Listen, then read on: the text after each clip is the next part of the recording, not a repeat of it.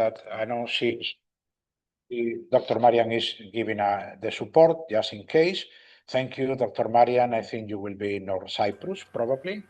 And without any more comments, I prefer to go directly because we are a bit delayed, but sure we will recover these things, because, here the rule is always to try to keep the timings.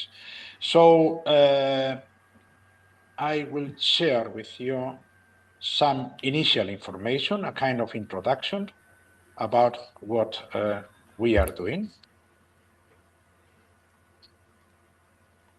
I think you are seeing just now.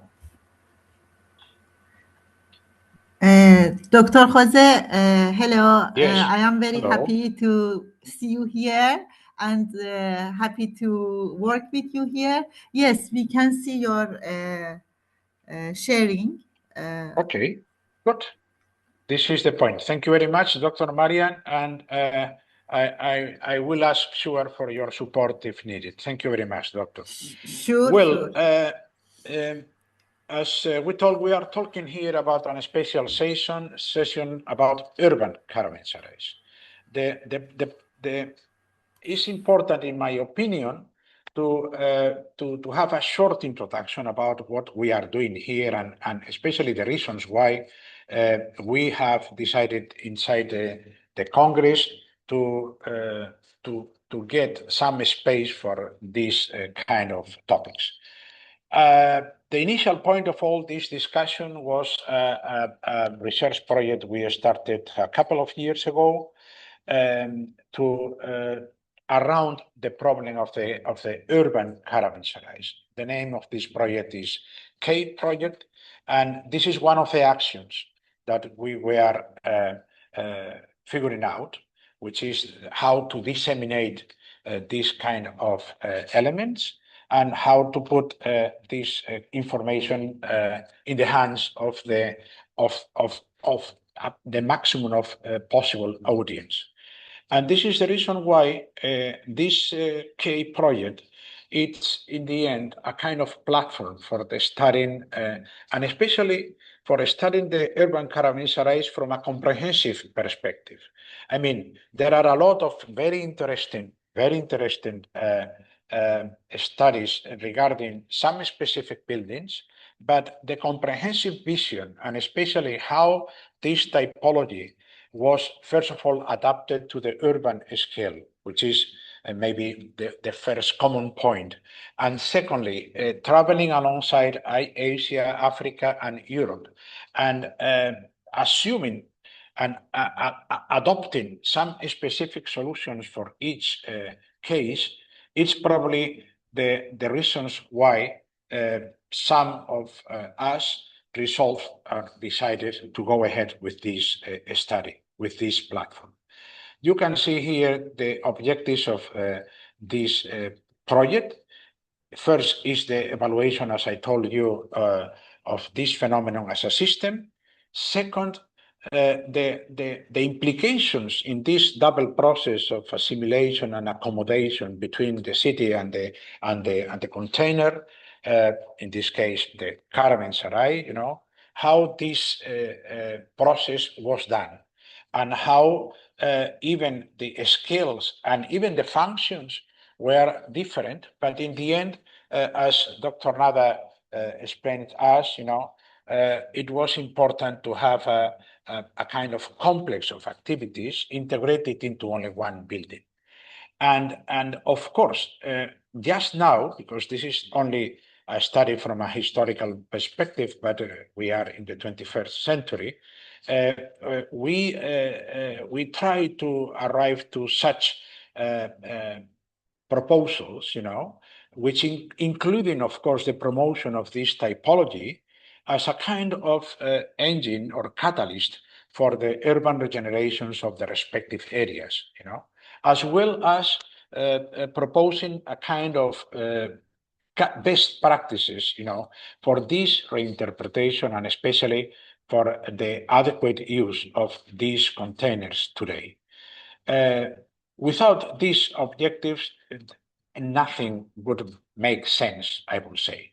And this is why a part of the Professor Nada Esayak, we have here today different perspectives. We have tried to invite different colleagues that we know that they are working directly or indirectly in these kind of topics. And according to what we have today, it's basically the first vision of the whole process, which is under the responsibility of the research assistant Dylan Kakdasatis. I don't know if I am pronouncing maybe badly, sure. Sorry for that, Professor Dylan. And then we will go to attend the contribution from Nicosia or Lefkosia, which is the same city, as you know, but with different nominations according to the language. And after that, we will have opportunity to attend the contribution from Associate Professor Dr. Shabnam Gulkarian regarding Tabriz as a bazaar and other kind of complexes, Tabriz, sorry. And then we will have, if possible, because you know the difficulties we have at this moment, you know, we'll have the opportunity to attend the contribution from Dr. Masiar Abiye from Tehran, another global approach, just in case, as I told you previously, if we connect directly with him or he connects with us, you know, we will see how to manage this point, but we hope that will be possible. If not, of course, as you know, the publication will include the publication of this special session to be done very soon, will include even this contribution. We will continue before the first round table with attending the contribution from Haula Motey and myself about Fundux in FES as I would say complementary action to the introduction done by Professor Nava. And then we will have another two important contributions, having Cairo and Egypt in general as the element of reference, which is the first contribution from German University in Cairo, which is regarding the Wikalas in the Islamic city, with Associate Professor Dr. Silvia Covarino, as well Dr. Marian Kubra or Marian Tolba, it depends, and the architect Minora Hafez. And closing these contributions should be the one prepared by the senior lecturer, Dr. Daniele Salboldi, and architect Lama Yahya from the British University in Egypt. Under the very interesting, because it is a kind of remind, in my opinion, about the importance of the literature and the literary production all over the planet. After that, we try to have the second round table. We will see if we are able. These round tables will depend on the timing we are. We have some freedom for that, but not so much. So this is what I wanted to tell you and to share with you. And I think it's time now to go to the first presentation, which is in the hands of Research Assistant Professor Dylan. I think you must be here. I don't see you now. Are you here, Dr. Dylan? Yeah, I am here. Hello, Professor. Oh yes, sure. I was looking on the left, not on the right. Yeah. Okay. Please, thank you for coming. Thank you for being here in an active way. I know about your passion about the topic. So let's go ahead, and the floor is yours. I will remind all of you that when we have consumed at least 8 minutes. As you know, we have 10 minutes for each of us, But it will be a pleasure to attend. I will keep silence, except in this moment. I need to interrupt you just in case. Thank you very much. Okay. Okay. Can you see the screen, my screen? Everything is No okay. problem? Yes. No Hello. problem. Hello, Thank you. everyone. Again. First of all, I would like to thank Professor Madrigal for this special session. I am Dilan, joining from Bitlis, Turkey. My research focuses on the Hans and Kervansaray in southern Turkey. I will present my study titled Special and Functional Transformation of Caravanserais within the urban context of Anatolian cities.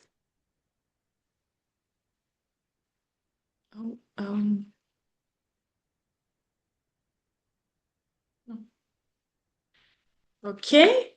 I would like to talk a little about Anatolia and trade routes.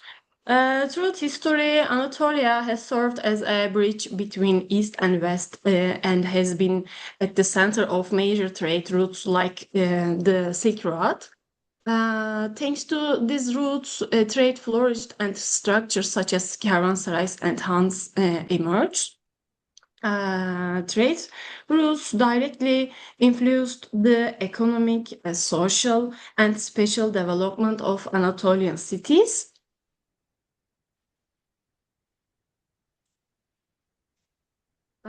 Yes. The Anatolian Seljuk state implemented a systematic settlement policy to revive ruined settlement after the conquest and to reactive trade routes. Within the scope, tax exemptions and production incentives were provided to integrate the population with the land, and economic vitality was supported by establishing caravanserais on trade routes. With their strategic locations, caravanserais strengthened the connections between cities, creating both a special hierarchy and acting as a key element in determining the direction of urbanization. Urbanization, when examining the Seljuk urbanization system, it can be argued that Anatolian cities evolved into specialized centers such as focal points, nodes, or connection hubs. Furthermore, caravanserais positioned at specific intervals based on transportation tools and technology served as social, cultural, and economic attraction centers beyond mere accommodation, forming the core of future potential settlement. Examples of caravanserais in Anatolia. It's possible to see examples of caravanserais which played a significant role in intercity communication and contributed to urbanization in various cities across different regions of Anatolia.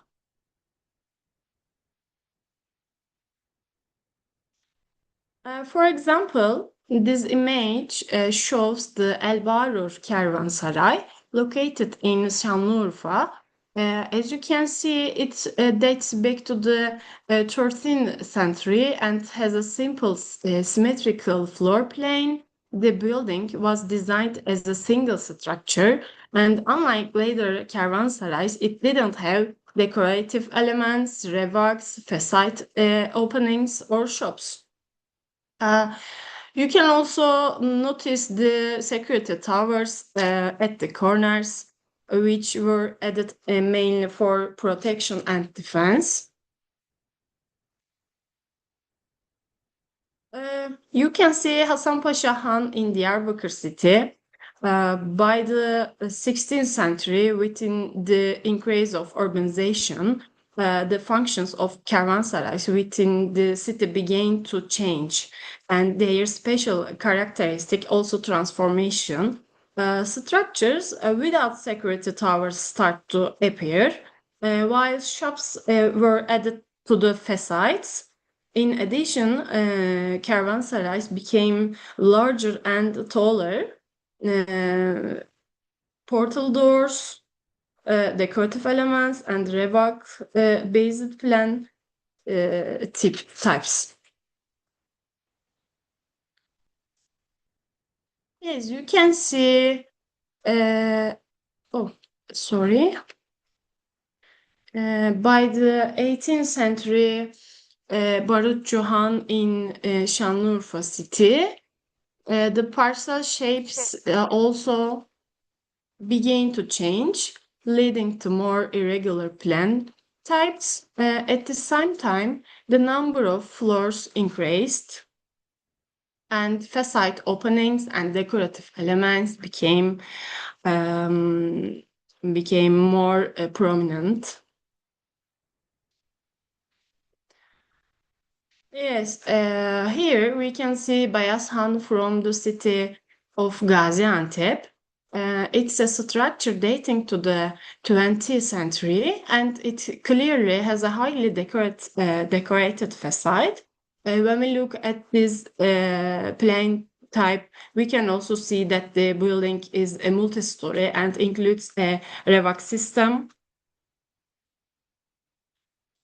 And so to summarize, the single story and security-oriented structures of the 13th century gradually evolved into a trade-oriented building located in city center and around bazaars and pedestrian, especially after the 15th century with the influence of urbanization.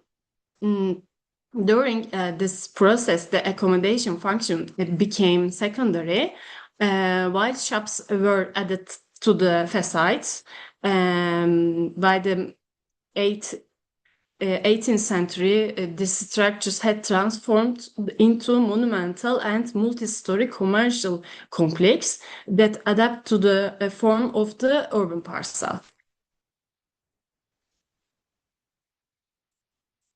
Yes.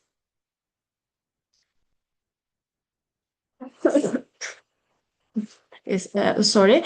During this process, the accommodation function became secondary, while shops Finally, regarding the special transformation with the growth of cities, caravanserais moved from outside the city to the urban center. Large and regular plan lights gradually evolved into more compact and multi-story structures adapt to urban parcels. In terms of functional transformation, the original focus on accommodation and security was gradually replaced by trade and shopping. Hence became active parts of the bazaar economy equipped with shops and workshops. Thank you so much. Thank you very much, dear Dr. Dylan.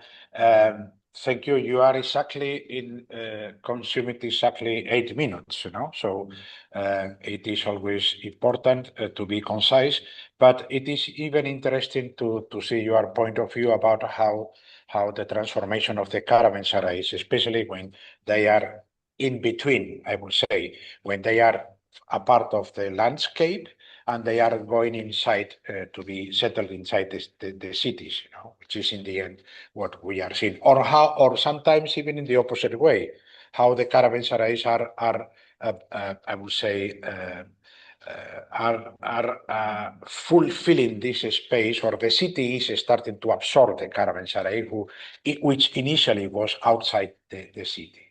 Thank you. I hope we will have opportunity to talk about other topics when we are. This is why I would say the discussions are not after each intervention, but at the end of these interventions. I would like even to highlight one thing, because probably it is provoking some confusion, but I will share with you something and you will understand why. The special session is integrated into, and this is the point, into a more ambitious session, which is the session C.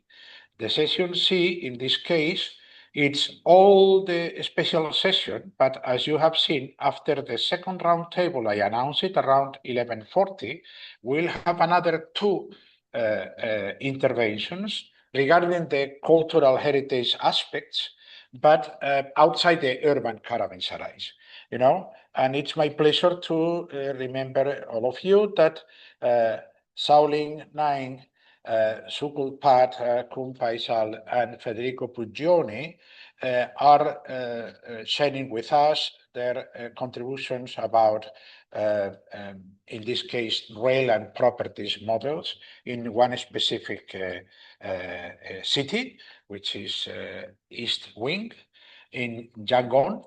And the second intervention is even again so diverse, you know, joining, I think, some, the author is coming, I think, from Bangladesh, I think, or around in Asia, sure, you know, but talking about Havana and a case study of the Havana.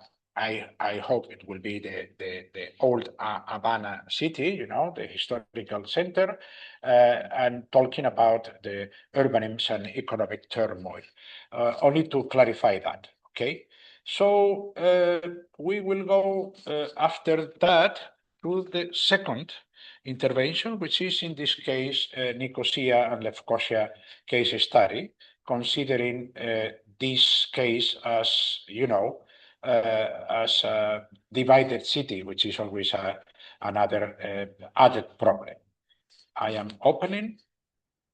I hope it will be possible to, yes, close. Very good. Probably you are not seeing nothing now, anything, but I will open just now.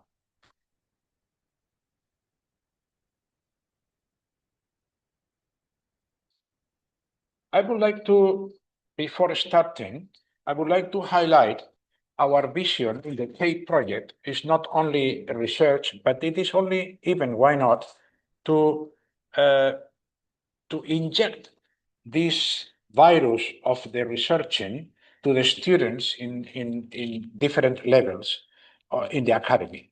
So this is the reason why Grace Judith, Sadiq, Osman Elmi, and Mashaher Khalid El Tayeb Abdel Baji decided to join, in this case, to join myself and to integrate a group work where, curiously, bachelor, master, and my mission as a professor of some specific elective course is the idea of developing this project. This project is coming from the different approaches to the historical walled city of Nicosia or Lefkosia in the northern side, and this long journey started at this moment 11 years ago. But it is always a pleasure to look for another approaches to the problem. In this case, the title, it's probably giving us the key element. The intention was to call for the attention of the urban caravanserais and to understand the importance of these species into the city's evolution, more specifically in this case in the northern side of Nicosia. The first thing I would like to highlight is, as a kind of introduction, is that in the end, the commercial activities are present in so many spaces, and the generation of these spaces are usually related initially to urban voids in the city. The city you are seeing here now is Ponte de Lima, which is in the north of Portugal, and how the same space, according to the different days of the week, which is the case in some of the images, especially with the market day, which is in the top on the right of the image, is transforming these spaces. And we need to understand that the voids are full of things, which is another important thing for us as architects. Going to the coming image, well, you can see here a perspective about a market day there, and how it's at this generally white and roofs are fulfilling and provoking a kind of basement of the city, which is exactly in the back. But these settlement evolution are always attached, in our opinion, to one basic thing, a part of the defense, as it was, of course, reminded by the previous contributor, but the commercial activities. And of course, the city of Lefkosia is not an exception at all. And wait a minute. This is the idea who is inside our project, and this is the reason why what we try is to delve deeper on the effects of the trading activities and the architectures annexed or linked to this activity on the urban fabric, and especially in this case as a kind of mix between the idea of the Ottoman Empire. We will go ahead on this point shortly, and the characterization of the caravanserai typologies inside always a Mediterranean city.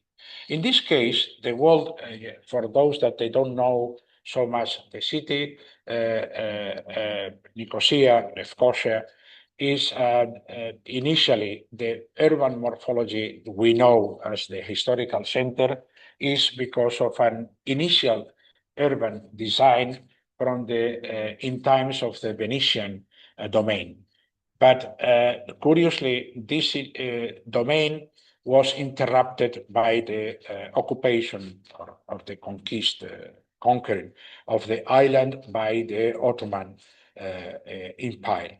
And probably this is an important element to understand how the city is transformed, and especially how the city is starting to acquire another layout, another landscape.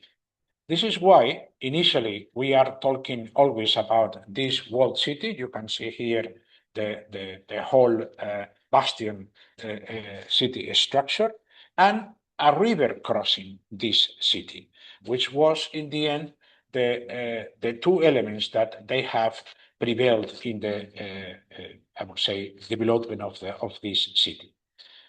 There are interesting studies. Danilo Demi is the author of maybe the most interesting approach from a morphological urban morphology or morphological point of view, with a first hypothesis of a castrum, Roman castrum, just occupying a central position in the island, and then meanwhile the Lusignan, even before the Lusignan, in the early medieval colonization, the castrum would be continuing in the center of this area, and especially, in this case, based on the first, I would say, orthogonal organization of the city. It's starting the first signals of the territorial occupation.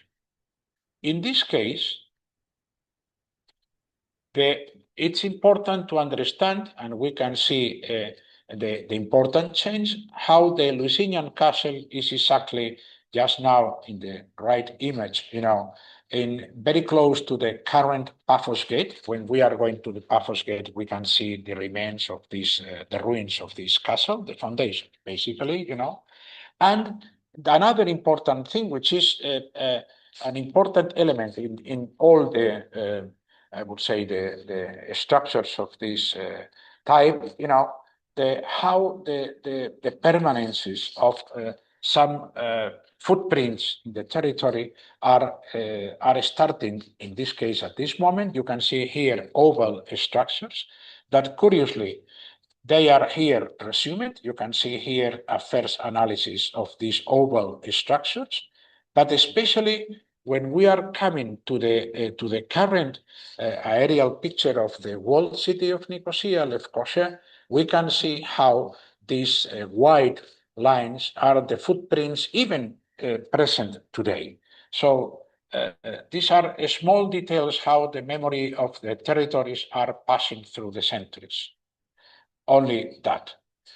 We talk about the arrival of the Ottoman Empire in 1571. So at the end of the 16th century, we start to attend an important transformation, which is named Ottomanization, and which is in the end the transformation of a territory to be under the rule of the Ottoman Empire, based on these 5 topics you can see here, resumed: the reuse of the sacred spaces, churches, to become mosques, which is a common phenomenon in all these kind of, I would say, events in the history of each region. The appropriation, which is regarding to the properties, appropriation of the Christian religious properties, and in parallel, the installation of the EPCAF structures that, as you know, EPCAF is a structure of a system of donations, organized inside of each country during the Muslim era.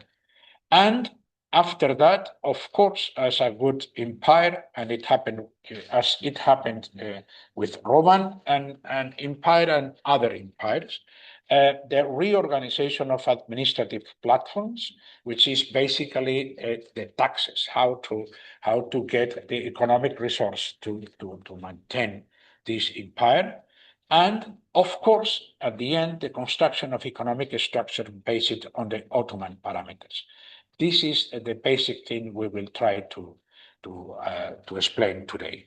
In the end, this Ottomanization process, from the perspective of the market and the commercial areas, is translated into this in this image we can see. Is translated into the installation of arastas, which are the axes where alongside this axis, the commercial activity is developed, usually in an individual way with a small, I would say, plots, as we can see here. The bedstein, which is an important element, very close and in a key element, and with a double function of luxury elements to be sold there. And at the same time, a kind of initial or genetic signals of a bank, because it was a safe building to be protected and to feel protection for our goods. You can see here exactly above this bedstein in brown, you can see the old cathedral transformed into mosque, as we talk. And then we can see even another elements, which is the Uyukhan, which is this big square form in the center, as the main elements of all this structure that appeared because of the transformation of the island into, I would say, urban Ottoman landscape. We can see even, in this case with more detail, and we will see here even in a yellow color, the 3 case studies we will go ahead shortly. Only to remind that all this structure was even implemented with the El Mafsi Hammam, which is not existing today, as well as another Han, or urban caravanserai. That the Han is the name of these structures in the Ottoman Empire, and this Han was demolished for giving a new alignment to the city.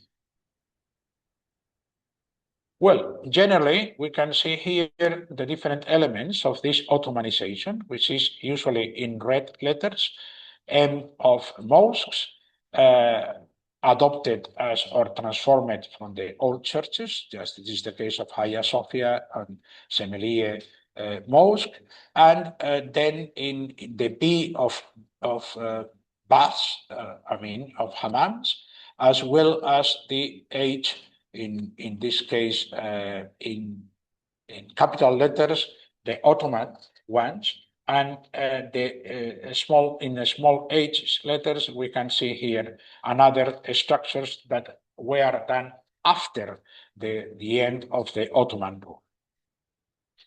And now I would like to invite the different colleagues of the team work to refer briefly the different hands were analyzed. So please, the first one about the basilar hand, please, Sadiq.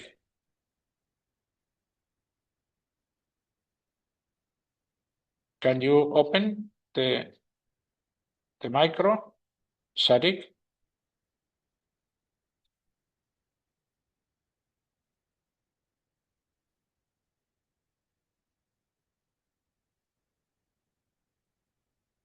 Sadiq?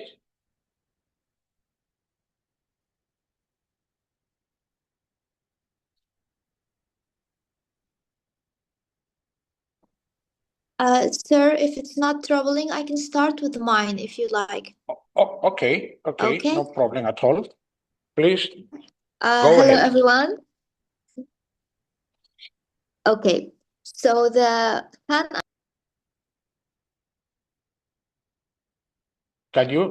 No, I was shading. Okay, come on. Yes. Come on, please. Okay.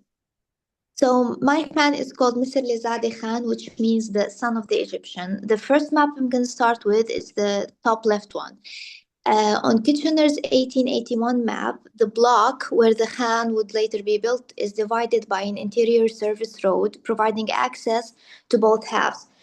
This plot is defined by two elements: the presence of a water tank in the southwest corner, if you can see it, and a water line running diagonally to the northeast corner, which irrigates the vegetable garden within. Alongside this, the early stages of the construction are visible on the eastern facade. And if we observe these surrounding buildings, it became clear to us why the south entrance was not located in the center due to the pre-existing structures in that area. Now, in the 1900 map, the plan presents the information shown on the previous map in a concise and reduced format. However, some elements are worth highlighting, like the access to the plot was currently via the street to the right of the map, and in that area were several construction signs, while two short lines defined the boundary of the new construction underway. Judging by the information on the map, the Khan's current appearance was still to be confirmed, but it should be functioning as such. Now to the 1927 map. This is where we can finally see the full structure of the Khan. It is well defined at this point, and we can see room borders with the courtyard in the middle and the riwaq surrounding it in the north and east sector. In fact, the Khan is developing an L shape, and the two sides of the rectangle are occupied by shops in the southern facade. We notice that the plan is not a complete rectangle because four rooms are built in the northwestern sector of the courtyard, the internal one. And today, the original structure of this Khan is still standing. We can see a second floor in the eastern sector, accessible by the stairs located in the northeast sector of the courtyard. But the western sector was rebuilt sometime in the 1960s. If you can be kind, Professor, to see the pictures of the stairs in the next slide.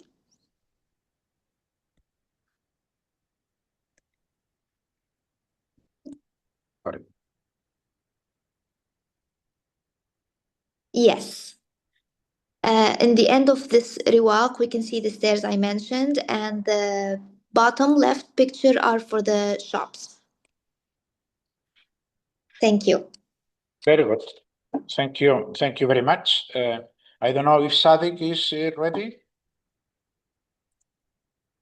Well, some problems happened with Sadiq, so we will go to Agios Antonio. So it's only as a reference. Please try to understand that we are always around in the central area around this iconic building, which is the point of reference. Now we are going to the south. We were here in the beginning. Now we are going to Agios Antonios, and then we will go to the other one here, the Visitor. Okay, please, Measure, can you please go ahead? Yes, hello everyone. So I will start with Agios Antonios in 1881. So the Han area was still mainly an open and undivided space. At the center, there was a large interior void that was mostly used as urban arcades. The site was already connected to the important surrounding landmarks like the Bedestian, the Buyuk Han, and the Arasta from the north side. On the south side, there was the Arabicheller Street, that meaning the street of cart drivers. These streets become important because it connected the city with goods and food coming from outside the walls. Since it was wider for many older streets in the walled city, it was probably the main access for carts, while camels moved through the smaller traditional streets. At this stage, the Bandabulia market was not yet developed. Also, you can see it in a yellow shade at the right. In its current form, the whole area was already functioning as an active commercial zone connected to the trade. So at 1900, the area started becoming more organized and clearly defined. The plot that later became the Han appears on the map as plot number 243, if you can see. And with access from the west side, another neighboring ownership, the large inner void before later subdivision and the opening of new streets. At the same time, Irma Street was already becoming organized in the way it became known after 1882. Although the Bandabulia Market building was not yet constructed, fully constructed, but we can see that there's a lot of buildings started to surround. So in 1927,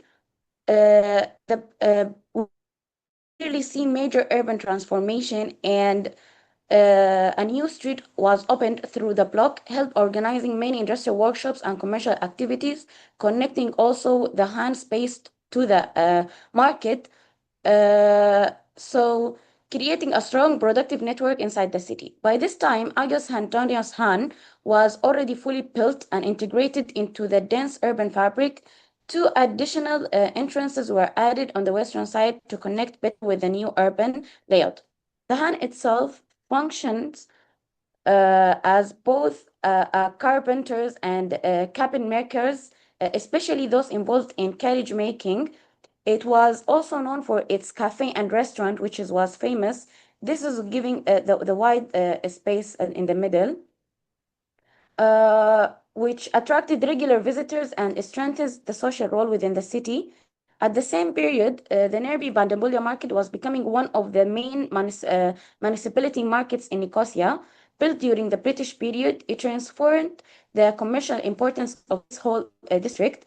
So the relationship between the Han and the Bandabulia market and the Arasta created a continuous economic and social network within the walled city. Today, this plans is in 2025. The condition of the Han is completely different. Its historical role after the events of 1963 and 1974 and the division of the island, the Han lost its original function and became part of the buffer zone. It was later converted for military use. The courtyard became a parade ground, while the interior spaces were used for accommodation and basic services. Addition on the eastern side were also transformed into military residence, and you can see there were a new building also built. It was on 2017. yes. As the result, the area shifted from being a vibrant public and commercial center into a restricted and controlled environment. So the strong relationship that once connected the Han with the Bandabulia market, the Arasta, and the surrounding workshops was gradually lost. So today the Hans remain almost inaccessible. And if you can see, you can see here in the pictures, it's totally closed and you cannot access. Also, in the other picture on the left, this also is closed from this side, and behind is the buffer zone. And unfortunately, the Han lost much of the original architecture and social identity. And yes, thank you. Thank you. Thank you very much. I don't know, last call for our dear colleague, Sadiq.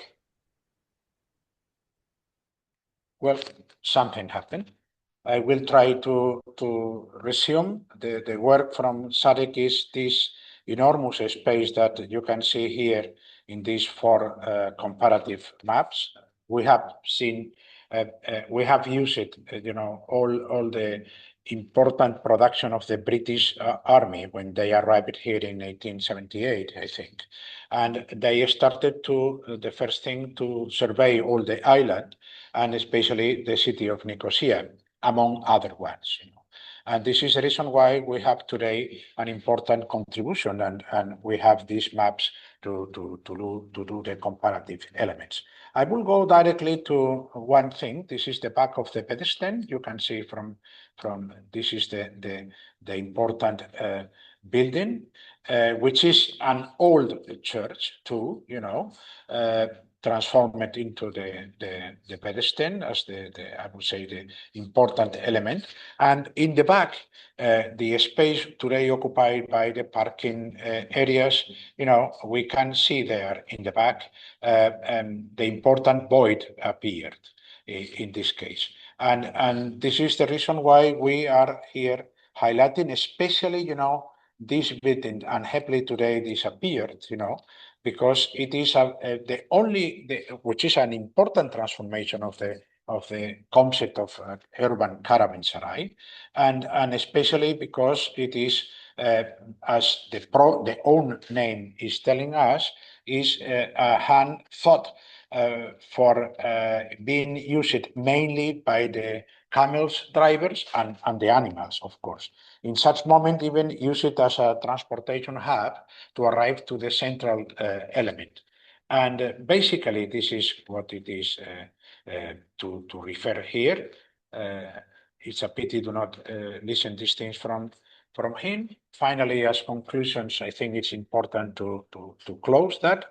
It's obviously the Ottomanization we have been talking, but I will go directly to the last one, which is that the importance of having some actions and using these voids as an excellent opportunity to recover memories and intangible aspects, and especially to avoid the important thing, which is to miss this opportunity, to lose this opportunity as an important element in the center of the cities and the contemporary interpretation of all these areas. This is what I would like to highlight. Thank you very much. I'm sorry for the delay we are accumulating, but probably this is a point to make even some later discussion, surely. We will go to the third contribution, which is now Dr. Shabnam, that I know that you are full today. Sorry for this delay, because I think you are in the middle of other issues. End of the semester is always a problem. Please, Dr. Shabnam, the floor is yours. Thank you. Thank you to you, Professor. I will share my screen.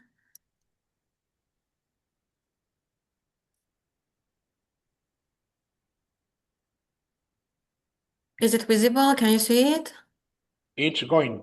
It's Yeah. now. Thank you. Okay. First of all, good morning, distinguished guests and respected professor, specifically Professor Jose, and esteemed researcher and dear colleagues. It is a great honor for me for presenting my research today with you, which is titled Caravanserai as a semi-nodal special economic element in the urban structure of Tabriz Historical Bazaar, morphological analysis based on spatial scientific. First, I'm starting from the research background. As you know, the traditional bazaar have historically been the economic, social, and the special core of the Middle Eastern cities. Sorry for the interruption. Can you go on full screen? Thank you. Sorry. Is it now? It's okay? Is it fine? Okay. Perfect. Where I was. As you know, the traditional bazaar have been the historically the economic, social, and the special core of the Middle Eastern cities and also the Central Asia, that they are connected each other through the Silk Road from the previous periods. And unlike the modern shopping mall, as you know, the shopping mall, they are so introverted and isolated. The traditional bazaar are integrated urban system where movement, trade, and the social interaction work together. And within this system, caravanserai were not only places for the merchant to stay or to make selling, to storing, or the negotiation and security. These are happening in the caravanserai. Although widely studied historically, their exact special role inside the bazaar network remains unclear. Some like the articles has been published, but this part it's unclear. So this is my gap point that I focus in my study. So address to this gap, the main research question is, do caravanserai function as a primary generator of the movement and urban growth, or do they operate as a semi-nodal special economic element embodied with the existing special structure of the bazaar? So accordingly, my hypothesis is that they are not primary nodes. Instead, they are work as a semi-nodal elements because they are proximity to integrated movement corridors, medium spatial depths, control accessibility, and the commercial stabilization. So for this research, I specifically selected to Tabriz Bazaar. So my case study Tabriz because it is recognized by UNESCO as one of the most completed and extensive covered bazaar in the world. And historically, Tabriz occupied a strategic within Silk Road trade networks and was considered one of the most important commercial nodes between East and West. And also, specifically in the Safavid period, show that Tabriz contained between 200 and 300 caravanserai. So the bazaar itself developed through the multi-axial and hierarchical network, including Raste, Timche, Sarai, and caravanserais. For this reason, Tabriz bazaar provides an ideal context for special analysis. So this is inner space of Tabriz Bazaar. The left side is the Timche. First is a meat center from the courtyard you are entering to the Raste. And the right side is also the Timche where the carpet they are selling. So I'm coming to the methodology. This research case uses a combined methodology framework, space scientific analysis, urban morphological analysis, figure-ground analysis, and functional interpretation. The quantitative spatial analysis was conducted using depth maps X software, and other rest of the document, like written documents taken from the valid center like Iranian Cultural Heritage Organization, and the rest of them taken from the thesis article and also my thesis from my master degree to the PhD degree. Three main scientific indicators were analyzed from integration, connectivity, and mean depths, and other also as an extra additionally note count, entropy, and spatial intensity has been evaluated. This method made it possible to determine whether caravanserai function as a primary node, secondary element, or intermediary component within the spatial hierarchy of the bazaar. So with this method, we are achieving to this. So this is the chart, flow chart, how I started. First data collection, then I did the diagram, then Excel map generation, then spatial analysis with the depth map X software I did it. Then I achieved the result, then to conclusion I came. This is morphology of Tabriz Bazaar. It's redrawing from I took this map from the Iranian Cultural Heritage Center organization. Then I redesigned it again. Then I moved to the Karvansaray part. I pointed that where is the Karvansaray in the inside of the bazaar. These are the Karvansaray, which are still stayed there. And these are the courtyard inside the bazaar that they are connecting to the Karvansaray. These are the Karvansaray that they are hold together. They are staying like it covered the courtyard. So then I classified it like in the left side, I'm showing the spatial distribution of the functional area in Tabriz Bazaar, highlighting the relationship between spatial accessibility and economic activities. And also, as you can see, I pointed with the colors, which color is a blue. It's I mentioned the Karvansaray, so you can see these are the Karvansaray. Then the right side figure is showing the spatial network and access structure of Tabriz Bazaar, show the hierarchy of main and secondary route and their integration with the surrounding urban fabric. Then I'm coming to this picture. I gave the map, the bazaar map, which I drew it in the AutoCAD. I gave it to the map X software, and I evaluated from the global integration analysis and HE and the p-value and TCAL. So I achieved this result from this analysis that integration analysis show that the highest integration value are located along the main raster, which is Karvansaray, are mostly positioned in the yellow and orange. You can see here the colors. And zone, rather than the strongest red scientific scores, indicating that they are closely connected to measure movement flows, but do not function as a primary generator of movement. I'm coming to the second that I did evaluation for connectivity and mean depth. These are. So in this evaluation, I achieved that. Connectivity analysis, it's that shows the highest connectivity occur at measure intersection while the Karvansaray have medium connectivity and are located in the moderate depth zones, indicating that they are neither fully public nor fully isolated. So this blue color is showing that the integration is low and less is there. So I'm coming to the key finding, what I achieved it. The finding revealed a very clear hierarchical spatial structure. The main raster from the most integrated and accessible movement corridors. These routes are the primary generator of the movement and the commercial intensity, forming the spatial backbone of the bazaar. However, the Karvansaray are consistently located near these highly integrated route and close to the measure intersection. However, the most important point is that they do not consist with the highest peak of spatial integration.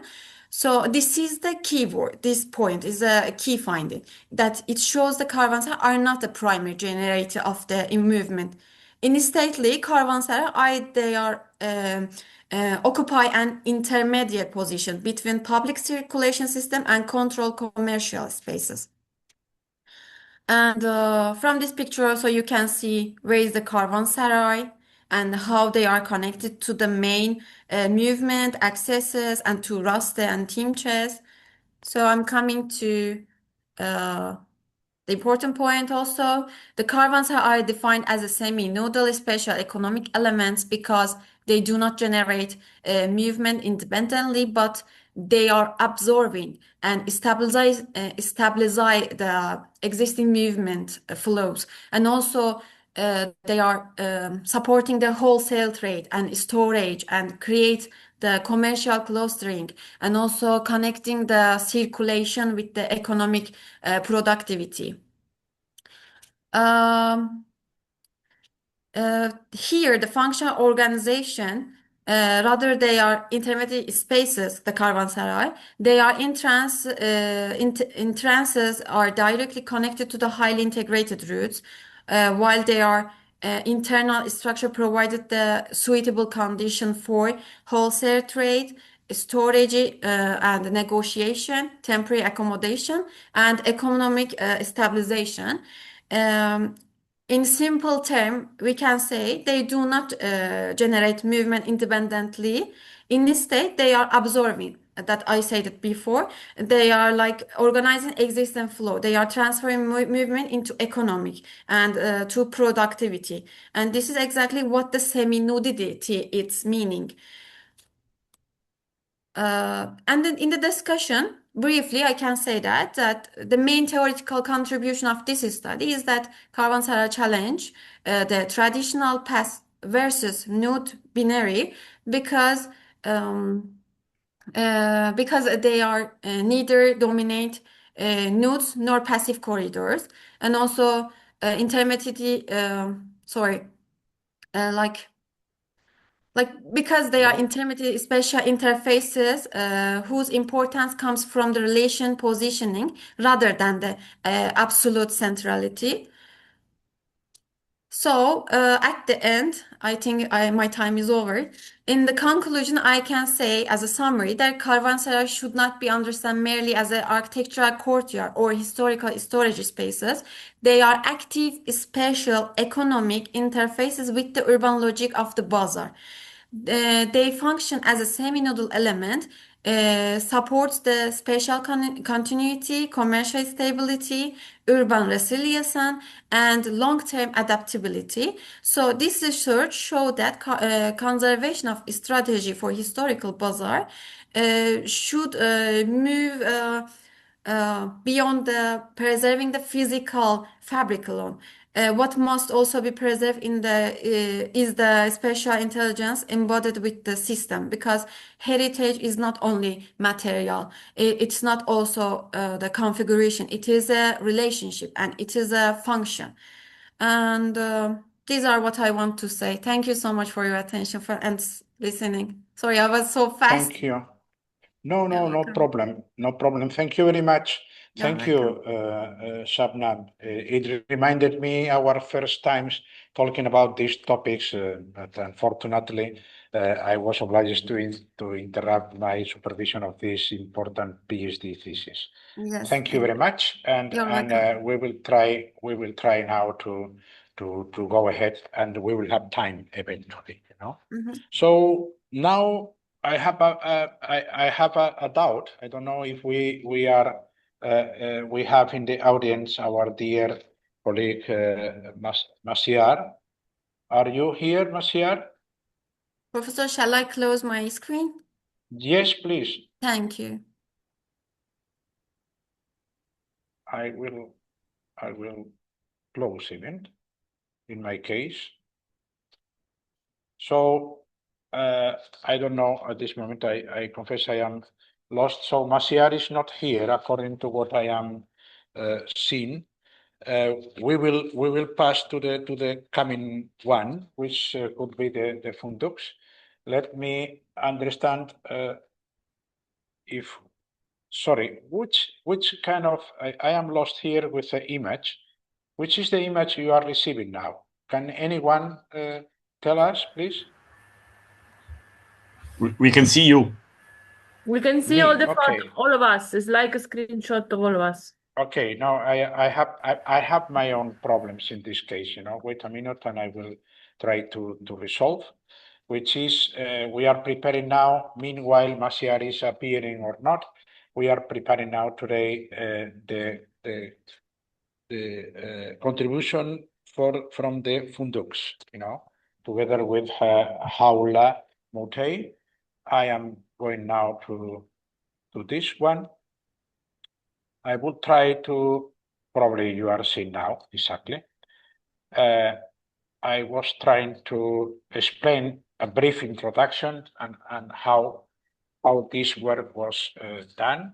I was very lucky and to meet this almost master in architecture, Haula Moutei, from the National School of Architecture in Fes. And this is in the middle of, or in the sequence, sorry, for analyzing and starting to review the problems of the transformations of the urban caravanserais. The title is giving us, the idea, which is in the end to try to better understand what is the role of these caravanserais, urban caravanserais, funduks in the end, and which are the main characteristics of this case. So we will try to do an first approach about the urban structure of the city.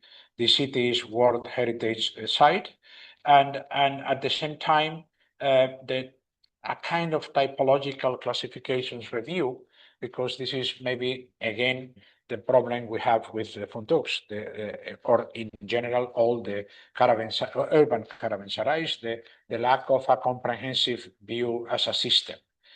We will go to specific cases that Haula will present, and a final reflections about what is happening today with the funduks, and this is the point. Only to remind the importance of the commercial activities, and the map is even understanding the idea of Fes as a midpoint in between the production areas of gold and the trading of this metal, and at this moment, at the moment that Fes was even in such moment capital of what it is today, Morocco. It is only to remind that. Well, this is the old structures of the city of Fes.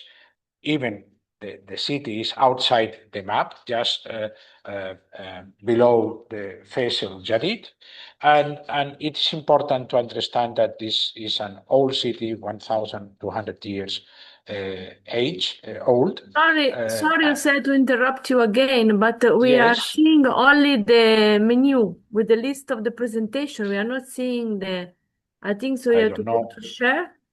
I don't know what happened here.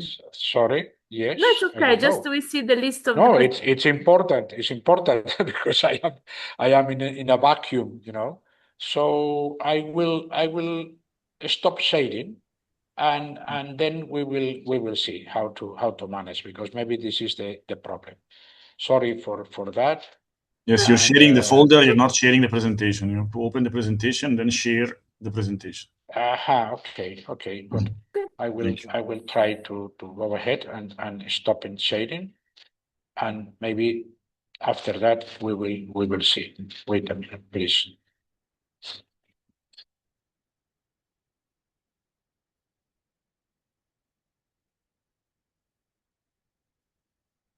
Hopefully you are saying now. It is alright. It is okay now. Yes, of course. We can see now you're sharing. But full screen. Full screen. Okay, super. Okay, I have done. Okay, good. Well, only to remind the summary, which is very, very clear, and it was previously commented, as well as the importance of the hubs for the trading in the continent. This is another way of understanding the trading in Africa, which is out of the, I would say, traditional ways to understand that the Silk Road, etc., for Europe, from the European perspective is important, but this was even very important, as you can imagine, So I was trying to explain that Fes has this structure, and in a very rich area regarding the water sources, appeared these two halves of the Medina of Fes, which is Fes El Valley and or El Alia and Madinat Fas, which is in the beginning considered as two halves of the same entity, and a long process till today, 1,200 years. And only to understand the importance of this area in the 13th century, we are talking about 467 funduks and 9,000 shops, 2 Caesarea, which is giving us the importance, usually maximum 1 Caesarea, but in this case even that, and how the importance of the production, soup production, and the tanneries, as well as the pottery, were in this city. This city with this gray color you are seeing here, as a kind of cloud, in the end, when we are zooming in, is a kind of a structure like that, where what we have remarked is the situation of the different patios or courtyards, and then with a very complicated, I would say, accessibility, which is in the gray color, but making this miracle of understanding how the city is organized through these adarbs or derbs. And then I would like to simply remind you what is a funduk. It was started by the Professor Nada Sayak, but probably it's important to understand, first of all, that we will see now in very shortly how the different dimensions are changing till the smaller areas in the funduk. And especially this is giving us the possibility to have better capacities to interact very well with the urban shape, especially urban such capacities to go inside the city even when the city is consolidated, which is another particularity of the funduk. Well, the funduk is a central structure, this courtyard as a central element, a gallery around, most of the cases, not always, we will see, and the gallery of the colonnade around, and the idea of spreading different elements. The red ones would be the trading areas, and in the second floor, when it is existing, the lodge area, so the accommodation of these traders or these trading travelers, it depends, and the brown area as the stables for the animals. All these things together with the possibility in a central position when it is possible to implement the stairs to go ahead and to arrive to the second or even third floor, it's in the basis of the funduks. It's a very simple structure, but very successful, by the way. Only to have an idea, if we are comparing the different dimensions, we can start with this Iranian Ribat, which is the president of the Caravanserais, with almost half hectare of footprint. We are passing through these ones in Iran, even Sultan Hani, not in Iran, sorry, this is in Turkey, in Anatolia, where it was initially in the middle of the landscape, almost again half hectare, and the city is arriving today to embed this structure, and we are progressively decreasing till arriving to the 2,000 square meters around, in this case in a port city, which is Kusadasi in Turkey. And then we have here the Buyukhan. We have seen previously in Nicosia, exactly the same dimension as you can see here. And then we are passing to some of them we will have opportunity to see them, which is Bab el Nasser area in the Islamic city. We will have maybe the opportunity to see this Wikala. We are decreasing against the footprint till arriving to this spectacular small dimension, which is the funduk in the Stanwin or the Tuani, but it is better Stwanijin, which is in the central area of the city of Fez. Only to understand this travel into the scales. The classification of the different typologies was started to be done. Well, there are a lot of ways to understand what is a typological classification, of course, but these ones based on the structures, basically was initiated by Yukimasa Yamada, which is a professor from Japan a long time ago. He did this first proposal. We are trying to review and to see and to update even the data, the alive fundoks today. And this is why we are starting to understand these four types: the gallery, the terrace, you can see here different ways of understanding. We started to collect this information and to try to put on the trunk. Basically, these are the things. I don't want to, because I think we are a bit late, but I don't want to go in the detail. But it is obvious that from the first one, the gallery, till arriving to the wall type, where the gallery, the colonnade, has totally disappeared, there is even a long journey of hundreds of years in the middle, To consider, as aspect to be considered is the localization, where the locations of the funduk are done in the city of Fez, usually two elements. Professor Nada referred these things alongside some axes or the different talat she mentioned, as well as the surroundings of some of the gates, or all the gates in general, as we can see here in both cases. We have started to organize this kind of maps, where what we can see is the surveys of the city. This is, in my opinion, always an interesting work, and this is why you can see some parallelisms between the methodology presented in Nicosia, Lefkosia, and in the city of Fez. And now the floor is for my dear colleague Haula, that sure she will have very interesting things to comment. Please, Haula, the floor is yours. Hello, everyone. Hello. I hope you are doing well. I have the honor to be with you, and thank you, Mr. Jose. So I'll start my part of the presentation. Go ahead. The Mazda Tahtani Funduk, located near Bab Boujloud and the Bournania Madrasa in Tal'a Sghira, is residential funduk used mainly for housing.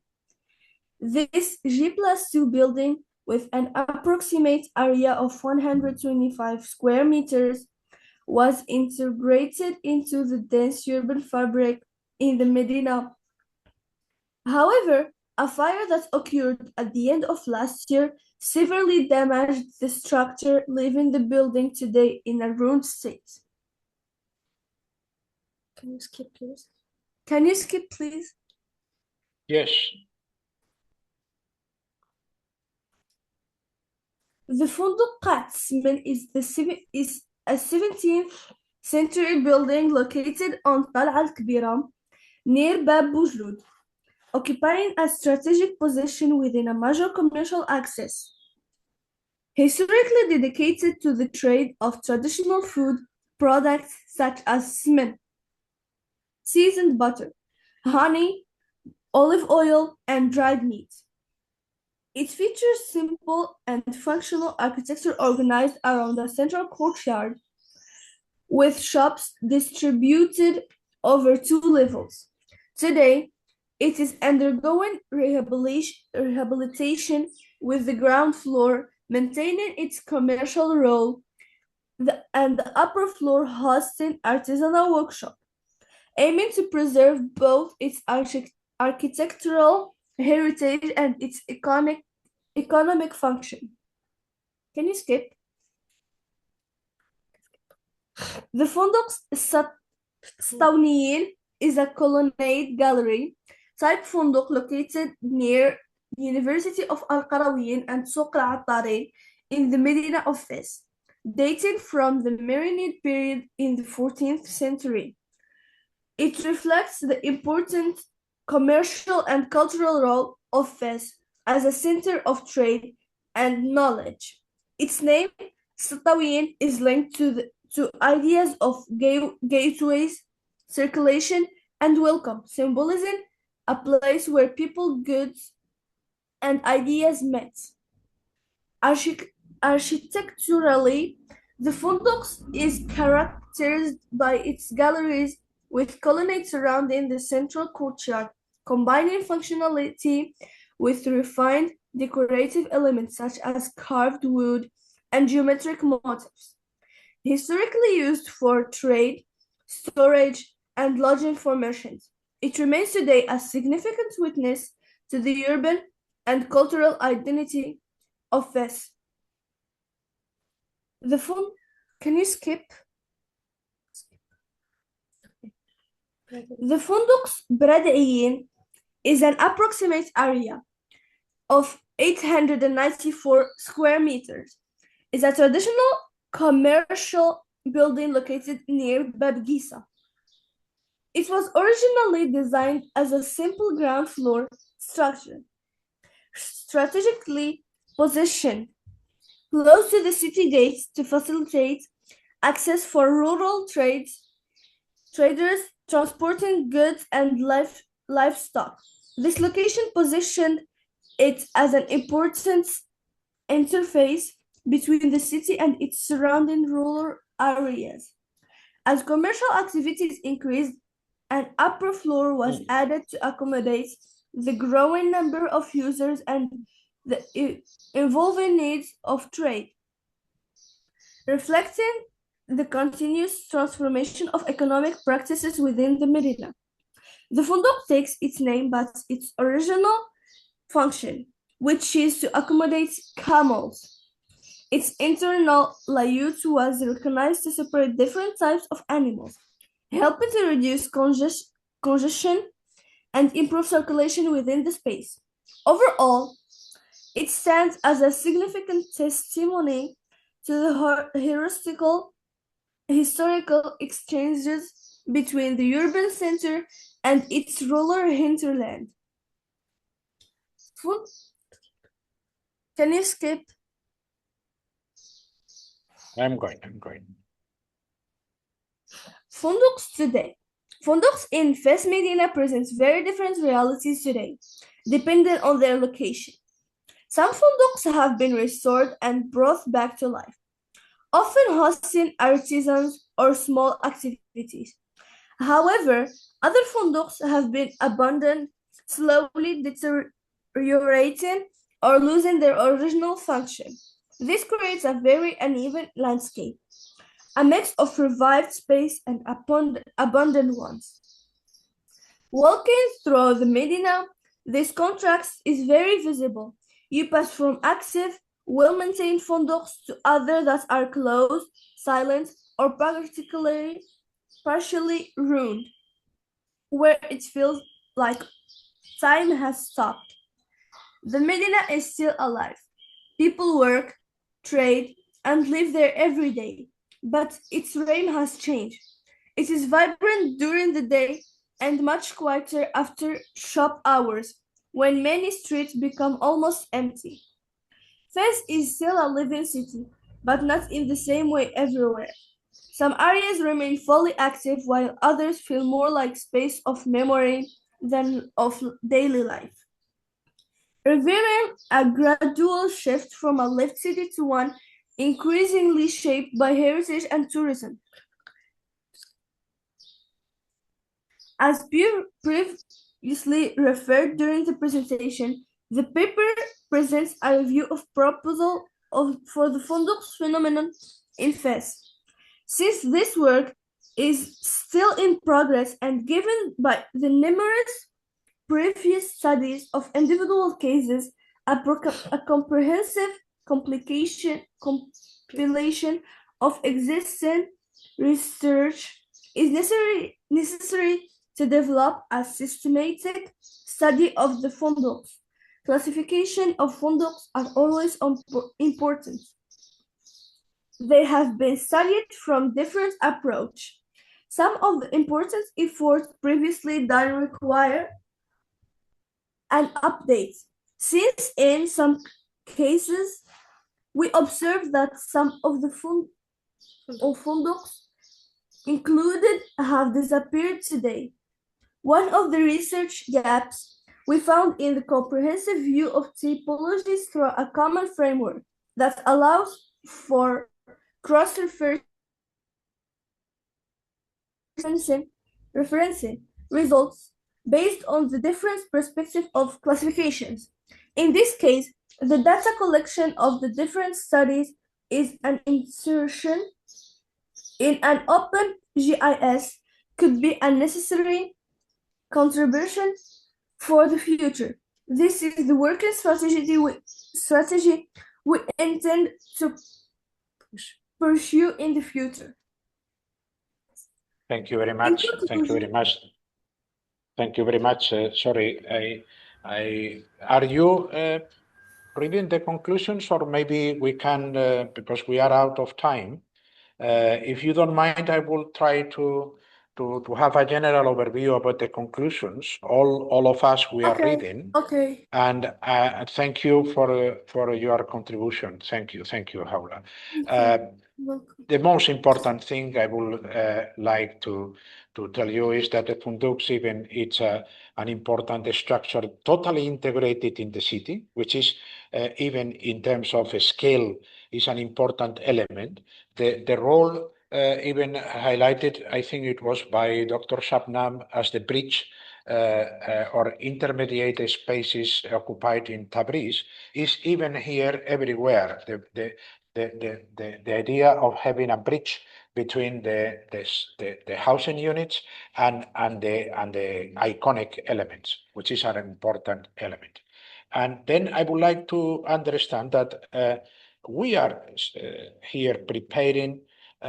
We will try to report all the entities and the persons are interested. According to the point number 5 of the conclusions, we would like to organize some specific role for the universities as educational and training entities, and to try to understand that the role of the universities still is important, and we are, I would say, even socially obliged to contribute for the different communities. So this is the final message we would like to implement in this case. And thank you for your time. And probably it's time to try again if our dear colleague Masiar is here or not yet. I don't know. Masiar, are you here? Thank you. Unhappily, no. Well, let's go in this case to maybe why not to the Egyptian visions of this phenomenon. So I will invite now to the groups led by Associate Professor Silvia Covarino. You have been very active in the middle of all these presentations. Thank you very much for that, by the way, you know.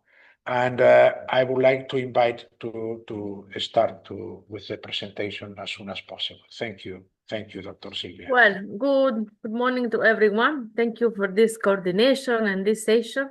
Very interesting. Now, if you are going with our first presentation and then Salvoldi, for the group of Covarino, Kubra, and Minora Afetz, she will hold the presentation now. And then second will be Daniele Salvoldi. Is correct? Is running well? Or Daniele, you prefer to be first? I don't know, up to you. No, let's go according to schedule. You first. Okay. Physical first and then Please, Minora, try to stay on time and to present as much you can in the best way, but and the time we are setting. Thank you so much. The floor is yours. Thank you. Thank you so much for the introduction, Professor. Hi, everybody. Can you see my screen? Can you see the presentation? Is it full screen? Yes, yes, we can. Okay, perfect. So yes, hello, I'm Minora Hafez. I'm a teaching assistant, master's student, and master's.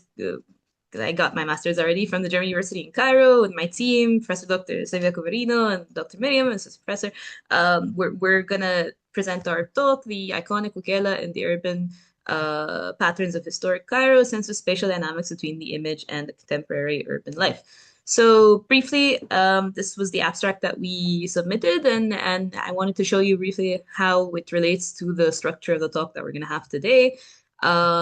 And basically, we're going to give you a bit of orientation on historic Cairo as a context of how the Wikela as a typology came to be, why the Wikela is this iconic node, this landmark, how it looks, how its morphology integrates with the city, the trading aspect, which is, of course, integral to its being, and then, of course, the status today, how it's transformed over time, its meaning, looking at it from a contemporary perspective, how it can be adapted, reused, and rehabilitated, observing a bit like the title, the urban social spatial dynamics, and of course, in the end, conclusion and reflection of what the research that we've done so far. So first, our bit of an orientation. This map on the left here is a map of Greater Cairo as we would understand it, which is in fact 3 governorates sort of next to each other. And within this area, we have Historic Cairo, which is a UNESCO World Heritage Site, as mapped here by UNESCO back in 2012. Which is, of course, filled with heritage and it's very iconic, as you'll see later.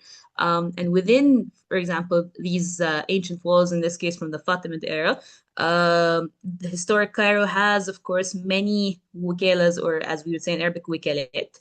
As you can see from the map on the right here, the red suits and the yellow dots are wikelas. On the left, the black are just the wikelet in historic Cairo in general. So there are many of them, even in various states of remaining, so far.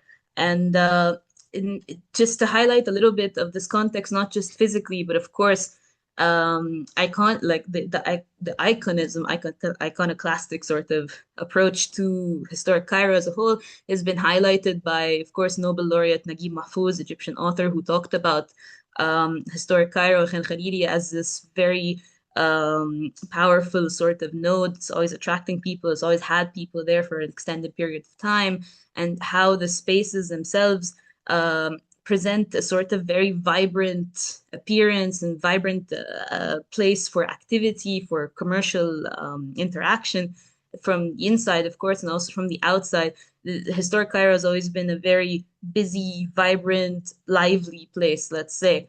And this has been noted since, for example, the time of the Orientalists. As you can see here, these are 2 paintings by Orientalist Pascal Comte that show different wikelas. On the left, Wikelet Qaib Bey, which we'll talk about a little later, and on the right here, Wikelet Dul Fuqar, highlighting a bit how it's always been busy. It's always been a node for activity from the outside, the facade, and then from the inside, the courtyard as well.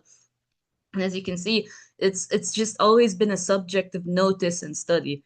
And even reflecting, of course, Cairo's status as a whole, metaphorically, as its own caravanserai to the world, and a commercial node, a place for people to interact, not just economically, of course, but to stay and meet each other and so on.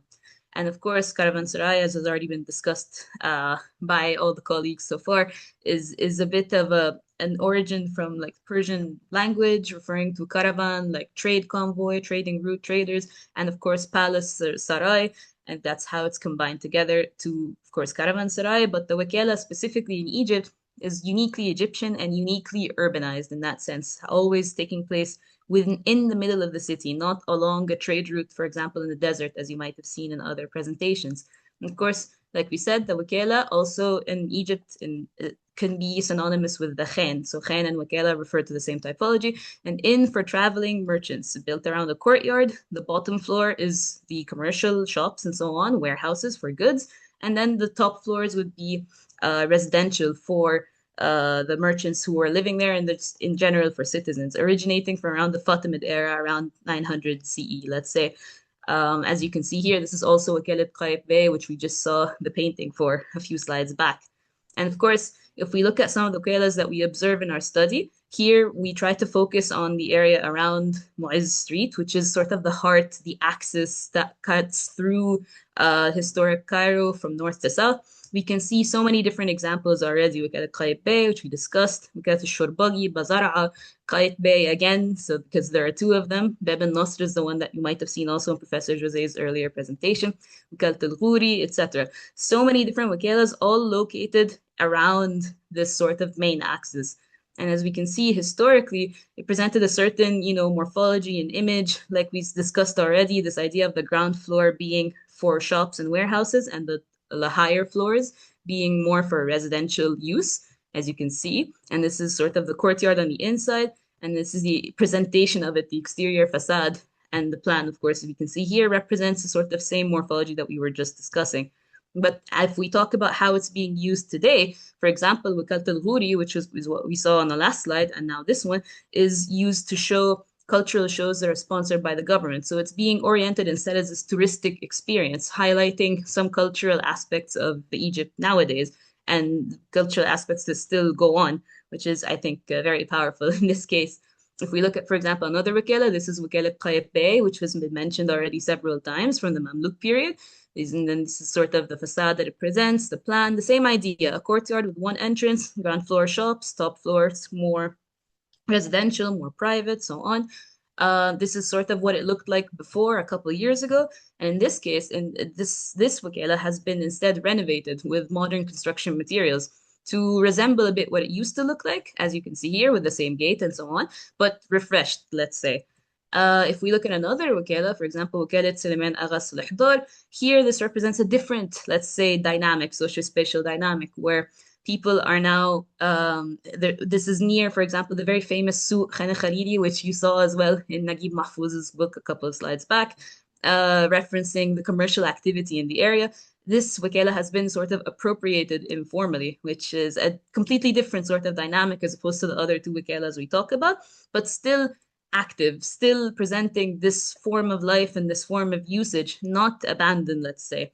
And so this, I think, reflects a little bit the dynamic of Cairo and historic Cairo as a whole, which has had these landmarks that have had staying power for so long. They've really showed that they are always the backdrop for liveliness, as we can see in this Orientalist paintings.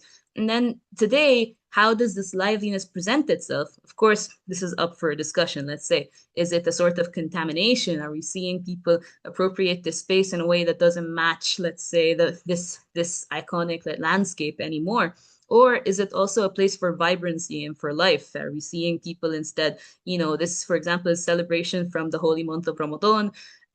Still, activities are always taking place along this city facade, we could say. Always this place has had staying power, has remained, and yet it's always hosting new activities, new life, presenting itself in different ways and interacting with people in different ways, which is super fascinating.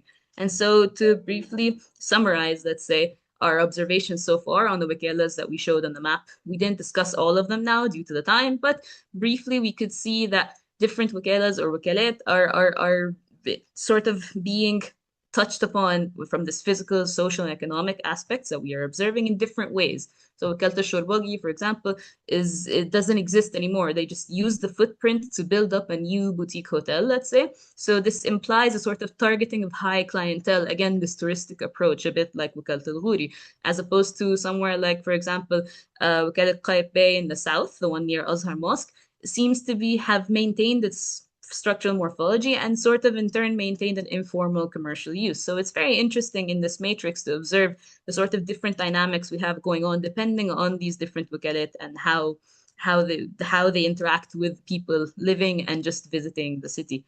And so we can conclude by saying how that we have observed, has each wakala, for example, maintained its physical characteristics? Let's see.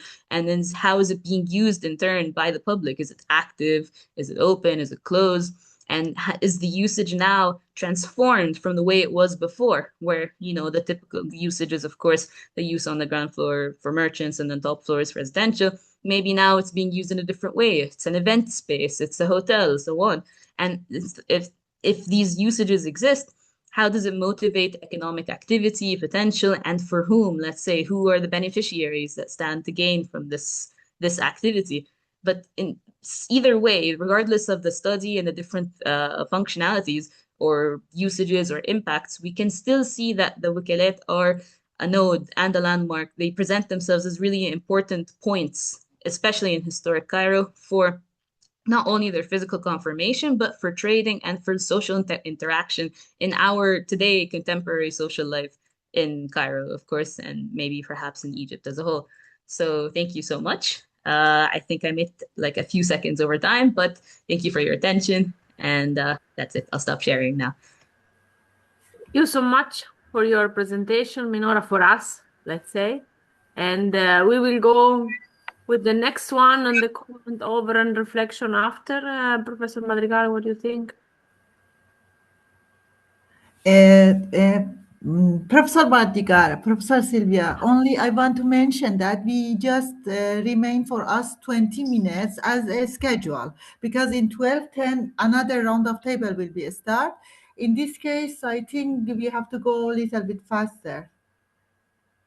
Yes, thank you very much. Thank you very much for the reminding. I am the first responsible for that. But at the same time, I think we will arrive with a very short delay in the end. You will see why, because we unfortunately at the moment Masiar didn't show up, So this is the point. Thank you, Sylvia, for organizing the Autonomous Republic of Egypt in the middle of this. Listen, how many presentation missing? Daniele, and to set the time. Daniel would be the last one if Masiar is not appearing. Okay, Daniele, the floor is yours. Take your time, and then we can have maybe some reflection, common reflection together. Okay? Yes. Thank you. Please, Dr. Salvoldi, the floor is yours. Welcome. Thank you, Minora, for this amazing presentation. Thank you, Sylvia, for the Independent Republic of Egypt. Thank you, Professor Jose. We will try to stay in time. I must say that Minora was excellent with the 10 minutes, and being the last one, I can't really absorb the delays of the others, but we will stay in our 8 to 10 minutes. So I want to just share the presentation. My colleague,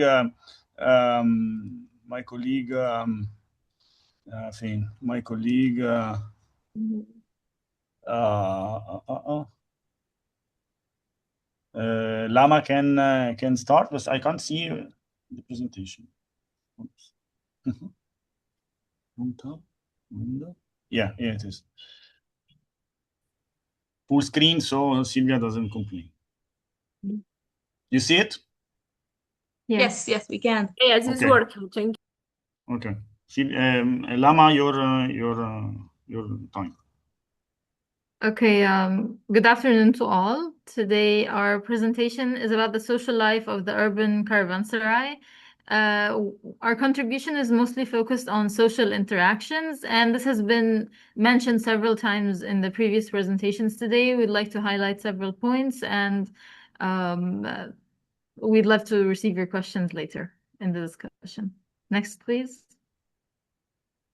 So we're starting with the definition. Caravanserais were multifunctional urban institutions in Cairo. They operated in a variety of ways, including scholarly spaces, manuscript production centers, non-Sunni madrasa environments, and sometimes even extensions of Al-Azhar Mosque, which brings us to how it accommodated several factors of society, including scholars. And it acted as a generator of urban expansion. It is also important to note that it first appeared in Al-Fustat period, dating before the Mamluk period. Yes, next please.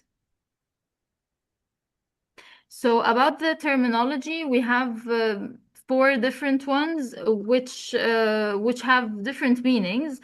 Due to their several typologies, they exist in the Umayyad period, then others appear in the Abbasid and the Fatimid period. And for example, starting with the Qaysariya, it was a manufacturing facility and a taxable warehouse, which was officially owned by the state, and the Raymond White adds the covered galleries dedicated to a different trade. Khan, which is also Han in Turkish, that was mentioned previously today as well. It was mostly located outside cities along trade or Hajj routes to provide shelter and as trans-regional trade centers, which were often fortified.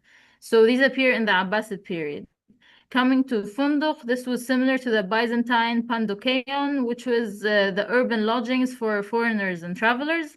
And this appeared in the Fatimid period. And coming to the Wikala, it was typical of Cairo's regulation center for goods coming from Syria or Iraq. What we focused on in terms of sources was Mamluk sources. And reading about Makhrizi's documentation, these terms were used interchangeably, despite very minor differences in function. Coming to the sources, they were Ibn al-Hajj, Ibn al-Furat, al-Maqrizi, Ibn Taghribardi, Ibn Iyas, Leo Africanus, and European travelers from the 14th to the 16th century. And yeah, thank you.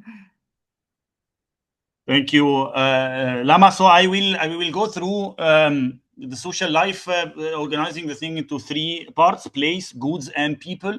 And we will start each section with a quote from Maqrizi. So for places, he tells a story I think is quite interesting. He's talking about one of the Caesarea building built by Baybers II at the beginning of the 14th century. He says, when the building was completed, all the merchants of the Caesarea of Jaharkas and Fadl were invited to leave their shops in these two buildings and to relocate in this one. They were even forced. The rent of each shop was fixed at 125 silver dirhams, which is quite expensive at the time.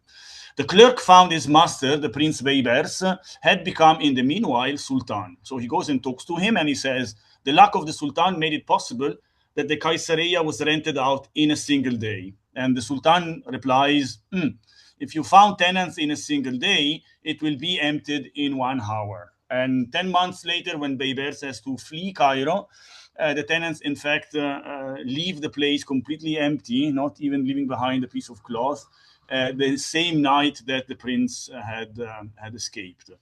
This gives us an idea about the economic and the political interactions that some of these buildings generated, in particular because the caravanserai, the urban caravanserai in Cairo in the Mamluk period is usually something sponsored by a prince, by a Mamluk prince, or even the Sultan, like in this case. When we talk about places and we look at the literary sources, we find a few interesting things. One is the location. We've seen the map of Minora quite detailed, and we've seen the red dots for the caravanserais or the wakela, and the yellow for the souk, for the market areas. And this is highlighted also in the texts, and it gives us a little bit of information about who is interacted with whom, and then we can imagine what kind of people would be around.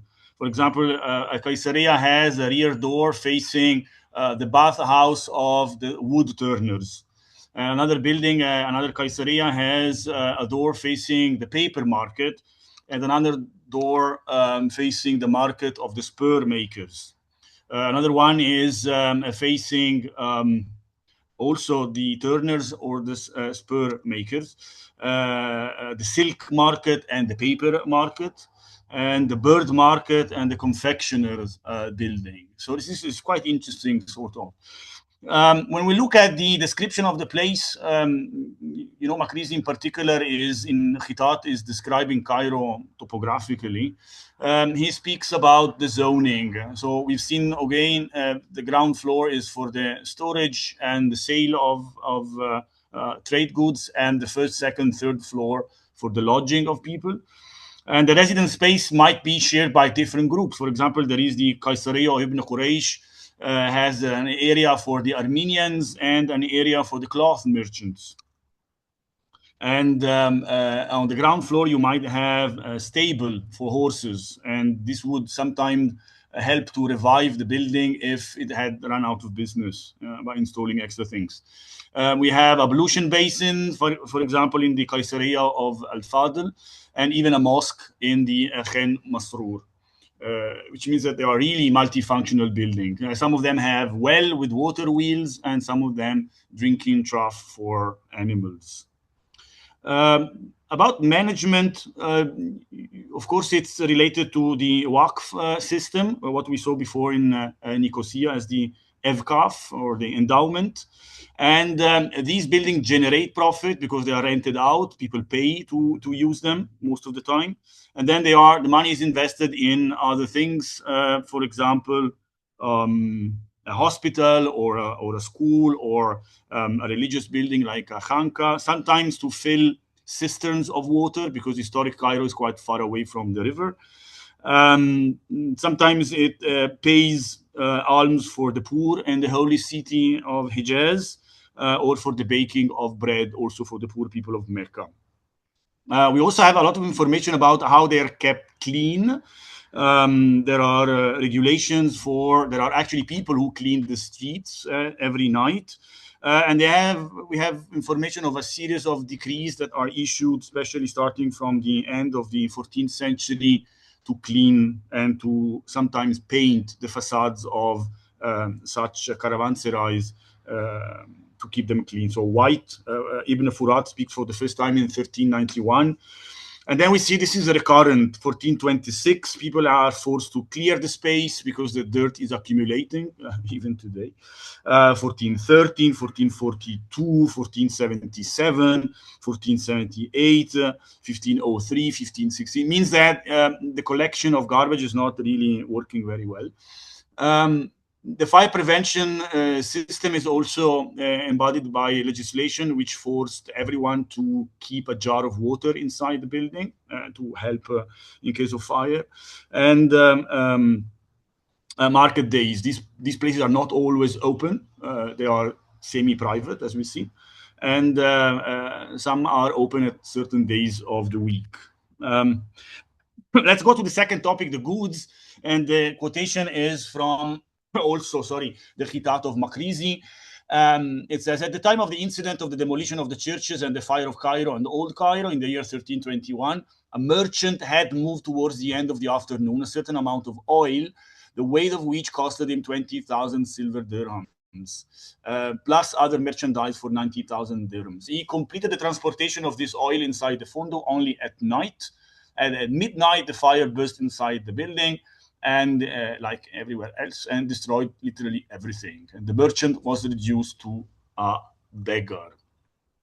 Now, the goods are very interesting. We have some of these caravanserais in the shape of fundo or wakela or khan are for production, bakeries, butcheries, wood planks, pastries, goldsmith and silversmiths, etc. So we can imagine there is a workshop and a sale area.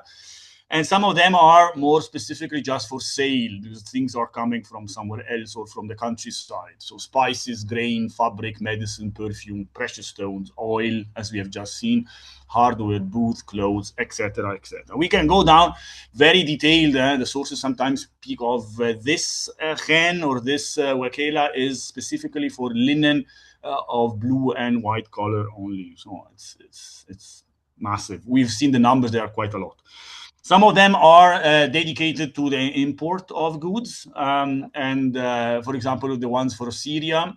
So we have very specific products, and the one from Iraq. And some of them also have animals. We have seen the stables before, but we also have others. We have the fund of the people of the Republic of Venice has ostriches and pigs because they're Christians and they eat it. We also have leopards in the fondok of the Catalans. And we have also notice of fringe trade, where people are, there are goods that are forbidden by the religious law, like wine, beer, and hashish. And there are people who are making money out of it, and they own a wakela. So we might even think these goods are being traded there in a certain way, maybe included prostitution. To skip directly to people, this is interesting. It's another passage of Makrizi. It says, a man is dreaming that the Prophet is appearing on the door of a specific Caesarea, the one next to the Mosque of Ibn Tulun, which is one of the most important mosques in the city of Cairo. And the Prophet says, may God bless those who live in this building. He says it 3 times. The man wakes up, he goes around, tells everyone. And Makrizi tells us that this building is still very prosperous today because everyone wants to rent a space in there. This tells us also a lot of how people see and imagine the wakela as an important space. They dream about it, and it's strongly linked to religion. And we know that the fiqh or the jurisprudence of the jurist in Cairo is dictating how this building should look like and how they should operate. So religion is not removed away from trade areas. We know that people were allowed at a certain point even to pray in the buildings, and there would be clerics going around to instruct a little bit in terms of religion. We also know that the recitation of the Quran was forbidden in the market areas and in these places because it's too dirty and people need to pay more attention to the religious text, while the market area and the Wakela is a busy area where everyone is chatting. I really need to go super fast. We have very interesting things like postal services, money change, cash deposits. There are some of these Wakila are just keeping the big boxes full of coins. We know that people are eating and people are learning their job, and we have sometimes also romance. Very interesting to see who is populating the streets around these buildings, and we can see the list here. So people who come and go all the time inside and outside the building and along the market. And there is an interesting part also about women, because the presence of women and how crowded this place is very often raises issues of morality, and with this issues of whether women should be allowed to go to the market or not. And unfortunately for them, by 1437, they are not allowed to go anymore. So only old women can go alone in the market. Everyone else needs to stay at home. At the same time, we have something quite interesting and also quite unique, which is Shagarat Dor, who was the Sultana at the end. Sorry for interrupting you, but we are a little bit late and the other session will start. Chair will be here, so we need to be a little bit faster. So sorry for interrupting. Yeah, 30 seconds, I'm done. Shagarat Dor, who is the Sultana at the end of the Ayyubid period and the beginning of the Mamluk period, she actually owns some of these buildings. So this also gives her the independence, the economic independence to be a ruler. And I want to close with the nights, the night 12 to 14 of the 1001 nights, because the caravanserai, the Wakela in Cairo, plays a very, very important part in literature and narrative as well. Thank you so much. Sorry for being late. Thank you so much. Thank you very much. For your very, very nice socio-anthropological review through the time by the users, the activity, also all the symbol with the product. Fantastic. Thank you so much. How is the time for our conclusion, Professor Madrigal? Well, this is the point. I am proposing you two things. Our conclusions probably should be a reflection, not now, because we are absolutely out of time. I am the first responsible, and I apologize for that. But I will propose for the publication of the special issue, as you know, we will do very, very, very soon. I will ask all of you, and even I am inviting the audience, if they want to participate in this aspect, please write in the chat your contacts, maybe email or maybe WhatsApp number, for contacting all of you. And in this case, we will organize these conclusions as a kind of virtual roundtable, publish it at the end of the special issue, because we don't have any other options. Thank you to the Independent Republic of Egypt, and very, very, very, very glad to see all of you here, because I continue to keep all the best memories, not only from the Wikalas, but from the good people in Cairo in general. Thank you very much. So we have more two contributions outside of this special session, but inside the Congress. I only am asking for Sao Ling Nang and Professor Dr. Sukulpat Kumpaisal, as well as Dr. Federico Bugioni.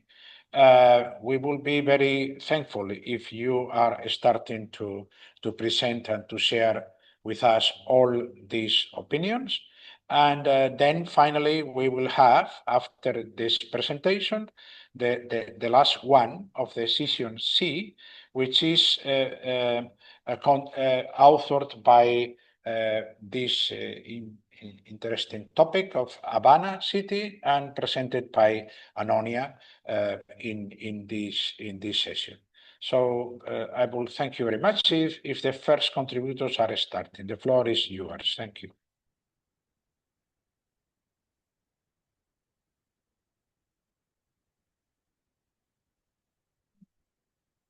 Professor? Okay, go ahead. Can you? Yes. May I share the screen, please? As you prefer. Let's go ahead. Let's go now travel by train, by the way. Thank you very much.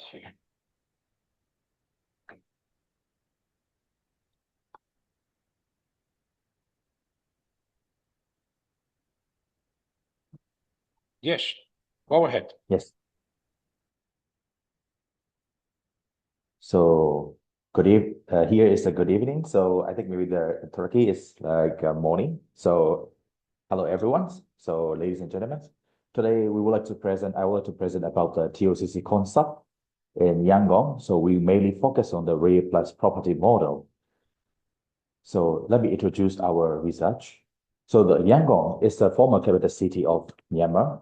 So its rapid urban growth has led to the fragmented land use, traffic congestions, and mobility crisis. So in that cases, YCA is also serving main structures for the transportations and also the performance and backbones. So the problem is almost all of the train stations, except our study area, the Mulagong stations, it also faces the poor last mile access and safe walkability conditions and the weak integrations between the transportation modes.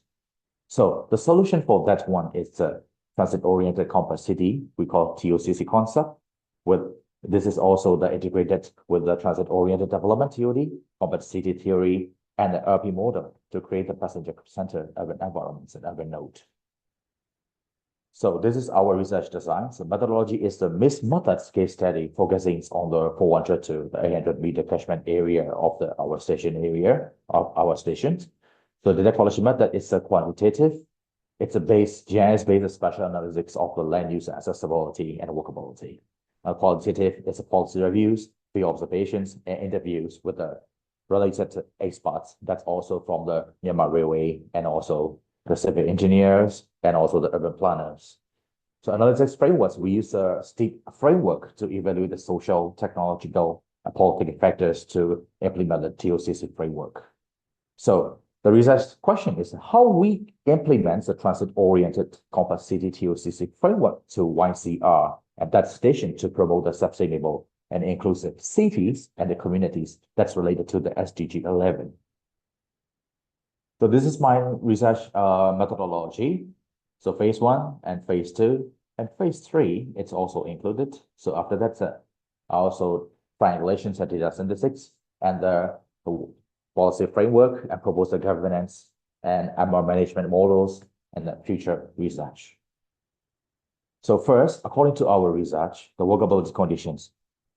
This is very bad walkability conditions. It's like the poor score or difficult to walk around the station area. So we got 1 to 1.5 in contest score in the score. And the physical barrier is one of the biggest issue for the walkability around the stations. So the major boundary is the railway tracks and then the railway area, the land plots. It's also like very physical barriers to access to the railway stations. So field observation reveals a narrow or missing sidewalks. Also the encouraged by the vendors, parked vehicles, a lot of us unsafe, lack of the safe crossings and insufficient shadings or lightnings at the night. So the land use another one problems. So it's also the Myanmar Railways, it's called the government organizations. So it's possesses a 77.2 hectare station. It's also dominated by the railway infrastructures, including the technical facilities such as the depot.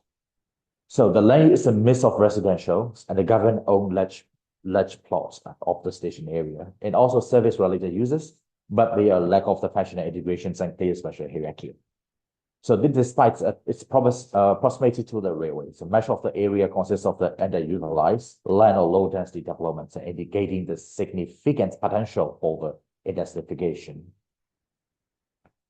So RP, because our model is the RP model, so the MR is now on the railway area and also the extensive land around the stations, which simplify the coordination required compared to the fragmented private ownerships. Because now the Myanmar Railway is a government owned by the Ministries of Transportations.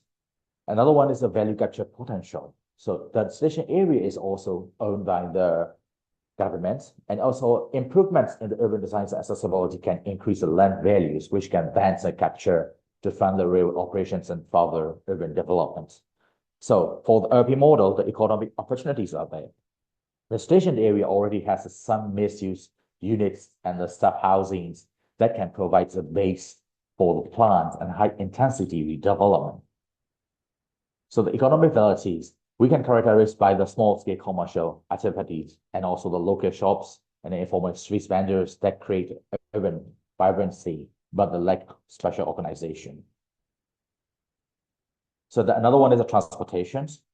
So there is a lack of formal interchange facility from the bus to the railway stations because we don't have any such kinds of plan or such kinds of integrations policy.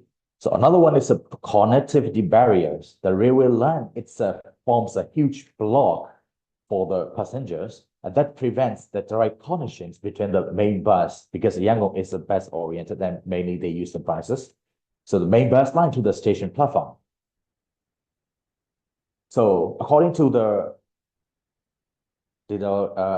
free conditions and the policy reviews, so we also implemented such kinds of a TOCC implementation framework for these stations.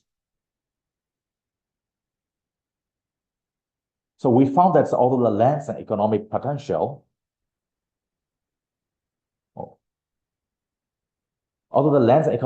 exists, but particularly it's MR's own business.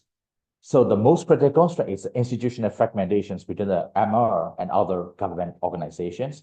These findings also indicate that achieving a TOCC concept, it's a shift from the infrastructure-focused solutions to the government-based and system-oriented approach is needed. So the key contribution is the processor-integrated TOCC frameworks that links together with the stick factors to evaluate the station performance and provides the structures and the transferable approach for the developing countries. Also, that can be used in the developing countries, not only in the Southeast Asia, but also for the other regions. So the key finding is the primary barrier to achieving the TOCC concept for Yangon is the institution than the technical. So policy needs. So successful implementation requires to integrate the policy and legal frameworks between the government. So TOCC can guide the transformation of the stations into the compact and sustainable urban nodes, and that can be also support for the SDG 11 and SDG goals. So these are the reference for our research. And so thank you very much for your attention, and thank you very much for this chance. Thank you, everyone. Thank you. Thank you, my dear. I'm sorry for the delay. We will go now directly to Anonoya Islam, which is the last presentation. So the floor is yours. Thank you again, all of you, and our apologize for this. I hope that the planet will not fall down because of this delay, but in any case, we never know. So go ahead.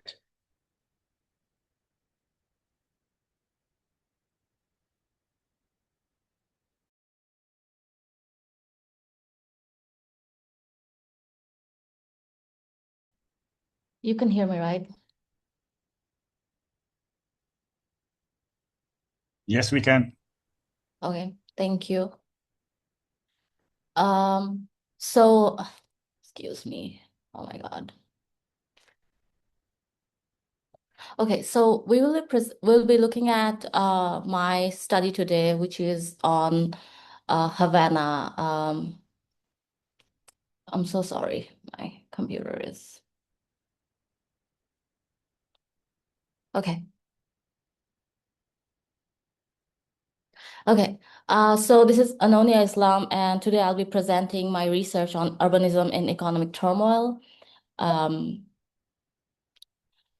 Today we are looking at a city that is resilient and beautiful, the capital of Cuba, Havana. The city was known as a key port of the Spanish Empire due to its geographic location on the Gulf, attracting traders and officials across the region and Europe. This acted as a prime catalyst for the country's economy, as the city was the final stop for merchants before they sailed for the Atlantic. The 17th to the 19th century Havana growth was rapid and ahead of its time to attract businesses throughout the region. Thus, the Spanish colonial planning made its way to contemporary urban design philosophies, underscoring a blend of building style from different generations, from Baroque to modern architecture. However, for past 35 years, a prolonged economic crisis has left its mark. Today, Havana exists at a crossroads where meticulous historic planning meets the visible strain of crumbling infrastructure and limited cash flow. So to ground the study, the research focused on two primary questions. First is, to what extent does Havana's historic urban fabric naturally embody smart growth principle? And second, how is the current economic downturn obstructing the use, maintenance, and upkeep of the urban spaces? So the study utilized a qualitative approach divided into 4 steps. First, the initial field visit with the local stakeholders, then the in-depth discussion session and one-on-one interviews took place to understand local diverse perspectives, accumulating 30 people who participated. And then we analyzed the land use patterns and the relationship between the built environment and public spaces, and lastly, cross-referenced field data with existing digital reports. So to analyze Havana's potential, the research looked at the work of Srivastava and Sharma that defined the smart growth as a North American concept that advocates for dense, compact, walkable, and transit-oriented neighborhood. The framework is essential because it gives us a benchmark of what a sustainable city looks like. And the next, we're looking at Laura Curry's research, which famously described Havana as a city frozen in time. Her work highlights how Havana's streets pattern and housing law have shaped by a constant tension between the need for innovation and the commitment to preservation. And finally, to understand why behind the current decay, the research turned to Di Miranda. He identifies the structural flaws in the Cuban economy, such as the dependency on the imports and the lack of international investments. Miranda's work is crucial because it explains how economic descent leads to a social inequality and ultimately the physical decline of the urban spaces that we are studying today. To understand why Havana is struggling, we have to look at these core drivers. It's a perfect storm of internal rigidity of policy, energy dependency, and worsened by failed monetary reform, long-standing U.S. embargo, and the collapse of tourism, which has been a city's primary lifeboat. The state is run by centrally planned economy where the government keeps 90% of the local harvest and takes it at a very low price, leading to the situation where farmers remain uninterested in farming, resulting 80% of food must be imported. With the exchange rate skyrocketing to 400 pesos per dollar, average wage remaining below $1 a day, the population is essentially priced out of maintaining their own city. Some visual evidence, this field observation provide a raw look how Havana's urban spaces have been forced to adapt to a reality of extreme scarcity and economic survival mode. The study indicates that the economic fallout since 90s has created a crisis of placekeeping, where even UNESCO-recognized sites like Old Havana are struggling to physically remain standing. Despite these hardships, the city offers a unique mix of high-quality, walkable urban spaces that are actually more advanced than the modern-day northern cities. Havana exemplifies mixed land use through its compact building design, articulating residential, commercial, and administrative functions vertically and horizontally. This layout activates the ground floor with shops and theaters to encourage natural human interaction. However, economic decline has left many of these storefronts shattered or empty, leaving a perfectly designed corridor underutilized. Havana's housing was reshaped by the Urban Reform Law of 1960, which was created a state-controlled home ownership models and placed housing production under a strict control.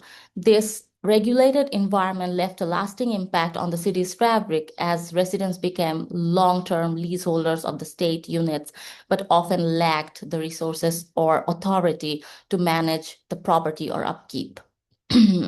While the recent introduction to the free market, sales have started to create housing diversity, but also highlighted severe deterioration of many state-built units that are now struggling to remain standing due to decades of deferred maintenance. While the city is compact and walkable, its transit infrastructure is failing. A drop in fuel imports and the lack of repair parts have left the majority of buses out of service. This creates a massive crowd at the bus stops and long wait times where a smart growth layout is defeated by the lack of basic energy and parts. Havana is curated with human-scale infrastructures like shaded walkways, mature tree canopies, which creates a comfortable environment for pedestrians. However, a declining population and aging population driven by mass migration threatens the social vitality required to keep these walkable neighborhoods active. Havana's fabric is enriched by a network of neighborhood parks designed for social collaboration. Yet, without resources for adequate lighting to upkeep, these vibrant areas are becoming gray spaces, physically present but socially empty and unsafe at the night. The city leverages corner plots and morning farmer markets to support local trades. Additionally, the state's high literacy rate is a social asset which attracts international educational tourism.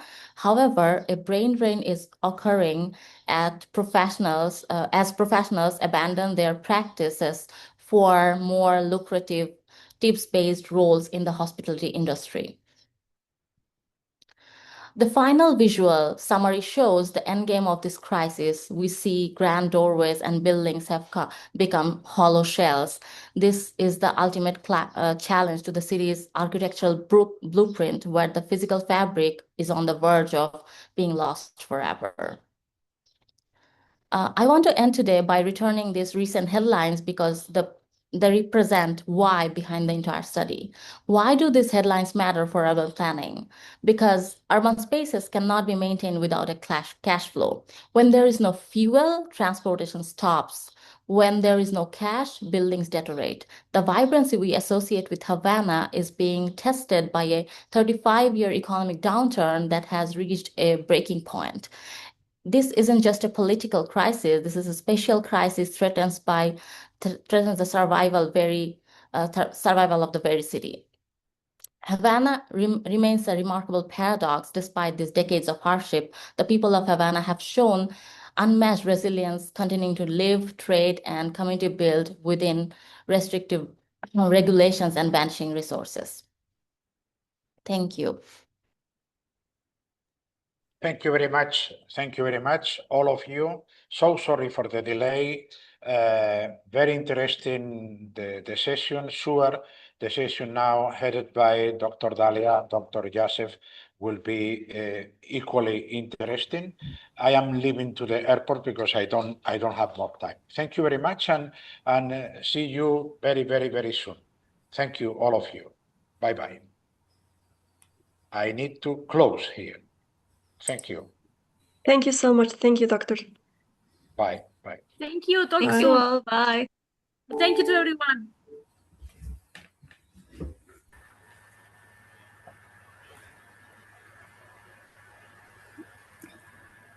Okay, Dr. Dalia, would you like to start? Yes, hello, Dr. Yasser. Assalamu alaikum. How are you? We're sorry for the Salam. inconvenience. Yes, we try to keep the time track of the session.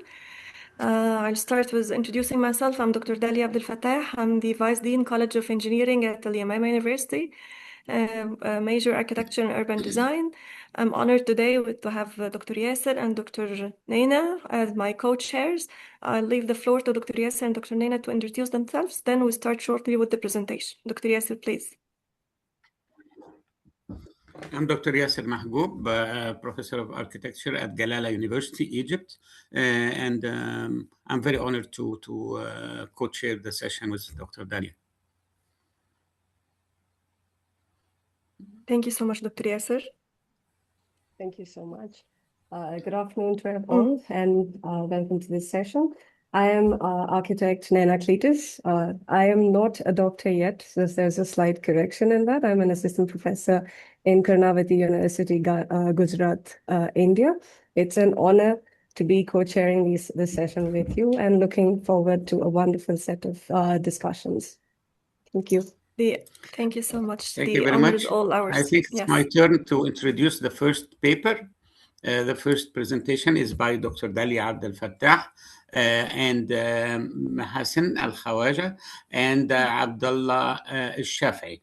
And she is from Al-Yamama University, but the other two authors are from Department of Architecture and Building Science, College of Architecture and Planning, King Saud University.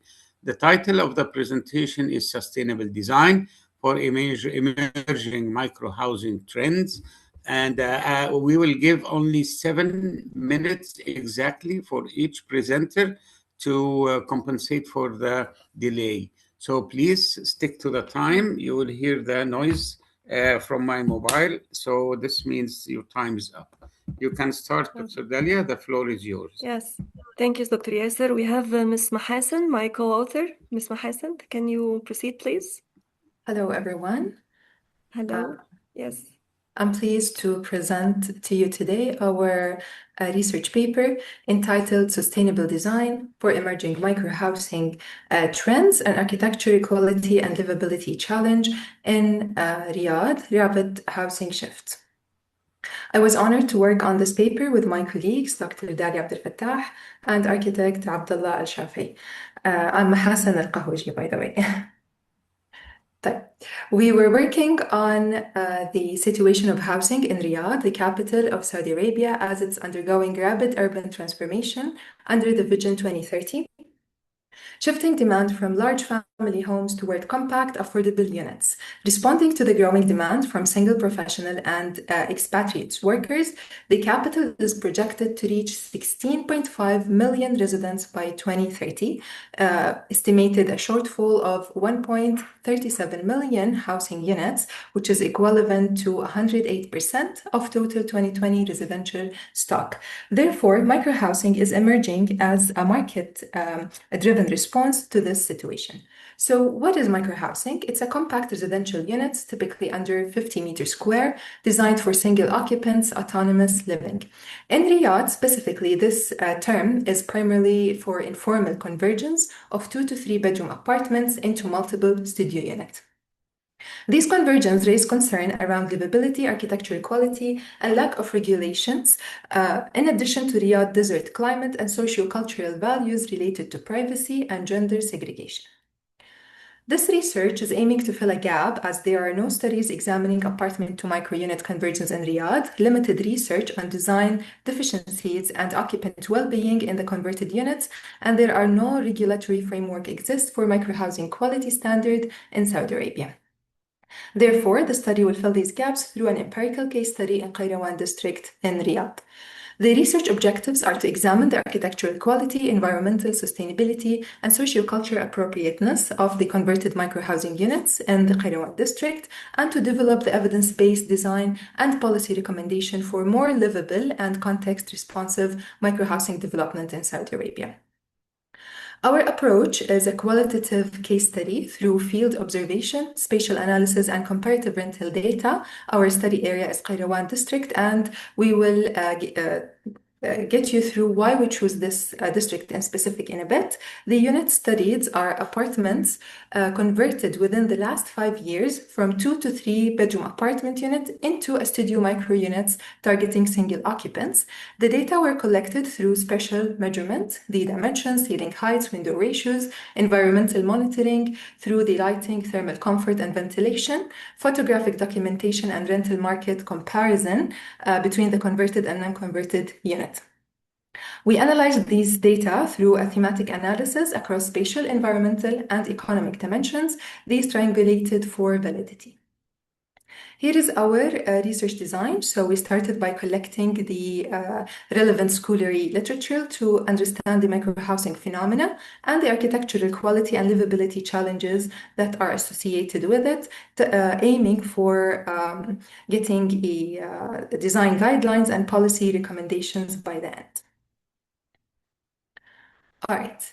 So our case study is we choose to study the area in Al-Qayrawan district, and we specifically choose this space because it is located in Riyadh's rapidly expanding northern sector. It's a home for 3 universities that are adjacent to this district, Al-Yamama University, Al-Inaya, and Al-Ma'rifa, attracting students, faculty, and international professionals, which create a high demand in this area for diverse, affordable housing, driving a shift from large apartments to compact studio units. And we consider this area to be a living laboratory for Riyadh's microhousing phenomenon. Now let's take a look on the rental data. The average rental prices in Al-Qayrawan has increased by approximately 123% from 2020 to 2025, starting at an average of 23,700 Saudi Riyal in the first half of 2022. The prices climbed up to 53,000 Saudi Riyal by the second half of 2025, which is a huge inflation. And also the differences between the 1-bedroom and 3-bedroom rental cost, as you can see here in the diagram, has also widened, indicating that larger units are appreciating at faster rates.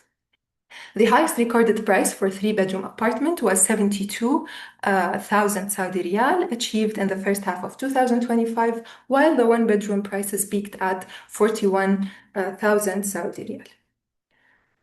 In our study, we've documented and examined 8 apartments, and for the sake of the presentation and the time constraints, we will only take one to get a better understanding of the situation. So here's a family apartment of 2 bedrooms before the conversion.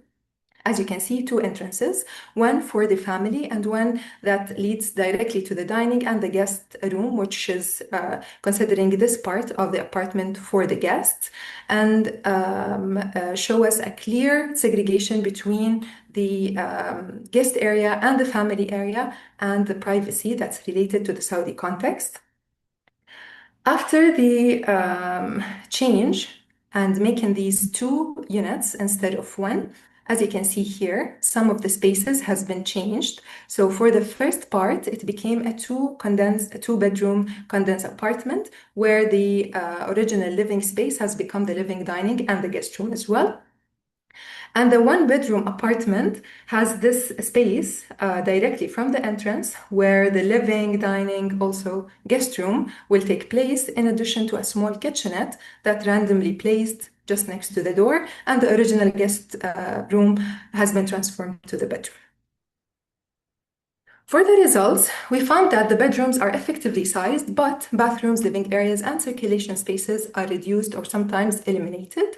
The non-functional kitchenette, showing minimal counter space, poor clearance, no room for fridge, which make the kitchen space more symbolic than functional actually. The ventilation failures as well in these spaces, as kitchenette placed in the internal spaces with no exterior access, separating cooking odors into the shared corridors. In some of the examined cases, we found that some of the occupants added a decorative partition, but still this doesn't solve the problem. Also, the poor natural light, unevenly distributed, resulting in secondary spaces and circulation areas receiving very little to none daylight, lack of natural light, and acoustic privacy transforms the home into high-stress environment, and the loss of privacy in the unit as the doors are facing each other as close as 120 centimeters as we examine in the case studies, blurring the boundaries between private and shared spaces, directly conflict with the Saudi cultural values of privacy. The Thank higher you. occupants. Time, Doctor. I exceeded the time. Yes, we finished the 7 minutes. All right, I'm sorry. I will conclude quickly. So we found that while microhousing in Riyadh addresses a quantitative shortage, it fails qualitatively. And this leads us to some of the implications and future directions. We recommend to have an urgent need for the Ministry of Municipal and Rural Affairs and Housing to develop frameworks for purpose-built microhousing and shift from the penalizing informal convergence into legalization pathways. And for the design practices, move beyond the sample room partitioning toward modular furniture integrated layout and prioritize the counter spaces, storage, and efficiency without sacrificing the floor area. For the future research, we recommend to explore the co-living models in Riyadh, where they can share high-quality amenities like kitchen and laundries, and a more cultural and environmental sustainable alternative to the fragmented studio convergence. Thank you very much, and I'm sorry. Thank you very much. Thank you, Dr. Hassan. Thank you, Dr. Mohsin. Thank you for the informative presentation. Thank you so much. Dr. Yasser, I guess the floor is yours now. Okay. Yes.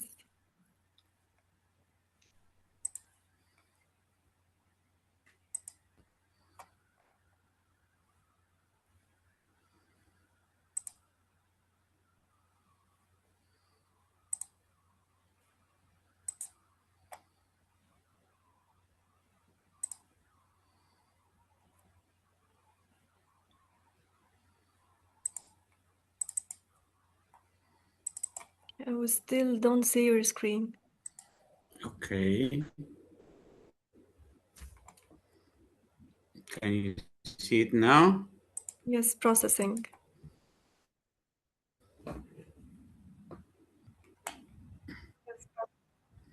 Okay. All right. Good afternoon, everyone. This presentation will focus on Galala city in Cairo, and it assesses it according to the infra-habitation theories to determine its challenges and opportunities. I think the abstract is clear for the infrastructure-led sustainable urbanism of Galala city, how it is focusing on the infra-habitation versus a human-centered livability.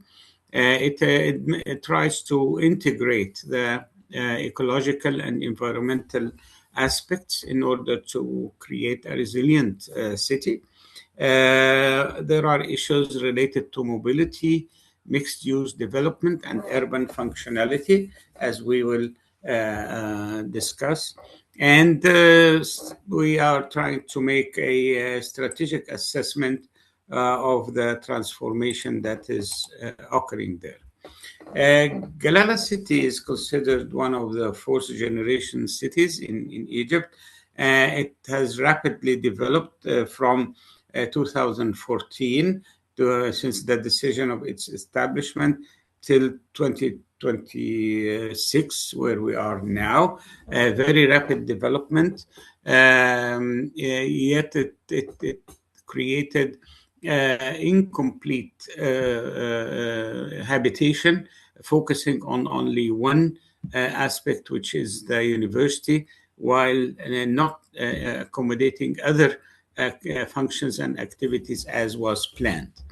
So the attempt here is to assess the city's functionality and success and learn lessons for other new cities. Infra-habitation framework in general focuses on the infrastructure systems, the human settlements, and the sustainability principles. So in order to assess this approach, a scoreboard was used for measuring these activities. Infrastructure, settlements, and sustainability are all interdependent. They are not separated from each other. That's why we need a holistic approach to assess them together. The methodology depended on field observations, quantitative benchmarking, comparative scoring systems, mixed method integration, and hybrid empirical standards-based evaluation. They are all detailed in the paper. You can go back to it. I have used a scoreboard that covers the three domains that we talked about: the infrastructure, the human settlement, and the sustainability. And the scoreboard included sub-items for each domain, and they were assessed on a scale from 1 to 4. 1 is poor, 4 is excellent. And then a comparison between the three and was developed. The Galala city is one of the examples of these infrahabitations that were developed in Egypt, creating or investing, the government investing in infrastructure in order to attract population from the Nile Valley to the desert environments. So infrastructure and services, several facilities, including universities and so forth, and trying to create an environment that is attractive to people. Galala city is located on the Gulf of Suez, south of Suez city, and it is approached by a special road called Galala Mountain Road that starts from the Galala Sokhna Desert Road. And the city is now visible from the side road, the Galala Mountain Road. The city was designed as 3 phases. The first phase is the middle one, the gray one, and there are future phases right and left. The first phase is still mostly vacant. There is only the university in the middle and some residential neighborhoods that were created but not occupied, and a commercial area that is created but not occupied. These are the landmarks of Galala city: the view from the mountain, the shopping area, the university, and the housing. They are all there. The scoreboards that were developed were very useful to identify the strengths, weaknesses, opportunities, and challenges of Galala city, and the environmental habitation scores was 6 out of 20. The urban infrastructure was 7 out of 20. The human was 6 out of 20. The total was 33 out of 100. That places Galala as a developing habitat, not a complete, and that has a strong engineering foundation but lacks ecological, social, and urban layers. That makes it a weak urban experience, while it has enough infrastructure. It has huge engineering investment, but low environmental performance. The paper also presents, my time is over, the paper also presents solution to provide mixed activities in the city to improve its habitation and use. And the conclusion is that providing infrastructure alone is not enough. You need to integrate this infrastructure into the habilitation and have a clear planning lens of how it will be progressed. The scoreboard was useful as a measurable tool, and we hope that these conclusions support the decision-making in the evolution of the city and in the creation of new cities. Of course, the future work involves calibration of the scoreboard and application on wider cases. Thank you very much, and I appreciate your patience. Thank you so much. Thank you, Dr. Yasser, for the informative presentation. Thank you so much. So we'll go to the third presentation for our session today, titled Adaptive Planning Framework. Dr. Borva, I'm sorry if I'm not pronouncing the name correctly.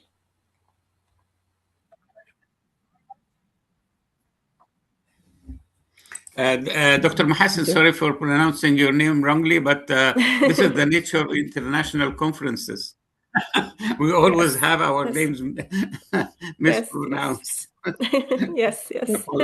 Sorry, I think it'll be Architect Purva and Dr. Subrajit Banerjee. Yes. Okay. Thank God that we have you, Dr. Nina, today to support the pronunciation. My pleasure. Okay, my it would pleasure. seem that no one is responding from their side. Dr. Purva? Architect Purva, Dr. Subrajit Banerjee, Associate Professor Dr. Roxane. Okay, I think they're not guess available. they are not available. Let's go for we skip this one for now. We go for the fourth one, Okay. AI integrated self-help role housing and livelihood resilience system. Yes, Dr. I'm available. Lisa? Yes, I'm Yasmin Lia. I'm sharing my screen now. Yeah, thank you so much. You have 7 minutes. Thank you. Okay, thank you.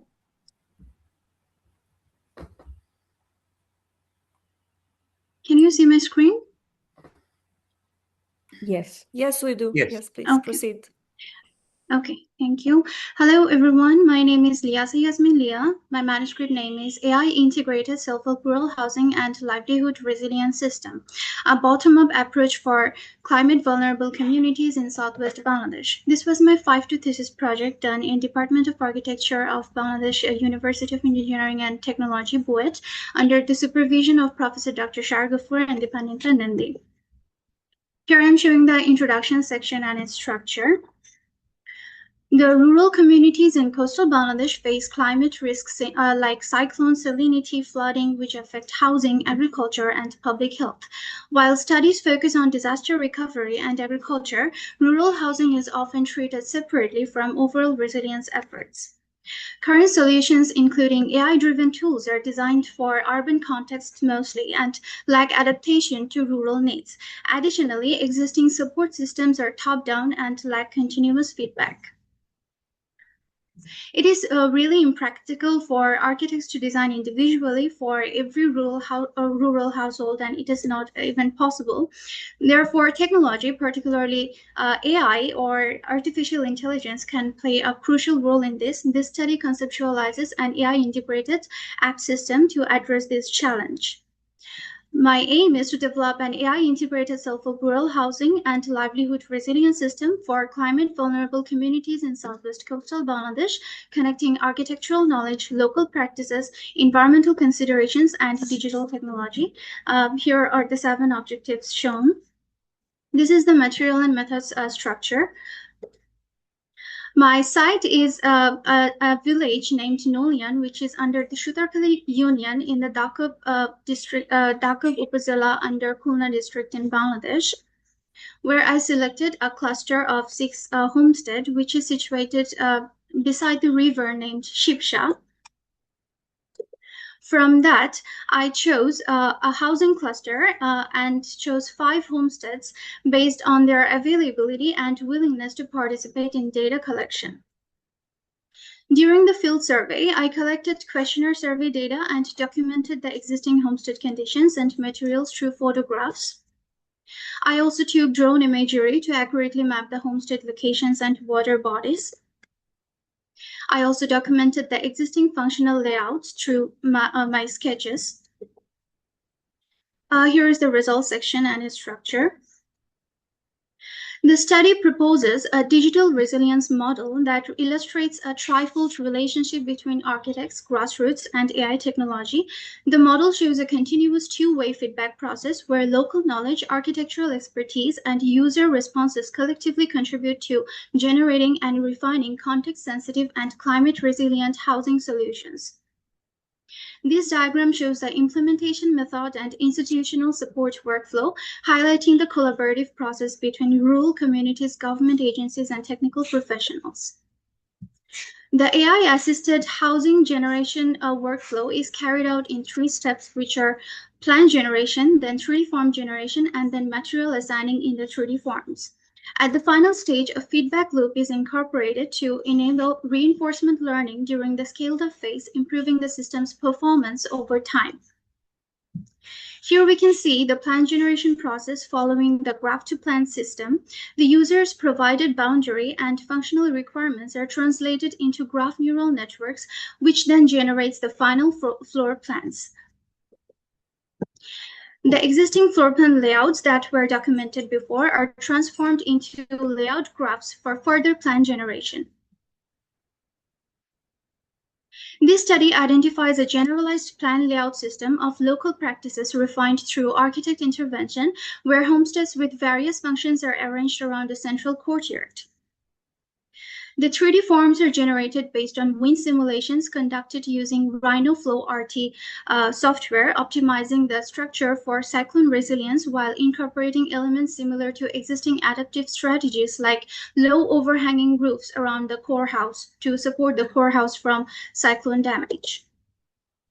Thus, a database of plans and corresponding 3D forms is created from which the AI system will retrieve and generate context-specific housing solutions in the later stage. So in this stage, we can see after receiving user environments for land area, functions, and budget, the AI system retrieves and retrieves the relevant plans, adjusts them accordingly, and selects the optimal 3D form and proceeds to the material assignment stage. The material database includes both local and new materials, each with a pricing and resilience rating system out of 10. Based on this information, the system selects the best material option for the user to construct their house. Once the materials are selected, the system progresses through a step-by-step 3D construction process in the background, which will later be displayed to the user as a visual representation of their house design. Here we can see the conceptual AI app interface in the local language designed with an easy-to-use layout for rural users. After opening their account, users will be directed to a homepage containing 5 options: housing, livelihood, water, disaster management, and contacts.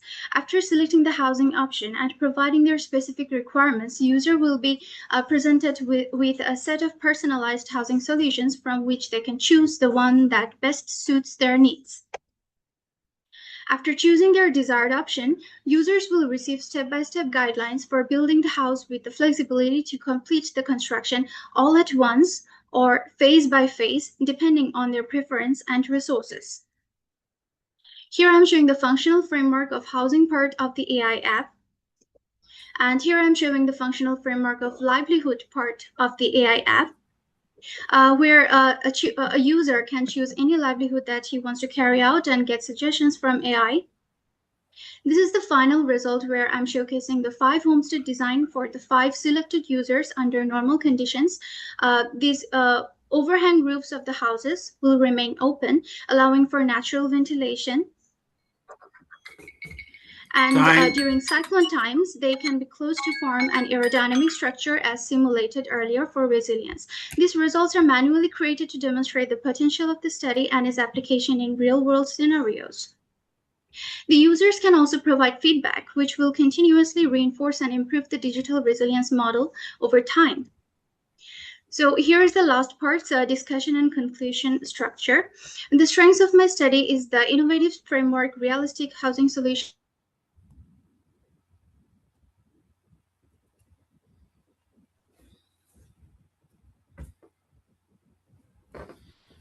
Hello?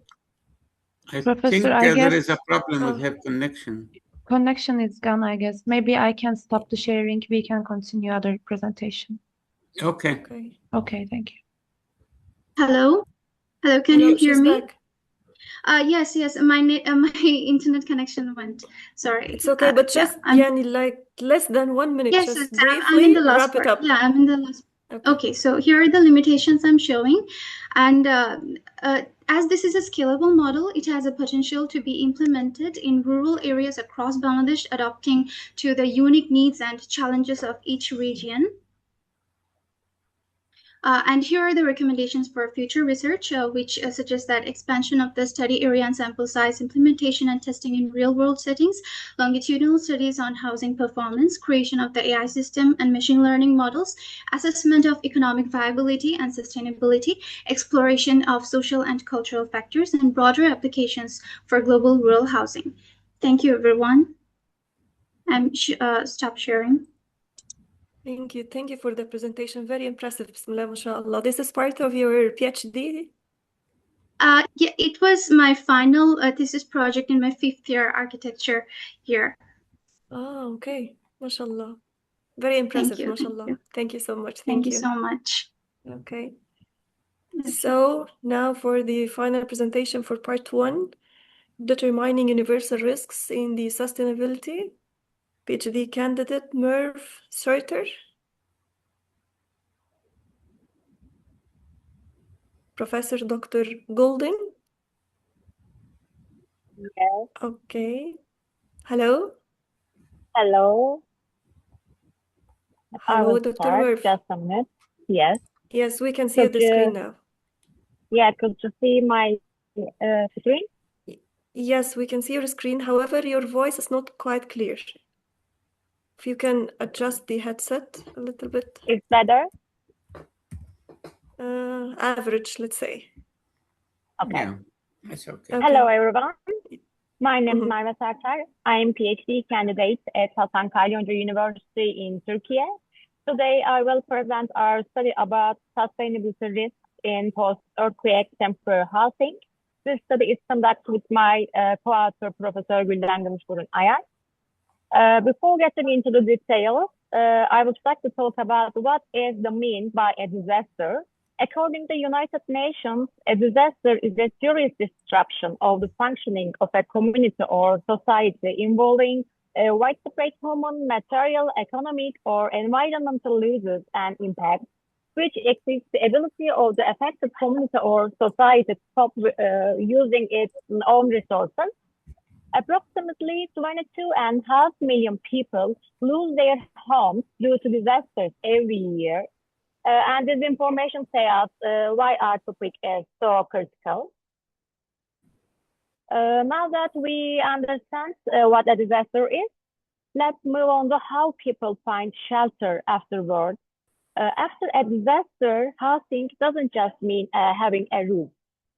It represents stability and recovery. And as shown here, there are 3 main types of accommodations to take after a disaster. Starting from emergency shelters, moving to temporary housing, and finally permanent housing. Temporary housing acts as a bridge between the short-term and long-term recovery phases. Temporary housing should not be built quickly. It also needs to be safe, comfortable, or sustainable. This means minimizing its environmental impact, conserving resources, and supporting long-term community resilience. These principles form the foundation of our research framework. The problem is post-disaster reconstruction is not only physical, it also includes social, economic, and environmental issues. However, most solutions are short-term. They are not strategic or not sustainable.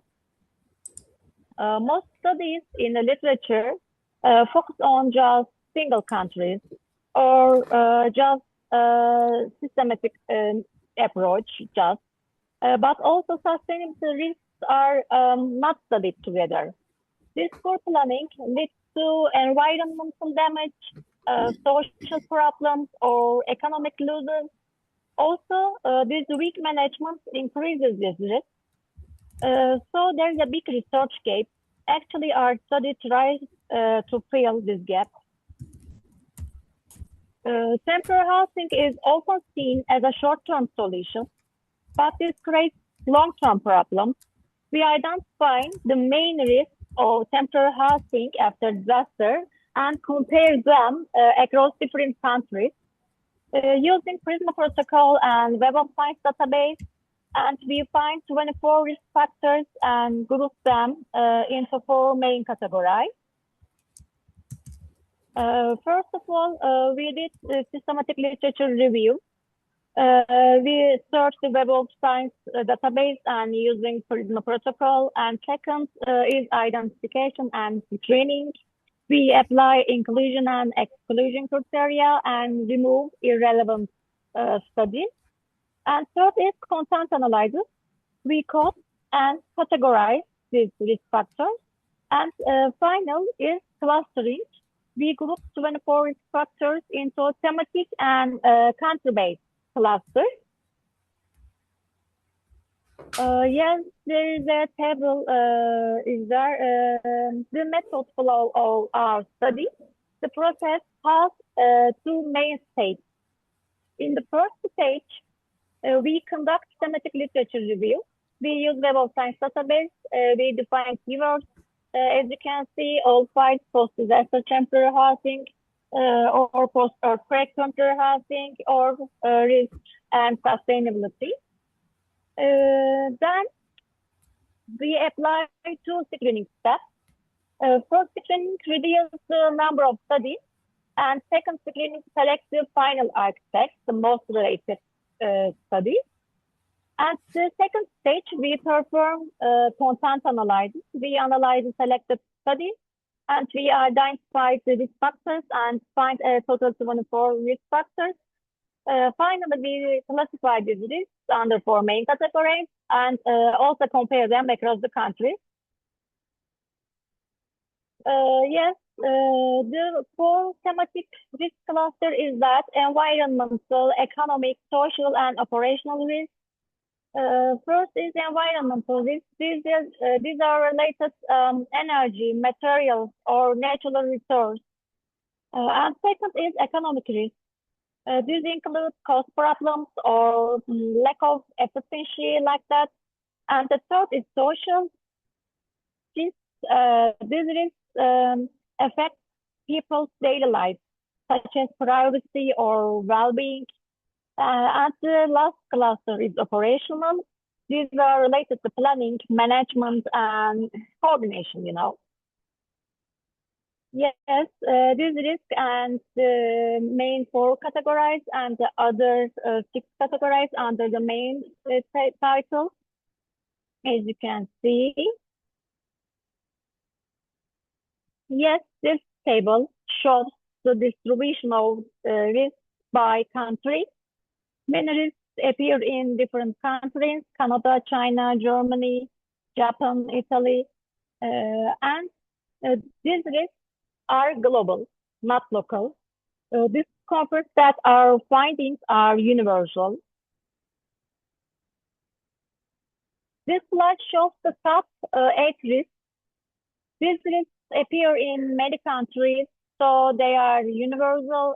Cost, reuse, and resource problems are the most critical risks. Also, coordination and planning issues are very important. In conclusion, we identified 24 universal risks in temporary housing after a disaster. These risks are global and critical, so temporary housing must be planned as a long-term solution, not a short-term fix. Our framework can support better decisions and more resilient communities. Yes, thank you for listening. Thank you so much, Thank Dr. you Murphy. for being punctual. Yes. Yes. Thank you so much for the I did it. presentation. Yeah, you did it. Yeah. Great, mashallah. Thank you for the presentation. Thank you so much. You're welcome. Thank you. Thank you. I want to call one more time for our missed presentation. Maybe they were here. Architect Porva, maybe she joined. Presentation number 3, adaptive planning framework. I guess they are not here. So luckily, we still have like 10 minutes for question and answer. Okay. Dr. Yasser, Dr. Naina, do you have any question for our presenters here? Yes, I do. I have a question for the micro housing in Riyadh presentation. I'm a bit concerned regarding the increase of density that these micro houses are creating, because you are dividing apartments that used to host families, maybe a couple or more, but then it hosts like more than that number. The other thing is, will that affect the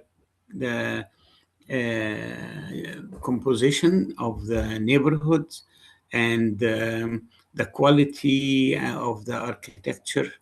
How will be the impact of the long-term livability of this approach?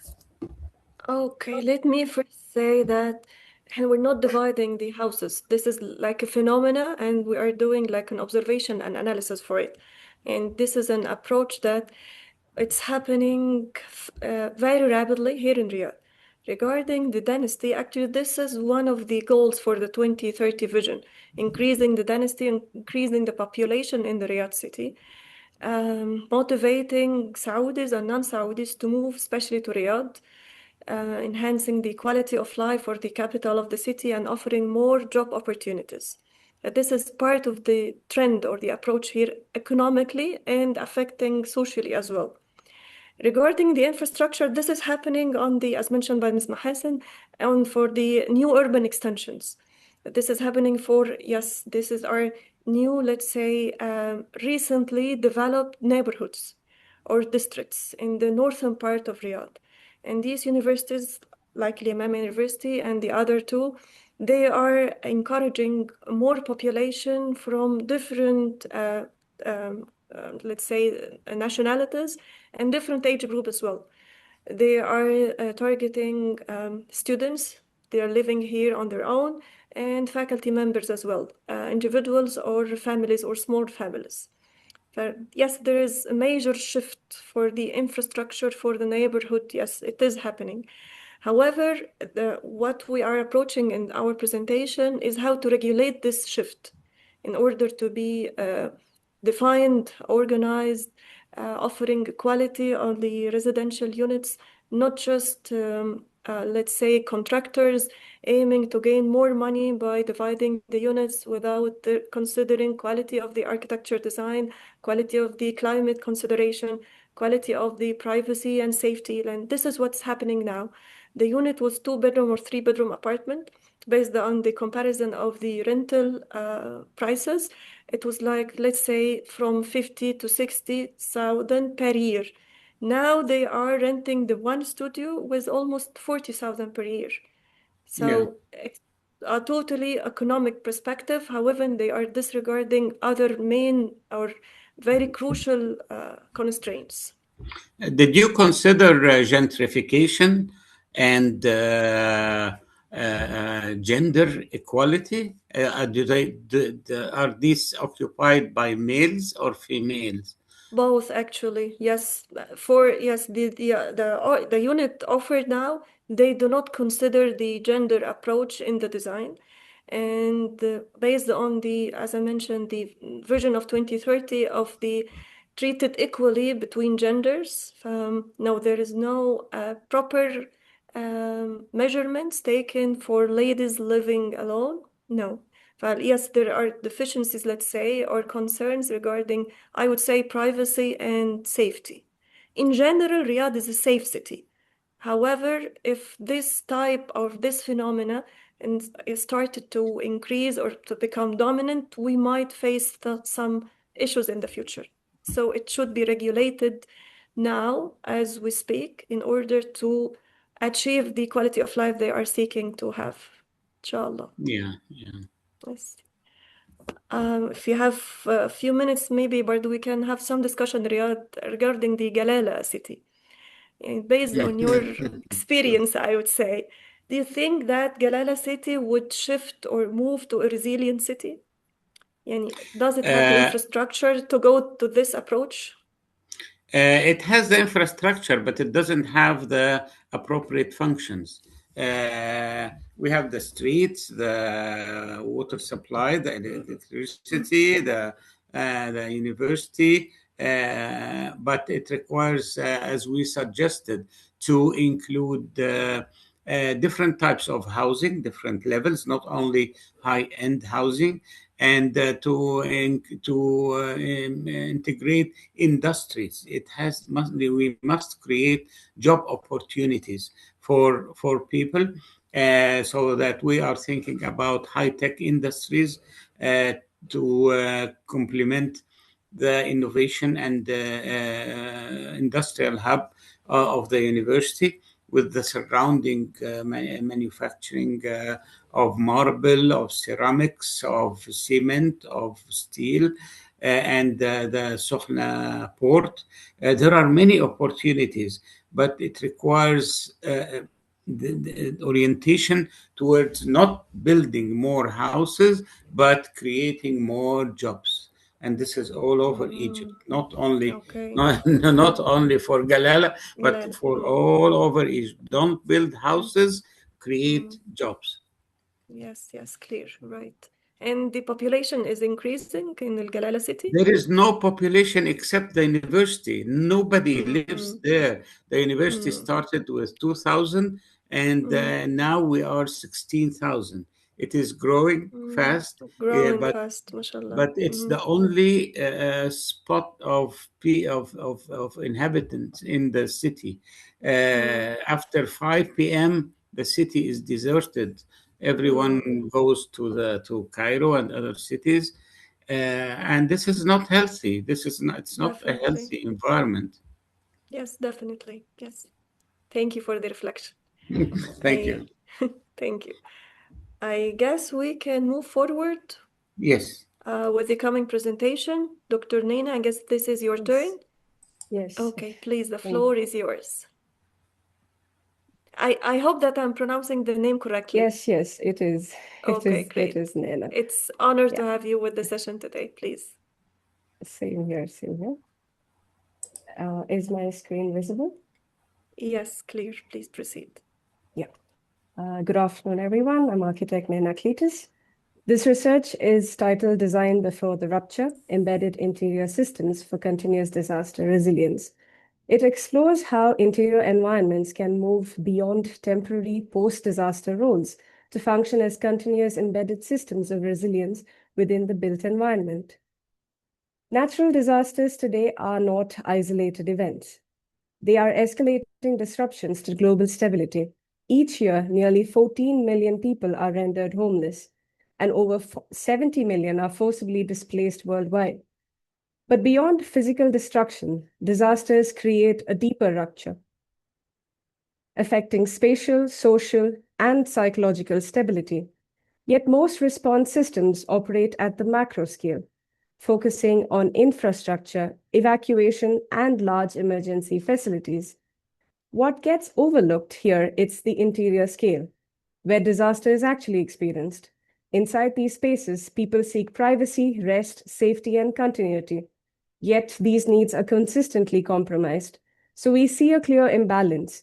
Systems perform technically but fail in dignity. And recent crises have shown that evacuation-heavy models alone are not enough.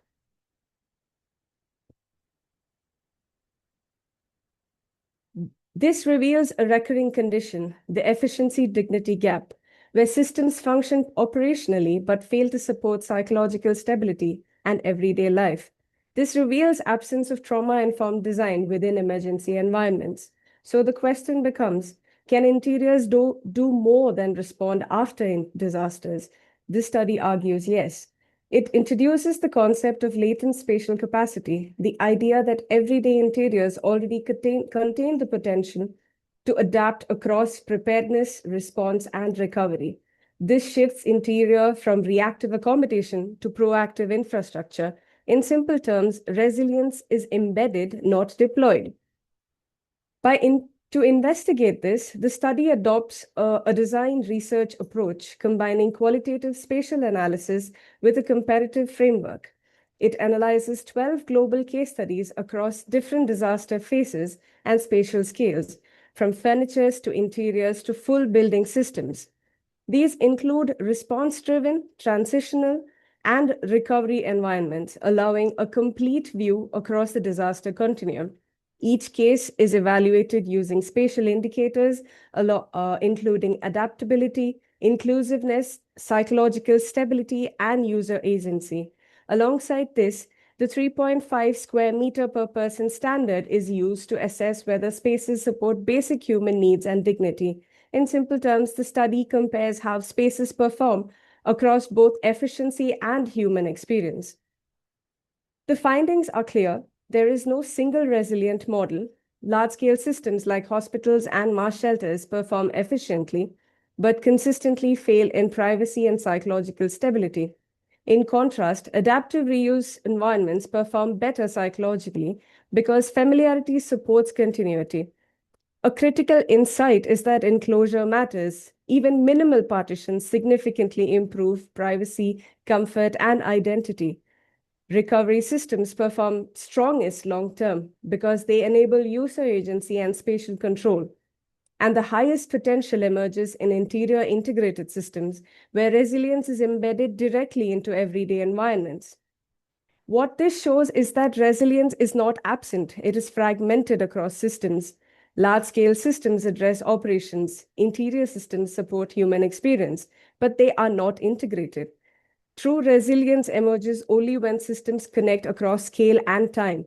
This leads to a key shift from external to embedded, delayed to immediate, temporary to continuous. The framework which I propose translates this into design principles where interiors must be transformable through modular layouts, flexible zoning.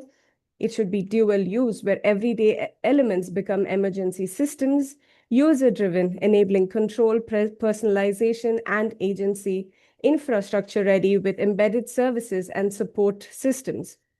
Spatial familiarity, because they act as psychological anchors, supporting stability during disruption. Non-movement-based safety to enable in-situ response, reducing reliance on evacuation. Reiterating that enclosure is not a luxury, but a survival variable. And finally, multi-scalar integration. Interiors must connect across furniture, buildings, and urban systems. Together, these shift resilience from reactive to proactive and displacement-based to in-situ systems. To operationalize this, the study proposes a 5-stage framework: spatial audit, capacity mapping, systems integration. Yes, sir. So scenario testing and activation. This framework translates latent spatial capacity into an actionable design-led resilient system by aligning policy, institutional planning, and interior design. It enables resilience to be embedded before disruption occurs. This study really positions interior architecture into a reactive response to a proactive system of embedded resilience.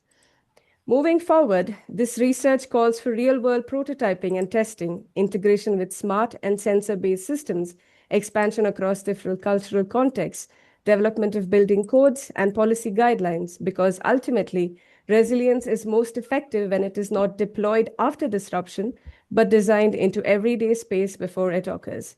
Thank you so much for your attention. Thank you.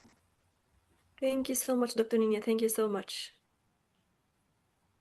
Okay, the coming presentation is Shelters in Transition, Dr. Ihsan Mustafa. Yes, I am here. Can you hear me? Yes, we can Yes. hear you clearly. Okay, I'm gonna share my screen now. Thank you.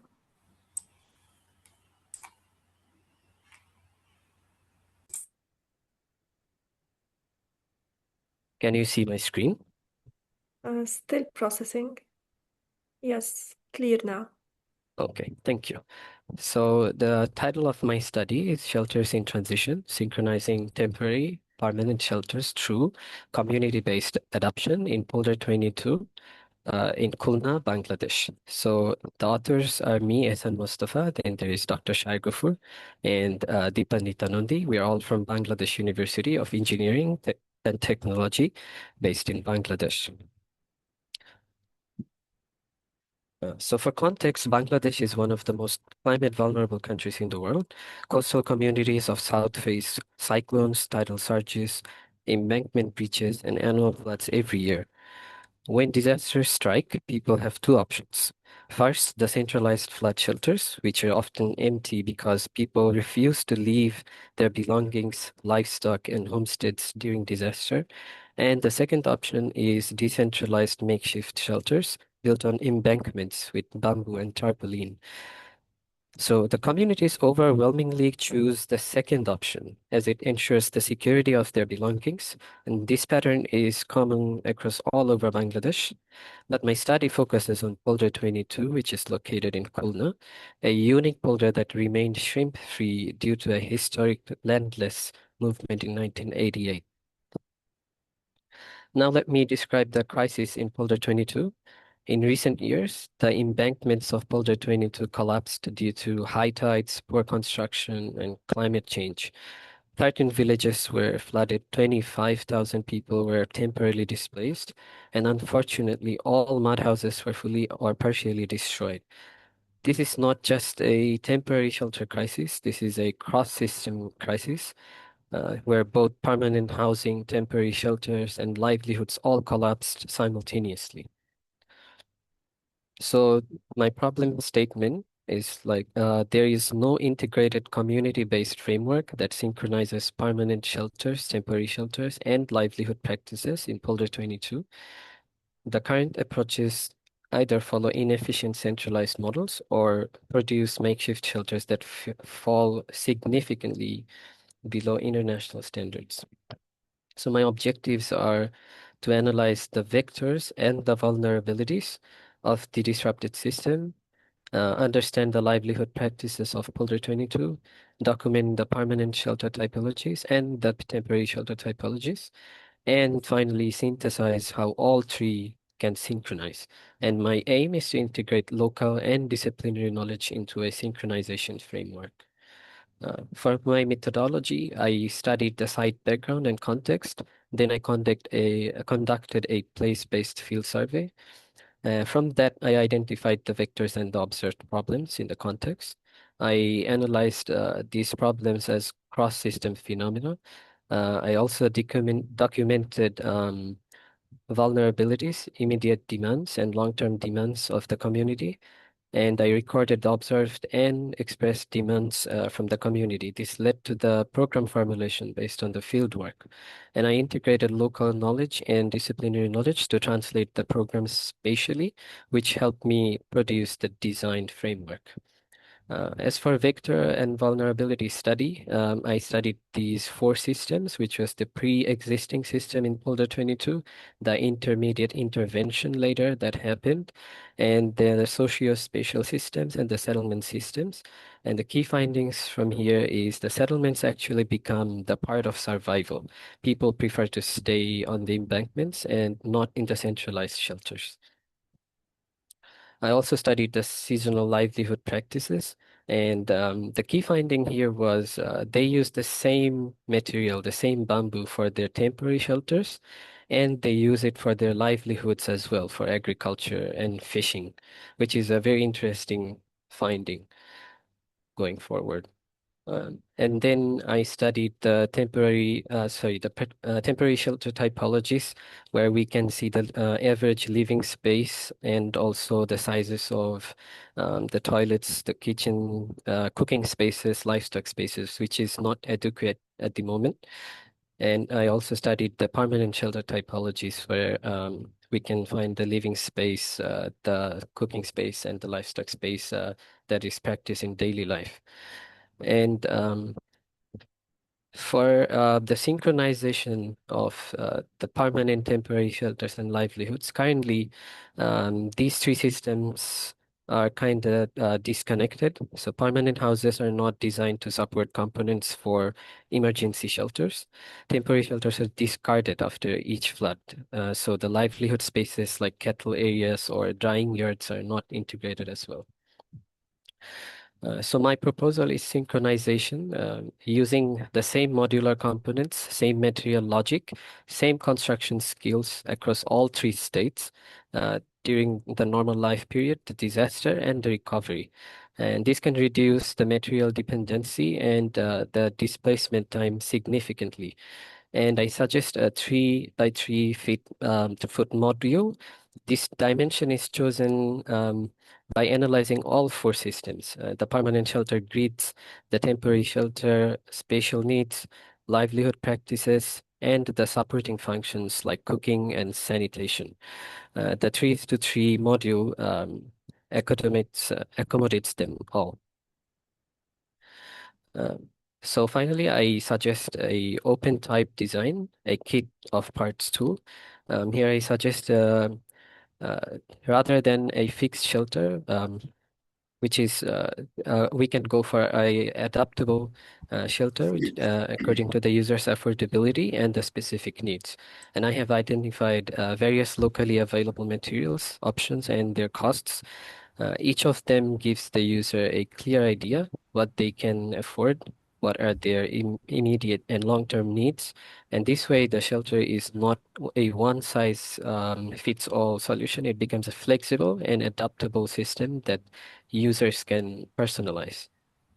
And to conclude, I'm gonna have like 5 key takeaways. So first, decentralized makeshift shelters are a rational community adoption. They protect livelihoods and belongings, even though they fall below international standards. Second, permanent and temporary shelters are currently disconnected. Bridging them through modular design makes a living cycle of shelter. Third, the 3 by 3 foot panel system based on local bamboo and local grid modules enables this transition of shelters. And fourth, integrating local knowledge like bamboo weaving or the legacy of and the history of the place, which contributes to the social life as well. And the disciplinary standards create culturally appropriate resilient solutions. And lastly, this framework is replicable, not just for Polder 22, but for climate vulnerable coastal communities across the global south facing similar cross-system crisis. Thank you. Thank you. Thank you very much. Thank you so much. Thank you, Dr. Hussein. Moving forward to the coming presentation, integrating ecological modeling and interactive storytelling. Dr. Yokshin Zhang. Hello.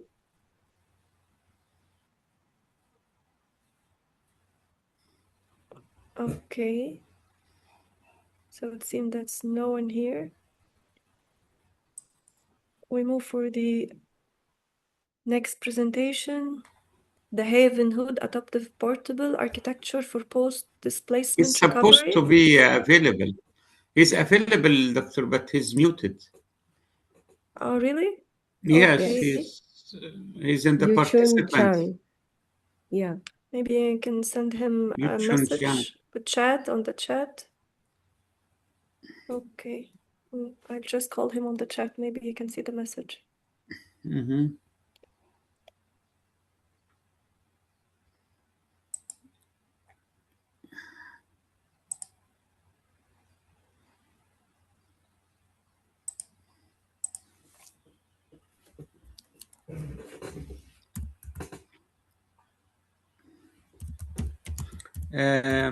Maybe we can go to the next presentation until Yes, he's until he's yes.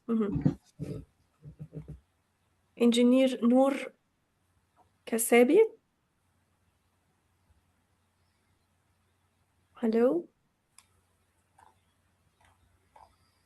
Okay. Engineer Noor or Dua Ibrahim? Dua. Yes, hello. Please. Hello? Yes, I would like to wait for my time slot, please. Maybe you can take another person immediately. Okay. Thank you. So we'll go to the final presentation for this session, assessing rural sustainability through tutorial indicators. PhD candidate Simon Redoka. Simona Simona? Rodika Good Solda. afternoon, I'm here. Yes. Hello, hello.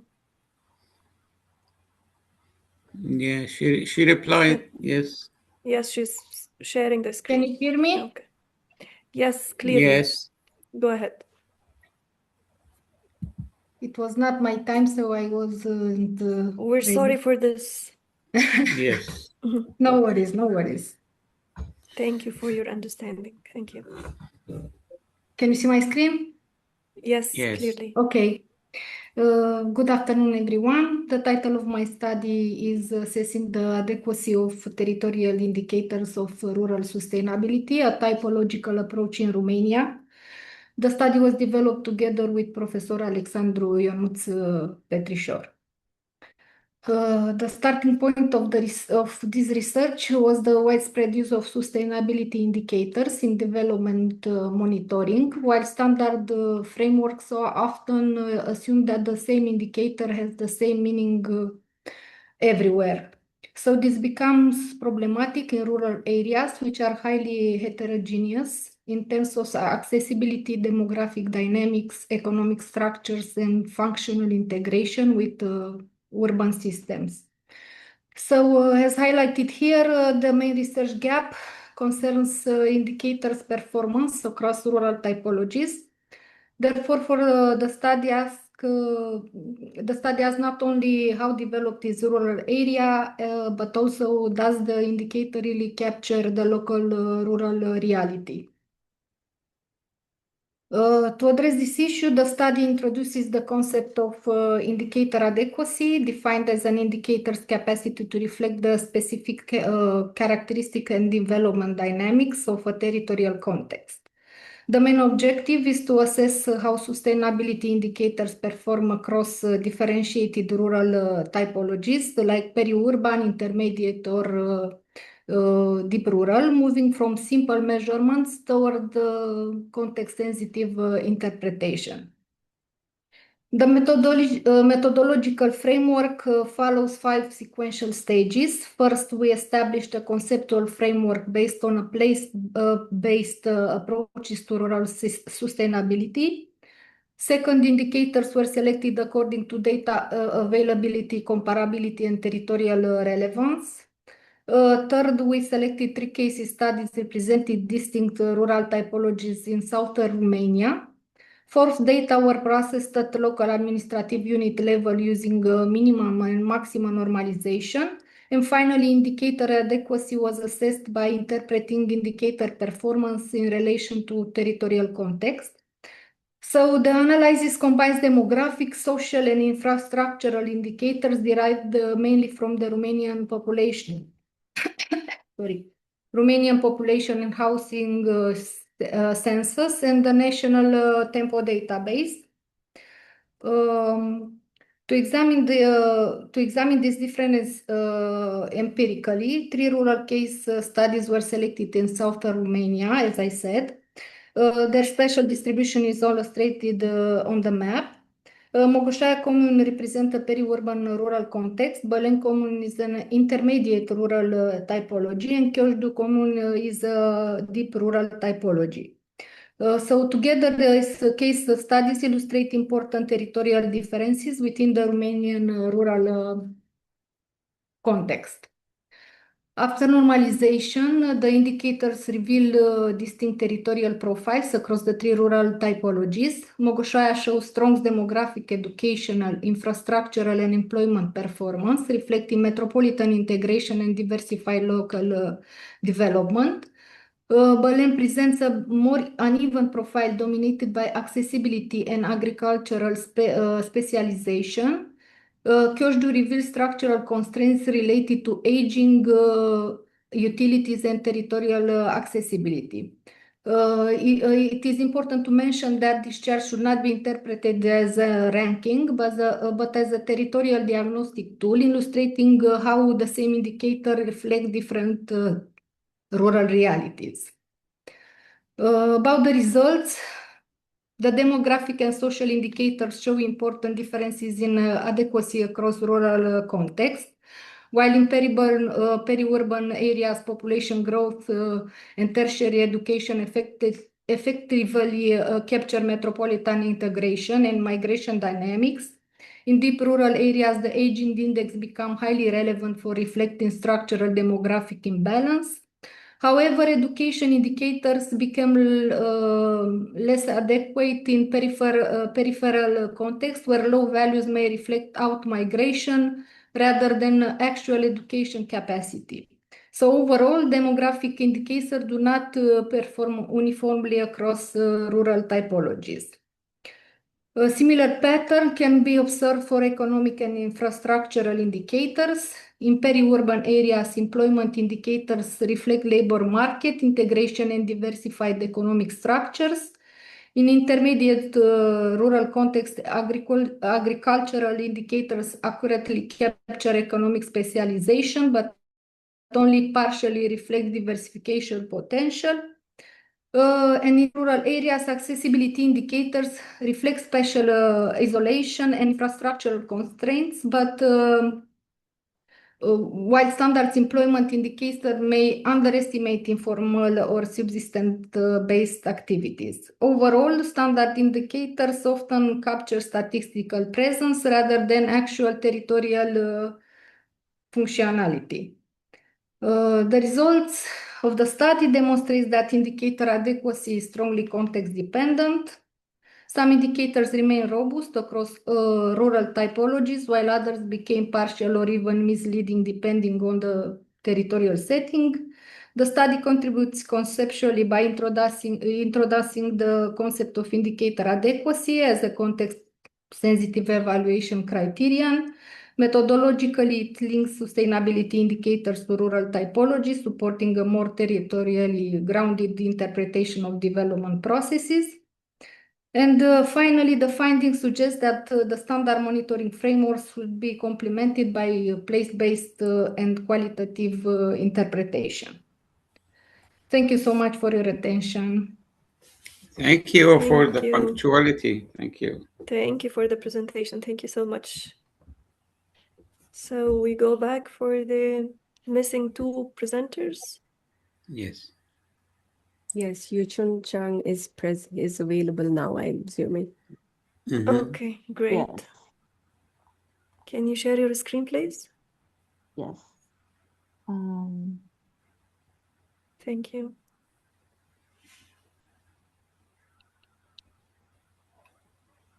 Wait a second.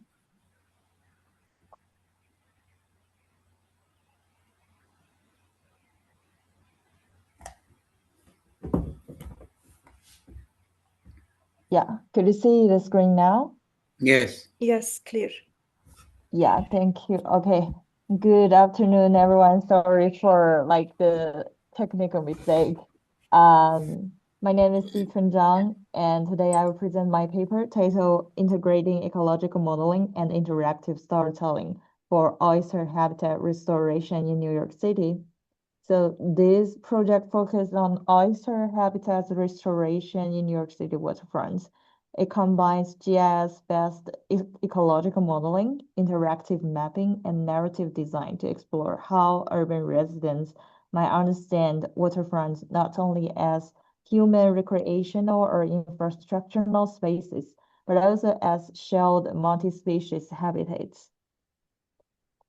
To start with, the urban waterfront are increasingly measured through environmental data of salinity, dissolved oxygen, pH, temperature, bathymetry, and species observations. These data sets are essential for habitat restoration but they are not always easy for public to interact. And for oyster restoration, this creates a communication gap. A sustainability map can tell us where habitat conditions may be more or less favorable, but it does not necessarily explain what those conditions mean for an oyster or why urban residents should care. So the problem I want to address is the translation problem. How can ecological habitat data move from expert analysis into a public-facing interface that supports attention, empathy, and discussion? And this project sits between the three bodies of the work. The first is ecological habitat modeling, where GIS interpolation and species distribution models are used to estimate suitable conditions for restoration. I use these methods as a foundation, but I do not claim the model itself as the main originality. The second is the civic ecological observation, including participatory sampling, citizen science, and community-based environmental monitoring. I include this field because oyster B&B prototypes, which was a website, prototypes the public submission layer for waterfront photos and observations. However, in this paper, this remains a prototype rather than a fully deployed civic science system. And the third part is critical platform and narrative interface design. This is where the main contribution of the project is located. So it's mainly focused on how ecological data platforms might communicate not only information, but also values, uncertainty, and more than human perspectives. The gap I identified is the lack of clear design method for translating ecological modeling outputs into public-facing narrative interface. Therefore, my research question is, how can ecological habitat models be translated into public-facing interface without reducing urban ecology to technical scores? The methodology or the contribution of this project is not that invents a new ecological model, is that it is the pipeline that connects ecological analysis with narrative interface design. The workflow begins with 4 types of data. First, the harbor water quality data for NYC open data, including variables such as temperature, salinity, dissolved oxygen, and pH. Second, bathymetric data from NOAA, which provides sea floor elevation and depth conditions. And the third is oyster presence data from the Billion Oyster Project, which locates observed oyster sites. And the fourth is the waterfront photos and locations as proposed the user contributed layer, designed to bring experimental and real-time shoreline observations into the platform. So these data sources are documented in the Oyster B&B website project material.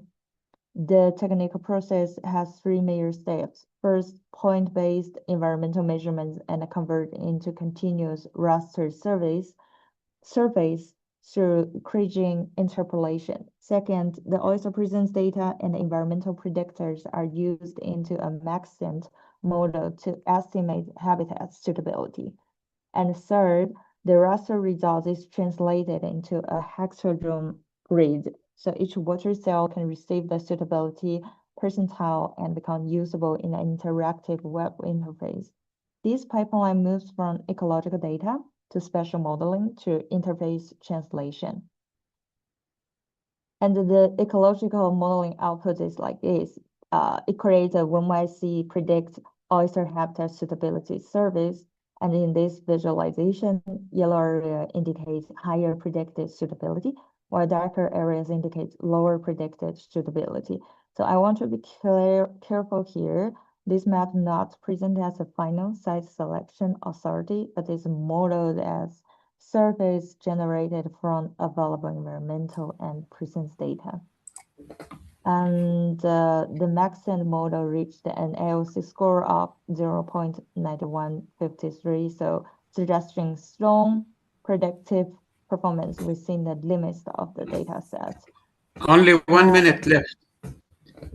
Okay. And the second result is the interface translation. So in the web prototype, which called Oyster BNB, users are invited to think like an oyster. This phase is playful, but it's also methodological. Instead of asking users to read the technical suitability score, the interface asks them to choose a possible oyster home on the waterfront. And each selected hexagon represents a percentile-based habitat score. So the platform then translates the score into an oyster-centered response. So the website is not for decoration, but a narrative strategy that translates percentile-based habitat suitability into an embodied experience of choosing a home under environmental constraints. So a central reflection of this project is that ecological modeling should not become another way of speaking over non-human life. Yeah, so yeah, is the time's up? Time up, yes.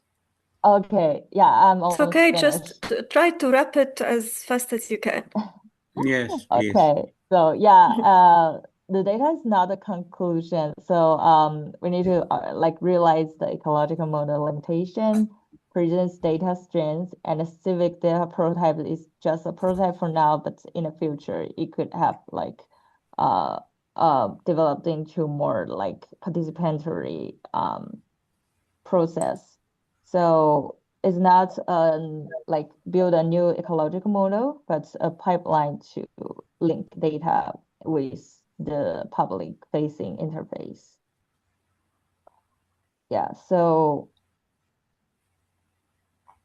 I think, yeah, the conclusion is that this paper tried to create a methodological pipeline linking ecological modeling, narrative, and public engagement.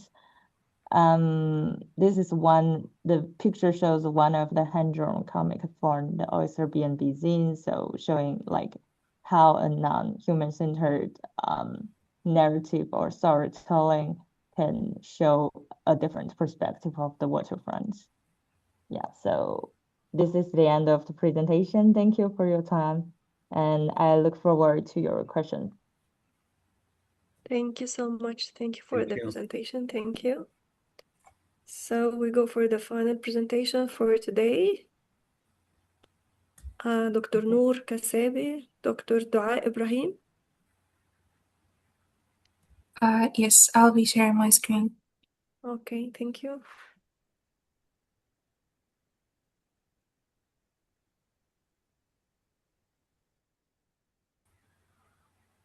Okay, so this is Engineer Kasabi with my co-author, Engineer Dua Ibrahim, presenting the Havenhood Adaptive Portable Architecture for Post-Displacement Recovery, a Resilient Design Approach. This research is actually a continuation of a research we did in a previous conference it was focused on the refugees, and it proposed a solution for them in refugee camps. This research now continues the journey with the refugees coming back home. So we're talking about post-conflict or post-war survivors. So in 2024, the war was declared over in Syria, and that triggered a massive influx of returnees to their homes. However, the country they left before was not the same. Statistics showed that the Human Development Index has dropped back 35 years. The power generation also dropped 62% around the 13 years of war. That created a paradox of people coming back home without having their homes because they're all demolished. So they went back to the tents and mud bricks houses, just as they had in the refugee camps. This research proposed a solution for this transitional phase by providing modular units that can be rapidly installed since the country is still in a recovery phase, that can also provide the very initial, very crucial needs, such as the healthcare, the housing, and the education. Of course, by providing energy, as we said, the energy has dropped a lot, so we need some recycled energy in there. The water demand also is very high, so there was a proposal of recycling water inside of these units. So in this way, we can provide the essential services, help the community come back together, focus on recovery until the country is reconstructed. So the housing framework started with a case study we did on one of the regions in Idlib, which was the first city to ever be freed after the war. The studies on the survivors showed that the PTSD levels were huge, both in adults and in children. So we're trying to do some anti-traumatic architecture, helping natural light, ventilation, bringing family together to help them overcome the trauma they've went through. And since the transitional phase is not known when it will end, we will focus on having scalability in the units, and of course to have inclusive design to allow all handicapped and injured people to access to the site. The technical specifications of the units were focused on the main important things, such as the insulation, the structure, and it's all studied. And as you can see, we've worked on the winter and the summer framework, and also about the energy. Since Syria has turned into technically solar energy run country, we're trying to also provide this. So all of the requirement of the energy inside the unit will be provided by these solar panels. And of course, it's a rapid development thing, so it takes a few days to install the full thing until the country is recovered. The proposed sites for the project are technically open ground areas such as the parks and the school playgrounds, because the buildings are to be reconstructed. So we're turning our focus onto an open space that's accessible from the streets, so the trucks can transfer the units until the buildings are all done. So we thought of 4 zones, focusing on 3 main things: the housing, the education, and the healthcare. And Zone D can be for any future needs, for example, the coordination and storage, or other uses. A study done very recently on Idlib region specifically showed that there is a huge demand on almost all necessities, even in the places that are not fully destructed. So we've got people in Idlib living in tents still, and we've got people living in their own houses. Both of them, they face poverty, and they have a lot of necessities unprovided, such as water, electricity, and so on. So we're providing from the solar energy about, it can take about 6 panels each unit. So that will give us about 12 kilowatt per hour daily. This can cover all the necessity uses inside of the unit. And these units are designed to be stacked above each other. So this also helps vertical expansion and horizontal expansion if the houses are, if the family got more members, or if there are more refugees coming back.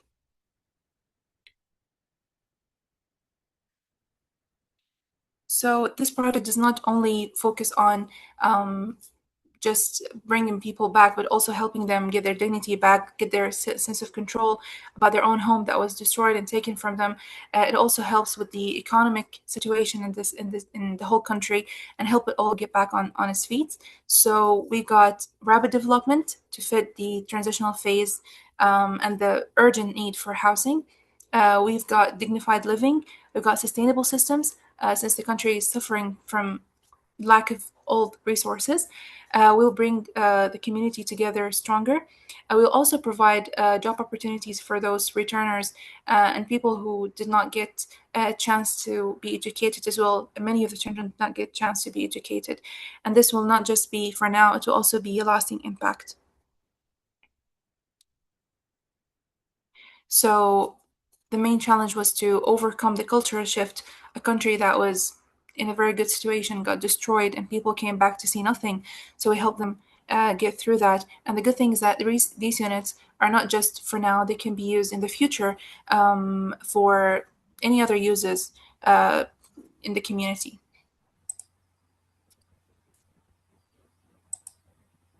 That's it. Thank you. Thank you very much. Thank you for finishing before time. Thank you for the informative presentation. Thank you so much. So, Thank you. alhamdulillah, we finished all the presentation. That's great, actually. However, we have 2 missing presentations. So at least to manage, we managed to finish on time. Dr. Yasser, Dr. Nina, do you have any question for our presenters today? Yes, of course. Okay, please, Dr. Yasser. I was very moved by the last presentation regarding the case of Syria. And I really wish the current situation, environmentally speaking, can be changed quickly. My concern is the sustainability of these modular, the portable modular architecture. How would they be sustainable in the future during the reconstruction of the houses? Well, actually, the first proposal was to use recycled unit already, so units that were used before. So the first time we're recycling it by using them as housing. The second time, once the country is fully constructed, they can be used as vaccination centers in the villages, for example. We've seen in Qatar in the the Football World Cup, they use these shipping containers in the stadiums, and then they moved them to the العمالة as housing as well. So I believe there are many uses we can use them for even after the construction is done. Okay, what about the infrastructure? Do you have sufficient infrastructure to support these containers or houses? Because you still need water and sanitary and electricity. So how will you deal with that? Yes, actually, the design was based on a city, a neighborhood scope. So we're thinking of the units and the services needed. So there will be a water tank, there will be a waste tank, all connected from below of the units. They can be raised a little bit, and all the piping and everything can be attached to the units from below. Okay, so there is a working infrastructure in the neighborhoods now. It's movable, so you can just put it and going to remove have it. an independent. Oh, okay. I think the infrastructure will be a major issue to consider during the implementation. Okay, thank you. Thank you. Our hearts with you. We really feel that this is a very tough time that you are going through. Thank you. Thank you very much. I have some questions to Dr. Nina. Let's say like a discussion. Yes, you said that you're approaching design for furniture. So I wonder if you have considered any measurements for the disability needs for this design for movable furniture? So, just a small correction. It's not only furnitures. It will be furnitures, building systems, and entire buildings altogether. So it's not just something which we take at a macro scale. The paper actually suggests a framework where things which is already available within our own household could actually perform dually. So in that case, definitely it will include it will consider inclusivity, it will consider disability and things like that as well, because definitely it applies throughout. Adaptability, sense of privacy, dignity definitely has to be ensured for all humankind. So yes. Great, mashallah. Thank you. I have a question for Ehsan Mustafa if he's available. Yes, sure. Yes, lovely. So thank you for your presentation. It's a more broader question. So I would love to know, what role does community participation play in improving the success of such transitional shelters? So currently, the situation in that particular region, what happens is the practice is based on their livelihood practices and the temporary and the permanent shelters. So the three systems are in crisis at the same time. And what happens is they use the same material for their agriculture and fishing, and later they use those for their temporary shelters. But the problem that I saw was they could not put it in a like a cycle of use of the materials. So to improve that part, so I suggested to make it more sustainable, we do things to make it in a so we can do it in a cycle. So in the framework I suggested how we can improve the life cycle of the materials they use for both the livelihood practices and the temporary shelters. I think that's how I proposed. If we can put it in a cycle, then it's more sustainable and that improves their temporary shelter practices. Correct. So, in such a case, would like in which of these aspects would be more important in transitional shelters? Like it would be speed of construction or the long-term livability? Why not both? Because the speed is a issue. Like currently, most of their houses are made of muds, and the crisis that I noticed while visiting the site was the recovery time and also the response time is significantly slowed down because they're not prepared for these type of things. And I could not go into the history of this site, which is very broad. So if we look into the history, they were protected from the disaster for a long time. But recently, for the climate change, suddenly the floods are now happening more and more nowadays. And they're currently going through this transitional time where they have to adapt with the more industrial material and not the vernacular materials. And so I think in my study, I showed like the options that are currently available. And also I broke down the costs and the availability of the materials so they can know what are the available materials and also what can they afford so they can be prepared. And so that's how they can have a faster response to the, the disaster situation. Thank you so much, Esa. Thank you.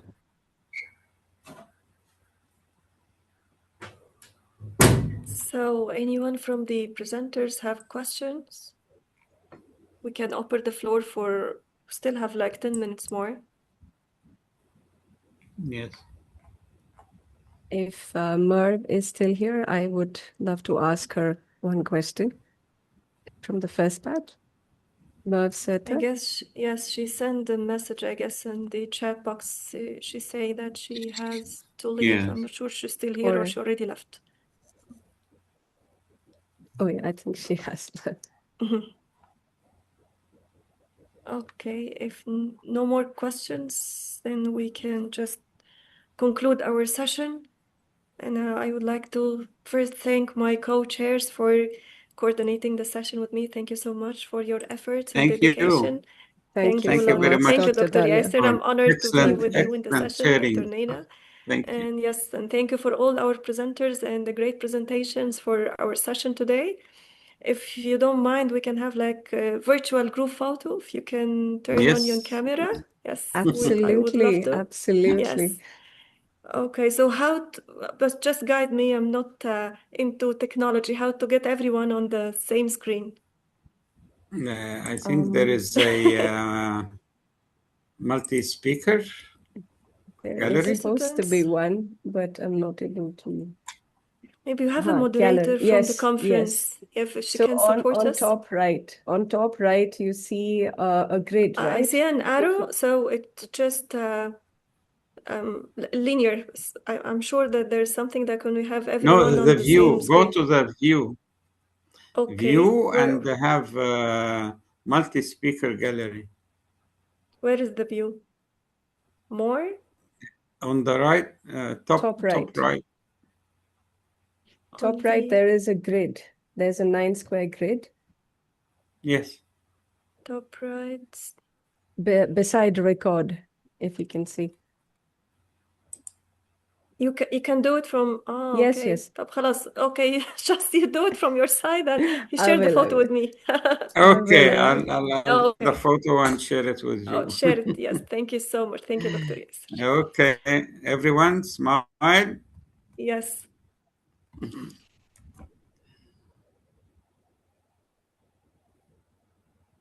Thank you.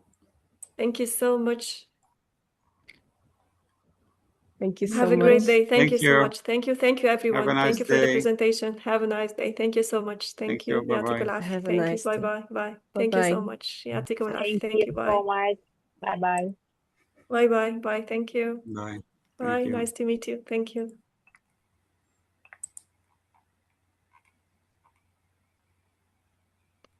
Dr. Naina and Dr. Yasser, can you stay for like 2 minutes if everyone is already left? Sure, no problem. Sure.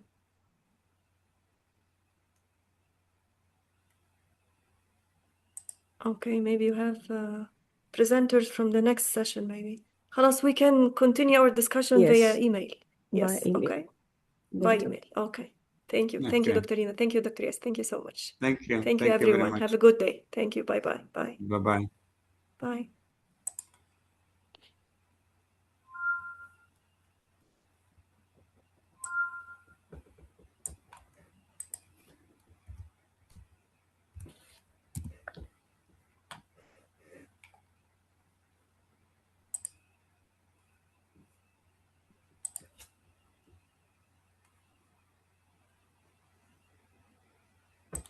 Hello, Dr. Mahbub. How are you doing? I'm good. How are you? I'm fine. This is Behnam Mubaraki. Right now, since 2:20, I'm gonna be the moderator of the session. Right now, Yes. it's time for roundtable. Am I right? Yes. We have finished our round table. Okay, great. So we will wait like for 10 minutes. Then in 10 minutes, we will start the new section. Yes. And the chair will be Professor Catalina, no? Yeah, she's here. I saw you. Yes, I'm here. Okay, great. Yes.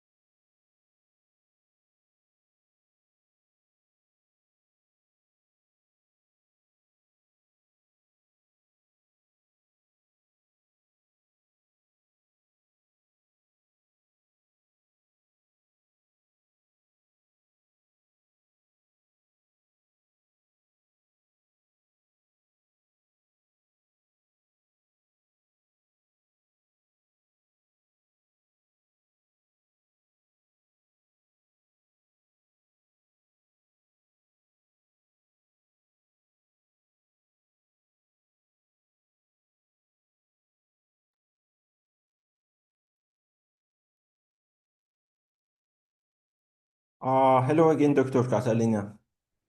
So if you agree, we will start your session in 1 minute, and please kindly mention to the participant to mute all the microphones, and we start right now, okay? Yes, yes.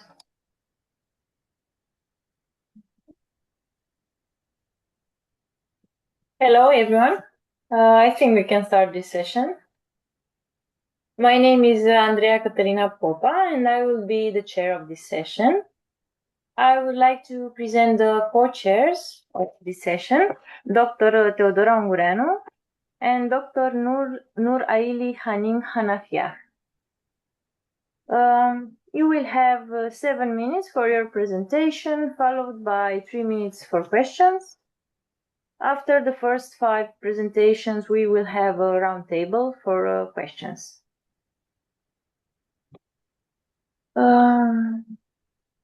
You think we can start with the first presentation? Yes, please. Yes, okay. So the first presentation is by one of the co-chairs. The presentation is Urban Resilience Under Extreme Climate Stress, Evidence from the 2023-2024 El Nino Impacts in Northern Malaysia, by Dr. Nur Aili Hanim Hanafiah. Yes, I'm here, Dr. Andrea. Thank you. Okay, I will share my slide presentation. Yes. So, is it slide presentation clear? Yeah, it's fine. Please go on. Okay.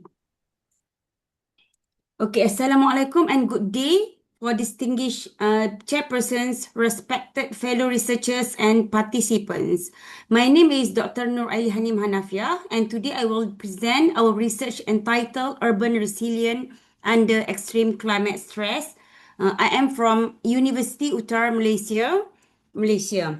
So this study examines this study examines how the 2023-2024 El Nino phenomenon affected urban communities in northern Malaysia, particularly in Penang, Kedah, and Perlis cities, with emphasis on climate stress, household vulnerability, and institutional preparedness. So, the El Nino event was recognized as one of the strongest climate anomalies recorded in recent decades, and this situation intensified urban heat island effects, increased pressure on water resources, and generated socioeconomic challenges among urban households. Therefore, understanding urban resilience during extreme climate events became increasingly important for sustainable urban governance and disaster preparedness. So the problem addressed in these studies relate to the increasing vulnerability of urban communities to climate-induced stress. Although national level early warning system existed, local implementation and preparedness varied significantly between municipalities. Urban population experienced multi-challenges, including heat discomfort, water insecurity, infrastructure stress, and also increased living costs. So, however, empirical studies evaluating the relationship between El Nino impacts, urban vulnerability, and institutional preparedness in Malaysia remain limited. So this study therefore aimed to address this research gap through quantitative assessment and municipal level analysis. So the research objective was guided by 3. First, to analyze climatic deviations in temperature and rainfall patterns. Second is to assess household vulnerability and well-being outcomes among urban communities. And third is to evaluate institutional preparedness and governance effectiveness among local authorities in Penang, Kedah, and Perlis, which is part of the northern region of Malaysia. So the methodology adopted a quantitative methodology. Three primary data sets were integrated. First, climate data were obtained from the Malaysian Meteorology Department. Second, structured household surveys were conducted among urban residents. And third, institutional assessment were carried out through analysis of local authority programs. And the collected data were then analyzed statistically to identify relationship between climatic stress and urban resilient outcome. So, the findings indicated statistically significant climate deviation during the El Nino period. Average maximum temperatures increased between 1.2 degrees Celsius and 1.8 degrees compared to the long-term baseline. At the same time, rainfall decreased between 20 and 35% across several northern districts. And the number of days exceeding 35 degrees Celsius increased considerably, especially in Alostar and Georgetown. And these findings demonstrate that El Nino generated both heat stress and rainfall variability simultaneously. Survey findings revealed substantial impacts of urban household, as approximately 62% of respondents experienced moderate to severe heat-related discomfort. Meanwhile, 38% reported water supply disruption, and 41% experienced increased monthly expenditure due to higher electricity consumption and rising food prices. Wow, this is another data that I present. Okay, for the municipal evidence in Penang, high heat complaints, 8 to 12% rise in water use, active adaptation program in place, while Kedah heat advisories issue reservoir stress observed participate in low carbon cities framework, while Perlis increased cooling application use, water monitoring system, and basic planning with limited adaptation measures. So this is Dear also presenter, kindly bear in mind that your time has been finished, okay? Please make a really? conclusion. Oh, okay, thank you. Sorry for the late. No, just make a conclusion. Just make a Okay, conclusion. thank you. So for the conclusion,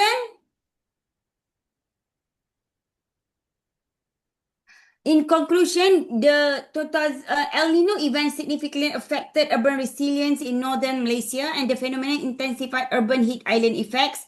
This research contributes empirical evidence to support policy development and climate adaptation planning in Malaysia and broader Asian context. Thank you.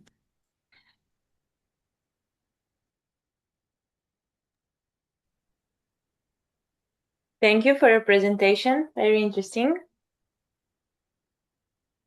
Are there any questions? Short questions? If not, we can move to the second presentation. Okay. Yes?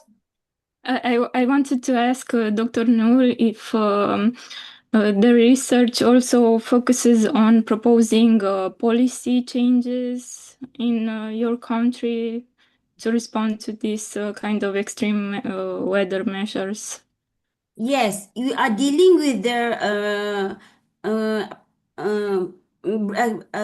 state council in Penang, Kedah, and also Perlis. And also we do the framework policy to propose to them. Okay, thank you for your answer. And I will start my presentation. I have to send a request. How to stop the sharing? You have to stop the sharing first. I don't know how to stop that. You should see a Nix. There is a button, stop sharing. Oh, okay, thank you. So the second presentation will be of our second co-chair. Nature-based solutions, a sustainable potential for Romanian cities. Hello everyone, my name is Teodora Ungureanu, and today I'm presenting on behalf of my colleagues, Andreea Popa, we have here, and Antonio Tache, from Urban Incerchi in Bucharest, a research institute in Romania. And our paper examines the sustainable potential of nature-based solutions for Romanian cities. The presentation is structured around 6 sections. We have an introduction where we see the main urban challenges that are motivating our research. And also we see the Romanian research context. We present then our methodology, and then very fast the results and the NBS potential in Romania. And finally, we discuss some recommendations and main conclusions that we hope can be adapted elsewhere also. Romanian cities face 4 compounding pressures. First, we have rising temperatures that are associated in our cities with heat island effects. We have grey infrastructure that also enhances these problems. Second, we have demographic pressure with aging population that increases the demand for accessible and health-promoting green spaces. Third, we have declining green spaces because in our country, uncontrolled urban sprawl usually erodes the ecosystemic services and it affects the quality of life. And fourth, we had in the last years some urban flash floodings because of this increasing in impermeable surfaces that disrupts the urban water cycle and overloads the drainage infrastructure. So what are nature-based solutions really fast? They are interventions that harness natural processes to address societal, ecological, and economic challenges while generating biodiversity co-benefits.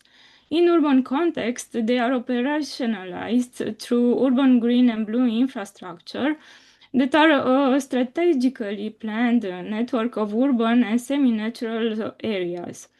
Our research hypothesis is that the NBS, the nature-based solutions, through this infrastructure framework, can significantly influence public health and increase the quality of urban life, and also can generate co-benefits such as environmental, social, economic, and also on the health sector. Turning to Romania, 3 main data points frame the problem. Only 10% of the precipitation infiltrates the soil. The grey infrastructure dominates the growing cities. At a legislative level, community gardens operate in a legal grey area. And also all kinds of nature-based solutions, we saw that they were only implemented by community groups, by NGOs, and rarely by the local administrators. This gap between intent and implementation is a central finding in our contextual research. Our methodology is qualitative and exploratory. We conducted a systemic literature review on Scopus and Web of Science, and the analysis was structured across 4 impact domains. We analyzed the environmental, the public health, social, and economic aspects. NBS typologies were then classified and assessed for their applicability in the Romanian context. And then we try to see, to acknowledge key limitations, such as the fact that in Romania we have specific empirical data quite scarce. Our findings reflect a synthesis of the literature, and they are not direct field measurements. This would be a future research direction for us. The first typological category covers architectural green infrastructures and blue water management systems. Green roofs, we saw that they are growing to be adopted in Romanian commercial buildings. Also, the same for green walls and facades. Vertical gardens are starting to emerge. Also, we have the first rain garden that was implemented last month in Bucharest. But we also saw that vegetative filter strips and wetlands only exist as implemented, and they are not recognized on a legislative level. The second category that we identify covers urban green space technologies. We have typologies. We have community gardens that exist, but again, they don't have a regulatory recognition. We have pocket parks, but they are not formally defined in the Romanian legislation. The ecological corridors remain mostly aspirational, with few implemented examples and very few at an urban level. We also saw that therapeutic green spaces are receiving a growing attention in Romania, but dedicated provision is still limited. The pattern across all these MBS typologies is that they are mainly absent from the urban planning legislation. The benefits for them are quite clear. We have environmental ones. We have those that concern public health and social benefits, and we also have the economical ones. Dear Theodora, 1 minute left. Okay. Yes, Thank you. of course. Well, so what we were talking about, that we saw that we have some barriers that we think they can be overcome by accessing EU fundings, by having a growing civic interest in implementing NBS, and convincing the municipalities to increase the openness to innovative implementing NBS solutions. So, to conclude, our research demonstrates that NBS represents a scientifically grounded multi-benefit response to urban and climate challenges in Romania, and we want to further explore how to implement them. So, thank you for your attention, and if you have any questions, and if you have examples from your cities or from your countries, we would like to hear them.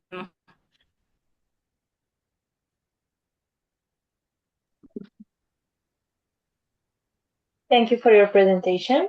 Are there any questions? If not, we can move to the next presentation. Our next presentation is by Master of Arts Heba Sofia, who will present on post-conflict Aleppo as a crisis context, how microscale construction firms sustain housing production under extreme uncertainty.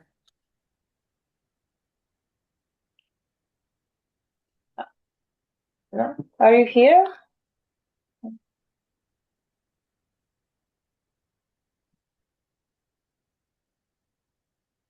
Okay, we will move to the next one. Ethics and professional practice, post-occupancy accountability in healthcare architecture by Master of Arts Aldoi and Professor Elgonaini. Yes, we're here. I'll be No, sharing. okay. Oh, okay, yes.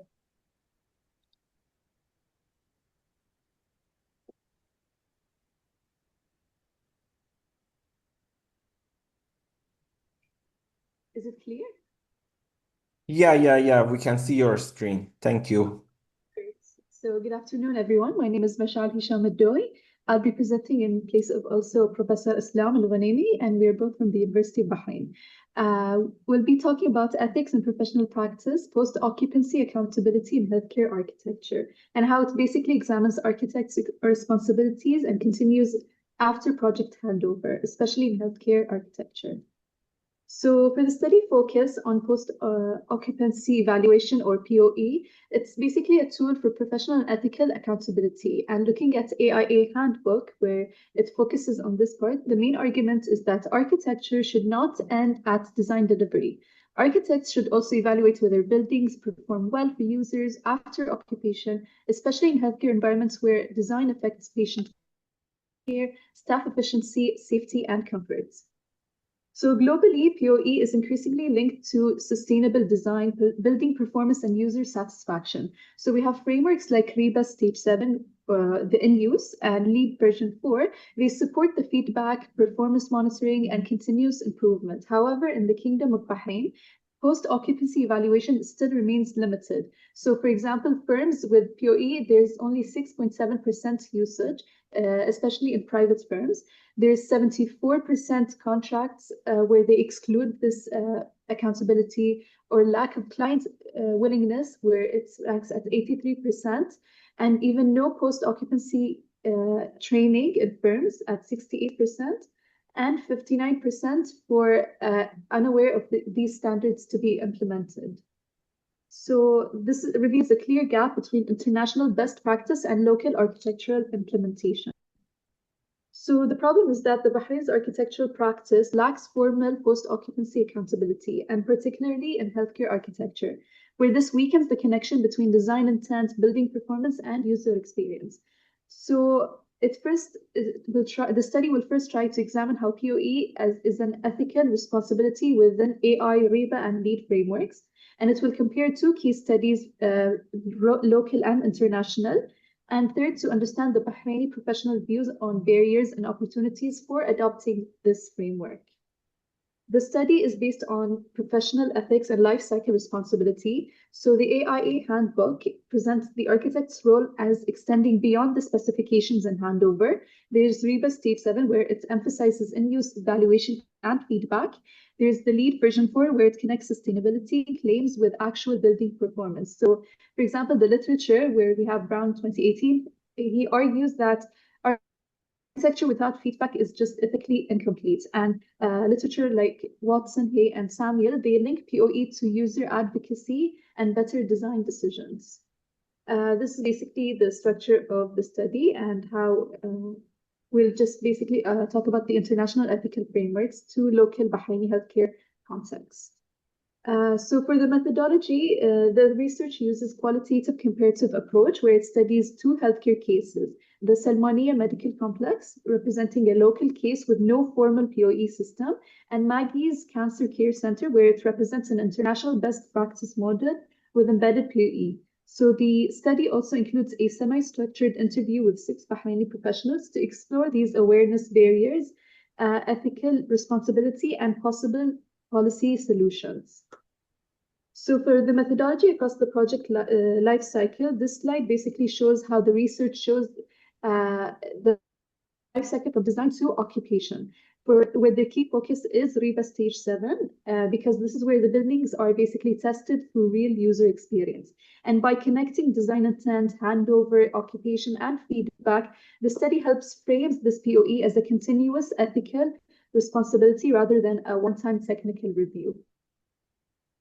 This shows a breakdown of each dimension and its source alignment, basically analyzing how the POE presence and its mechanism through ethical oversight, institutional frameworks, and operational adaptations are linked through all these dimensions, basically grounding this as a comparison academically and ethically. So the purpose of this comparison, basically linking in the local and international case studies, basically just demonstrates the connection between building use with performance feedback, and how professional learning in Bahrain still lacks a formal mechanism for this process. So this just supports the main argument of POE, how it should be a part of architectural policy and professional ethics in Bahrain.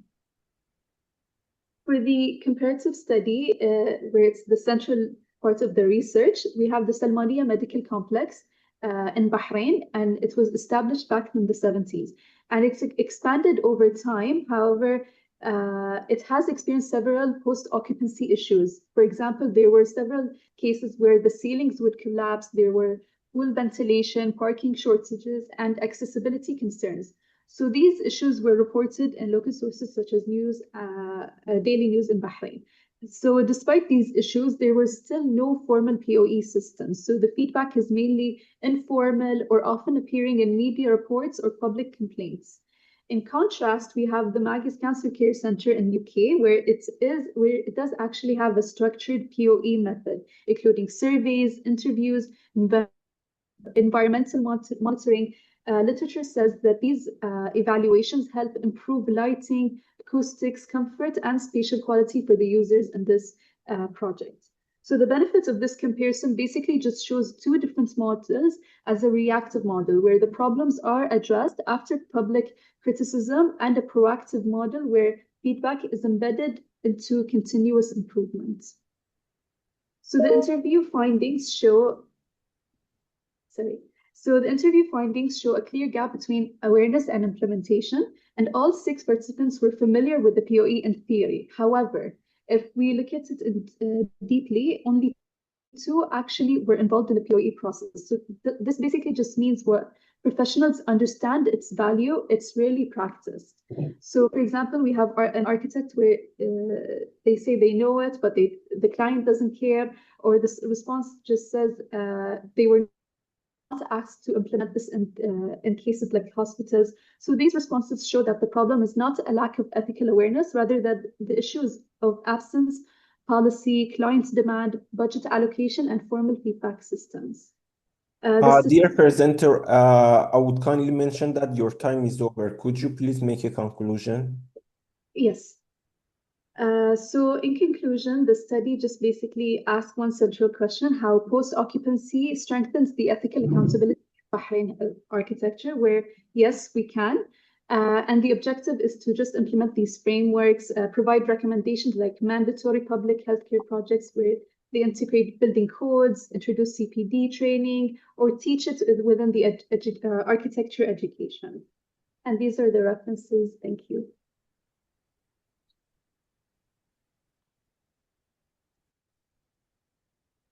Thank you for your presentation. Are there any questions?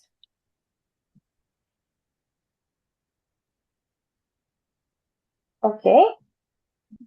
So we will move on to the next presentation. Our next presentation is by urban planner Mauri Data Trailatpate, who will present on comparative analysis of smart city mission and Amrut scheme in the context of sustainable development, a case study of Pune City, India. Yes, hello, good afternoon, everyone. Just give me a minute. I will share my screen. Great, thank you. Yes, of course.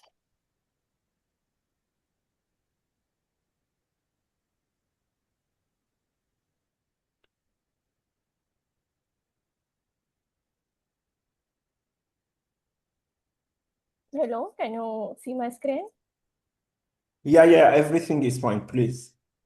Yes. So, good afternoon. My name is Mayuri Latpate, and I'm presenting my research on comparative analysis of Smart City Mission and Amrut scheme in the context of sustainable development. It is a case study of Pune City in Maharashtra, India. So, we will start by why do we need the study. So, India is experiencing rapid urbanization, which has increased the demand for better infrastructure and sustainable urban development. To address these challenges, the government of India launched schemes such as Smart City Mission and Amrut scheme. This study compares both schemes to understand their role in sustainable urban development in Pune city. So first we will look at Smart City Mission. So Smart City Mission was launched in 2015 with the objective of improving quality of life through smart solutions and sustainable infrastructure. The mission focuses on area-based development, technology, economic growth, and inclusive urban development. And whereas Amrut stands for Atal Mission for Rejuvenation and Urban Transformation, this scheme focuses on improving basic urban infrastructure such as water supply, sewerage systems, stormwater drainage, urban transport, and green spaces through a project-based approach. So the aim of this study is to analyze and compare the sustainability aspects of the Smart City Mission and Amrut scheme using Pune City as a case study. The objectives are to study sustainable aspect of both schemes, identify key issues, and recommend possible solutions. So the case study area which I have chose is PMC, that is Pune Municipal Corporation in Pune City. in Maharashtra in the country, India. So Pune city, so basically Pune city was selected for smart city mission because it is one of the cities from the chosen 100 smart cities of India. These are the maps of the, so basically this is the map of Maharashtra, which is one of the states in India. This is the map of locating Pune city in Maharashtra, and this is the ward map of Pune Municipal Corporation. The study began with a literature review on both schemes. Primary data was collected through interviews with urban local body officials and residents, while secondary data was collected from government reports, mission guidelines, and official websites. The collected data was analyzed using qualitative research methods. So this is the comparative analysis. So the smart city mission follows an area-based and technology-driven approach, while Amrut focuses mainly on basic infrastructure and service delivery. The smart city mission promotes smart and sustainable urban development, whereas Amrut focuses on improving essential civic services such as water supply and sewerage. So basically the key issues in both of the schemes are both schemes faces challenges with such as high financial investment, limited technical capacity of urban local bodies, delays in implementation, and weak financial sustainability. Many urban local bodies also face difficulties in operations and maintenance. So to conclude this presentation, both the Smart City Mission and Amrut scheme contribute to sustainable urban development. Amrut improves basic infrastructure while the Smart City Mission focuses on smart and innovative urban development. There is a need for better coordination between both schemes and stronger implementation for sustainable urban growth. Thank you. Yes, that's it. Okay, thank you. Still, you have 3 minutes more. Would you like to take the advantage of that, or it's finished? No, it's finished by my side. Okay, thank you. Yes, thank you. Thank you for your presentations. Are there any questions? No. If not, yes.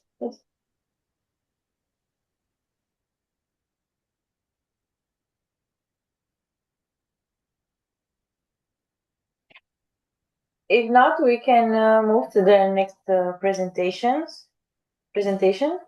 Post-conflict Aleppo as a crisis context, how microscale construction firms sustain housing production under extreme uncertainty. Master of Arts, Heba Sofia, please. Okay, hello. My name is Burcu Balaban Ökten. This is about post-conflict Aleppo crisis context. It's a thesis of Heba Sofi, and I will present her thesis research.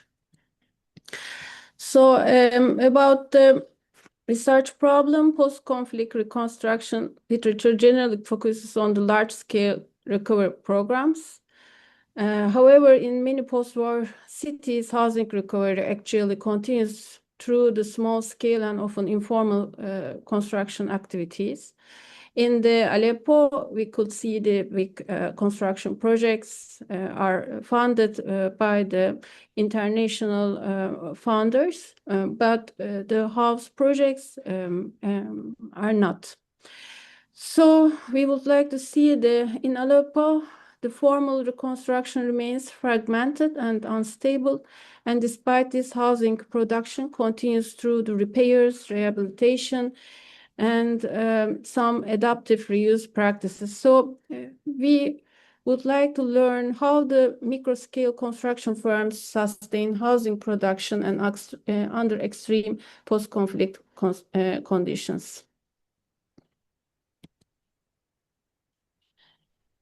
So we conducted semi-structured depth interviews with 6 micro-scale architecture, engineering, and construction firms operating in Aleppo. The interviews focused on the financial problems, labor practices, material procurements, project management, and customer relations. And the data were analyzed using inductive thematic coding and cross-case comparison. We have reached, as a result, 8 thematic resilience categories were identified. In the findings show that resilience in Aleppo is not growth-oriented. Instead, firms prioritize the operational continuity, risk reduction, and flexibility. And it is important for them to finance materials and labor, and trust are the most important items for their production. Firstly, the firms develop adaptive financial strategies in Aleppo. They stage payment systems. They are taking some payments and before starting the work, and they are partially taking the payments from the customers, because also the customers have some financial problems, so they cannot pay the prices whole. So it is a method for them: advanced payments, contingency margins, and informal risk buffers. So the inflation fluctuations are so high in Aleppo, so they cannot know the material prices before. So according to during the construction, sometimes the customers are buying the materials. Secondly, if they are buying these materials, they just stock this material in some spaces, like the stockpiling, and then they use this material. And some firms are just make some joint ventures, like they came together and they stock these materials by combining their money. So, and also they are using flexible material choices. Third, the labor shortages strongly shaped operations. Many firms rely on temporary workers, flexible staffing, and project-based employments because most of the workers are not in the Aleppo, so they could only have the temporary workers for the projects, and so the labor is a very important problem for them. Fourthly, the trust-based relationship is very essential for them. In Aleppo, reputation and personal networks often function as a substitutes for weak institutional systems. So the customer trust, long-term relationships, and local reputation directly influences the business continuity. This is, of course, it is not only for the Aleppo, it is all related for the construction industry, but it is also from the interviews we have seen that this is an important subject, the trust.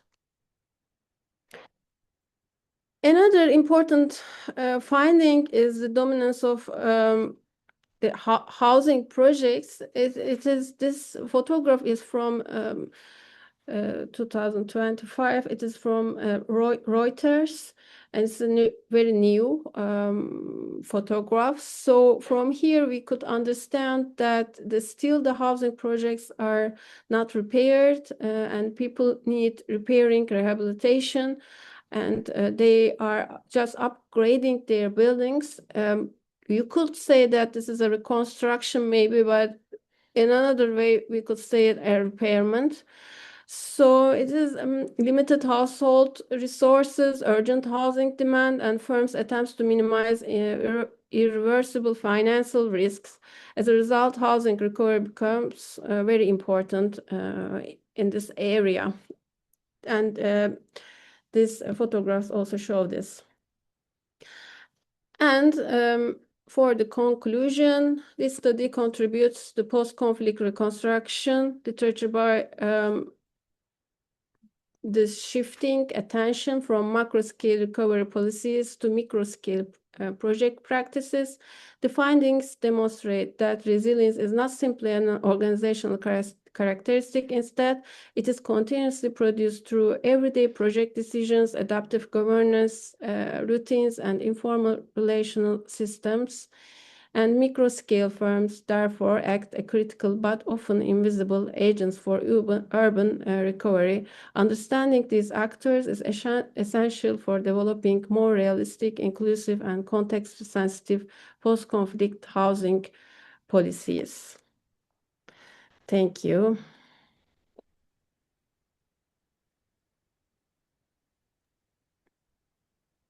Thank you for your presentation. Are there any questions? Dear Burku, thanks a lot for your presentation. I have a question for you. Well, this is a simple question. Where did you do the case study? We did the case study in Aleppo. Our student, she's a native from Aleppo. So Aleppo is a city in which country? Syria. Syria. Okay, great. So she's a native from Aleppo, Syria. So she could reach this construction firms from her own country. Also, she was our master student. So she has reached these construction firms and made interviews with them. And regarding the rehabilitation, is there any, let's say, structural measures to apply it on the construction process? The firms are working. Actually, they are making different scales of constructions, and they are very active, actually. But some of the firms, we have talked with them, they are saying some of them are not taking much risks. They are just working locally. But some of the firms said that they are taking risks. So it is still a war zone in this area. So some of the firms are taking some risks for the outside of the area and for the construction. They are actively constructing housing projects. Okay, great. Thanks for answering, and wish you the best. Thank you. Thank you.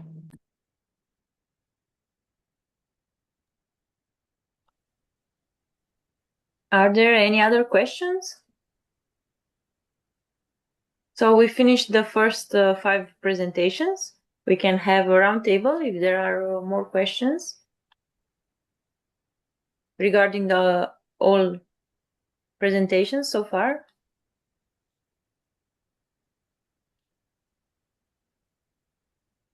Apparently not. Okay. Then I guess we can move on to the next presentation. Our next presentation is by Parson Parazza, who will present on Gateways to Professional Practice, a preliminary statutory review of state agency entry requirements in the SDAC region.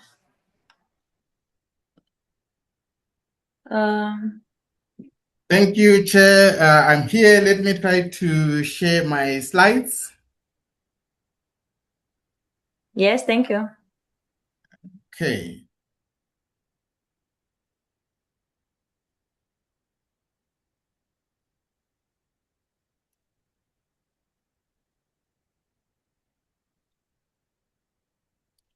Kindly confirm if you can see my slides. Yeah, everything is fine. Please move on. Thank you. Okay, thank you. Right. Thank you for inviting us. My name is Patson Parazza. I greet you from Johannesburg, South Africa. I am going to present to you part of our work. This is an ongoing work, and the title of our work is Gateways to Professional Practice, a preliminary statutory review of estate agency requirements in the Southern African Development Community region. From the title we submitted, we just shortened this to SADC region. So like I said, my name is Patson Parazza. I'm a senior lecturer at the University of the Witwatersrand here in Johannesburg. We are doing this study together with a team of my colleagues, Dr. Joseph Yasim from the University of the Free State here in South Africa, Mr. Jairus Tinashe Ndoma, He is a registered chartered surveyor with the Royal Institution of Chartered Surveyors. And Dr. Stephen Nguveni, he is with the University of Free State as well. As a way of introduction, I will give you the background of our study.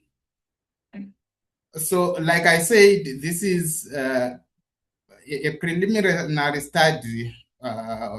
We are actually ongoing. I will talk to you about what we are going to do in the next parts of this study. So the Southern African Development Region, for those who are not familiar with the region, it is in the southern part of Africa, and it consists of 16 member countries. I've put to your right the member countries. Of these 16 member countries, 11 are English-speaking countries, which was the focus of our study. And the remaining 5, which are Angola, Democratic Republic of Congo, Madagascar, Mozambique, and Comoros. These are non-English speaking countries. So for this study, we did not include them. Back to the SADC region. So this region is currently pushing for regional integration. The region is trying to promote trade amongst member countries. It is also trying to promote labor mobility within the region. But there is something which might actually hinder the quest for promoting this regional or regionalism. The legal frameworks which are regulated professionals in these countries are fragmented. They are different. Taking, for example, our study, which just focused on estate agents, what we wanted to establish was, with this move towards promoting regionalism and promoting labor mobility, is it really possible to promote labor mobility given the existing differences in labor, in regulating laws which are regulating estate agents? One might ask, why was your focus on estate agents? I think for those who are familiar with the real estate profession, you agree with me that these professionals do handle high value money for clients. And because of that, if they are going to be allowed to work from one country to the other, surely they have to be regulated. And if they are to be regulated, surely the countries have to have a common or a standardized way of doing so, which can actually promote labor mobility. So the methodology we use, like I said, this is an ongoing study which is structured in 3 parts. What I'm presenting to you now, ladies and gentlemen, is the first part of our 3-part study. So the first part, we focus on review.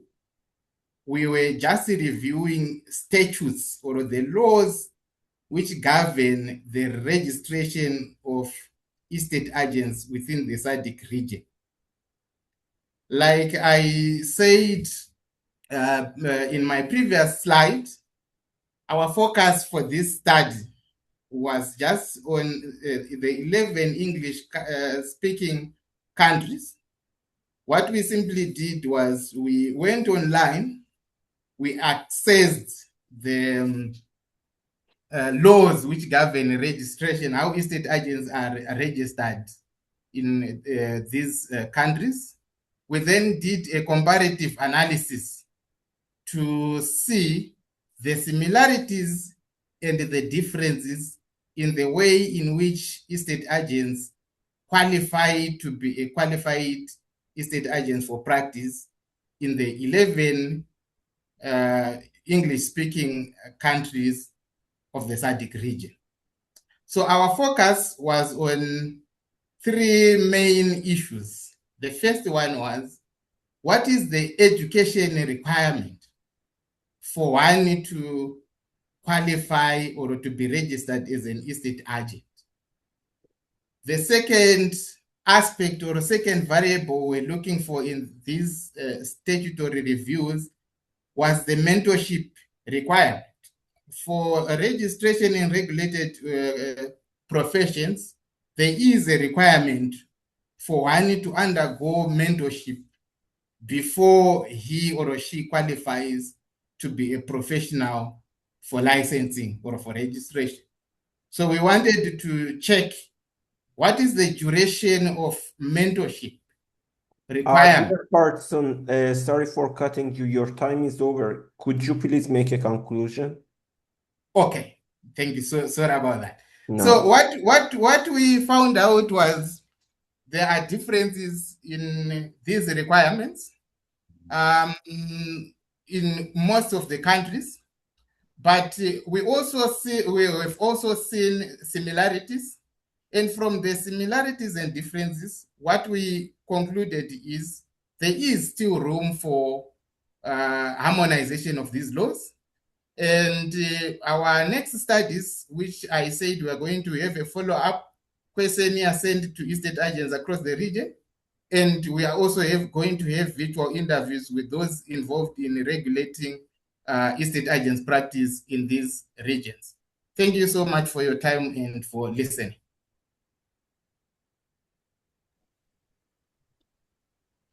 Thank you for your presentation. Very interesting. Are there any questions? No, maybe at the round table. We can move on to the next presentation. Our next presentation is by PhD candidate Ndumo, sorry, who will present on efficacy of urban housing markets in South Africa.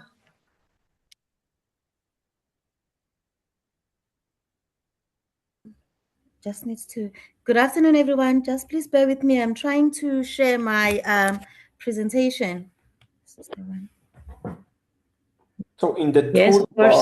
toolbar, on the downside, there is a like button, which is like with the arrow, and it's been written share. You can press it and share your screen, okay? Yes.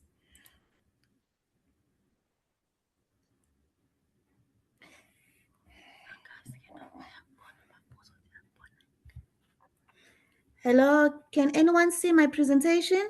Yeah, everything is fine. Thank you. Thank you so much. I'll try to include everything within the 7 minutes that has been allocated to me.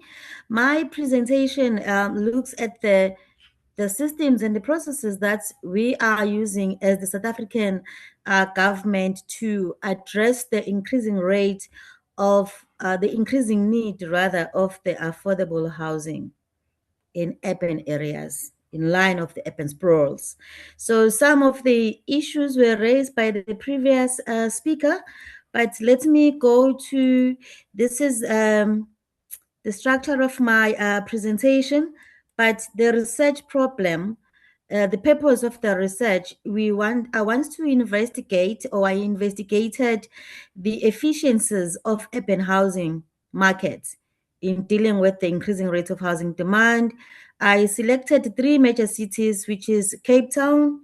Most of you, we know Cape Town, where our parliament resides, Durban, and Johannesburg. These 3 major cities were selected because of their ranking in terms of the housing demand and the population patterns.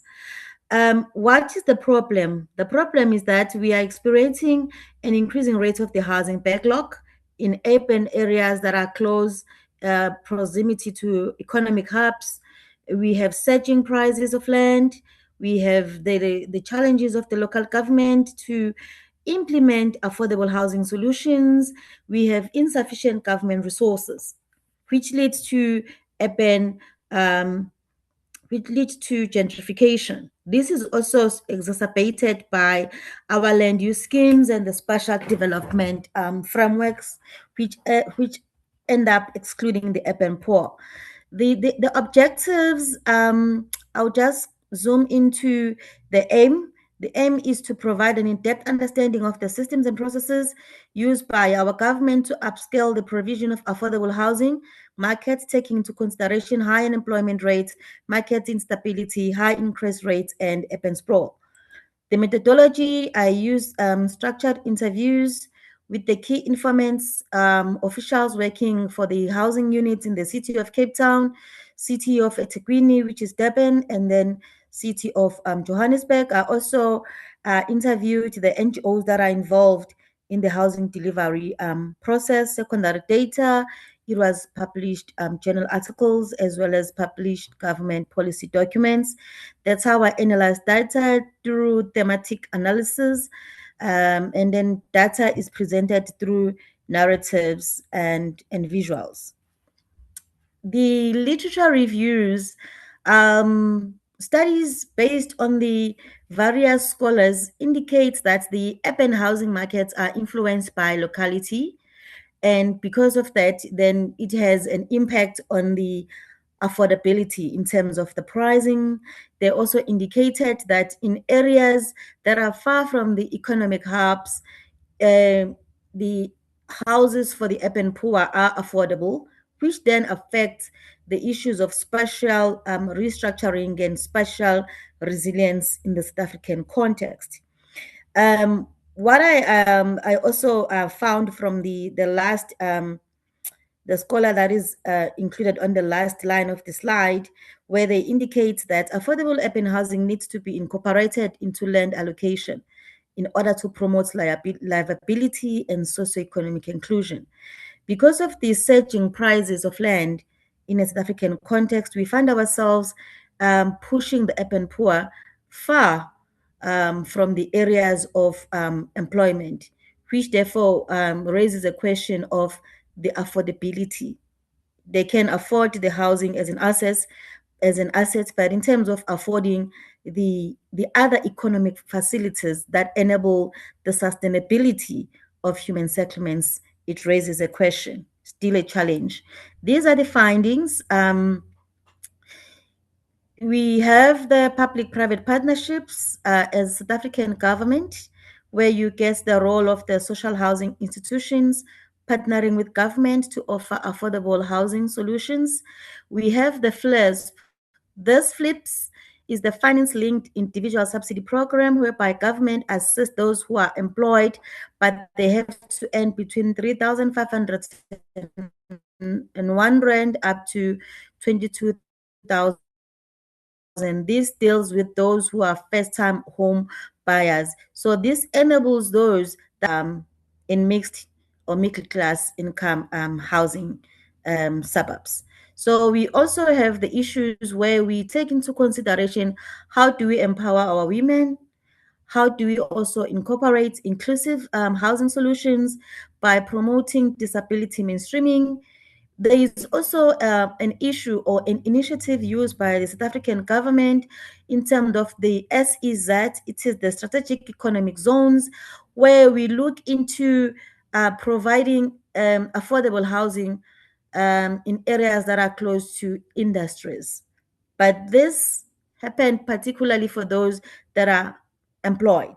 So now it raises the issue of where do we factor in, or where do we incorporate the needs of the unemployed urban poor in areas that are close in proximity to areas of employment, economic hubs, and so forth. It remains a challenge. So the discussions is that in a South African context, the urban housing markets are characterized by affordability, which results in gentrification. Public-private partnerships, they play a crucial role in assisting South African government to enable affordable affordable housing solutions. South African government has partnered with the financing institutions, which are the banks, to assist those who are working to get a certain discounted housing assistance, but it only happened to those who qualify at the first-time home buyers. So now the issue with this is, even though we have all these systems and the processes, where do we place those who are unemployed? So the discussion also deals with the unemployment and M-PESA sprawl, still a challenge, and the interventions recommend the capacity of the local government to implement affordable housing market without sabotaging the housing provision for the urban poor. Most of the consultants or the service providers or the housing experts are in the private sector, so they are appointed as consultants or service providers at a local Dear government. Endomo, sorry for cutting you. Your time is over. Can I conclude in one slide, just in 1 minute? Okay. Thank you. The study recommends that there is a need for a rollout of capacity building for the South African cities to provide affordable housing through public-private partnerships at a local government level. We need to look at the land allocation criteria for housing, and we also need to align the urban affordable housing market with the industrialization policies to promote polycentric cities and address gentrification. Those are some of the references that were used in compiling the presentation, but a lot of information is on the paper. Thank you so much. Thank you. Okay. Thank you for your presentation. Are there any questions?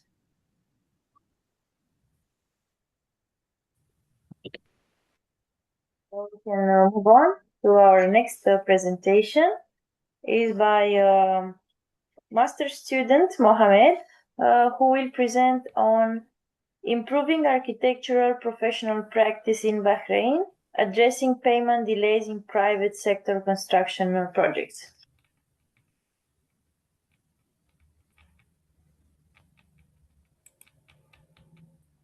Hello, can you hear me? Yes, please move on. Yes. All right, so my screen is being shared, right? All right. So good morning, everyone. My name is Zakia Mohammed from the University of Bahrain, and today I will be presenting my research titled Improving Architectural Professional Practice in Bahrain, Addressing Payment Delays in Private Sector Construction Projects, authored and supervised by Professor Islam Al-Ghanemi.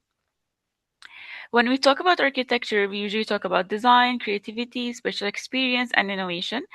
But behind every successful project, there is an invisible system holding everything together, and that system is timely cash flow. So global payment delays continue to be one of the major challenges, and Bahrain is no exception. And in private sector projects where construction depends heavily on continuous funding, delayed payments can quickly escalate into much larger problems. So this research will investigate this issue. At the beginning of the research, we wanted to answer three key questions. Firstly, what are the real causes behind payment delays in the private construction sector? Secondly, how do the delays affect project performance and professional practice? And finally, how can we improve the system? So this issue is especially important because construction is one of the Bahrain's fastest growing non-oil sector and major contributor to the national economy. And at the same time, previous studies already show that the payment issues are among the leading causes of conflict within the construction projects. So this is not just a financial issue, it is like a professional, operational, and ethical issue that needs to be looked into. There's like extensive research done prior on project delays and all around the world and even in Bahrain.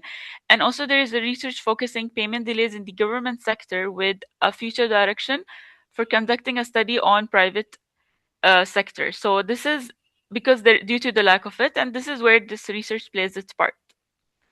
So in order to investigate this issue, I used a mixed method approach combining literature review, regulatory analysis, a quantitative analysis using relative importance index, And most importantly, I wanted to hear directly from industry professionals. So in order to study that, I circulated a survey to the professionals in the industry to come up with recommendations. So the for the literature review, the first framework reviewed was the AIA handbook, which provides detailed systems for payment certifications, claims management, dispute resolutions, and contractual protection mechanisms.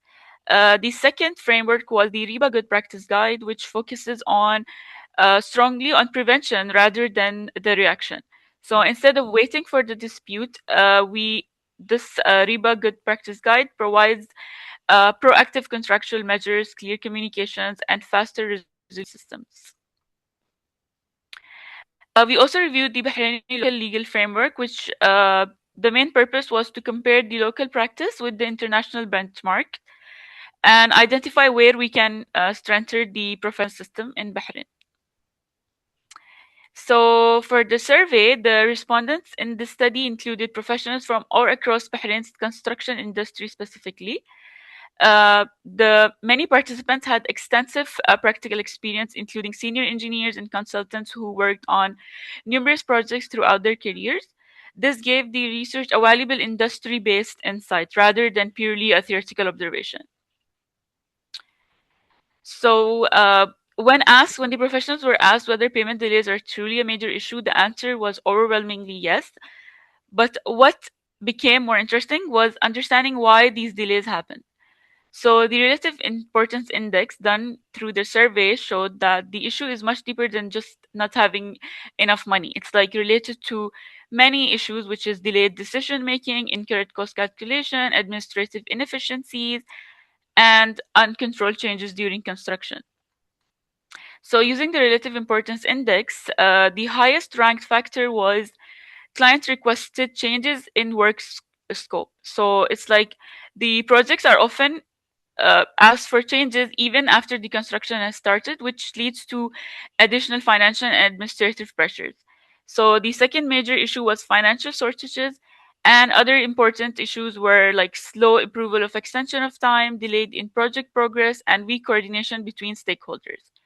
So together, these issues create a chain reaction and across the entire project, chain reaction and delay across the entire project timeline. So how do we begin solving these problems?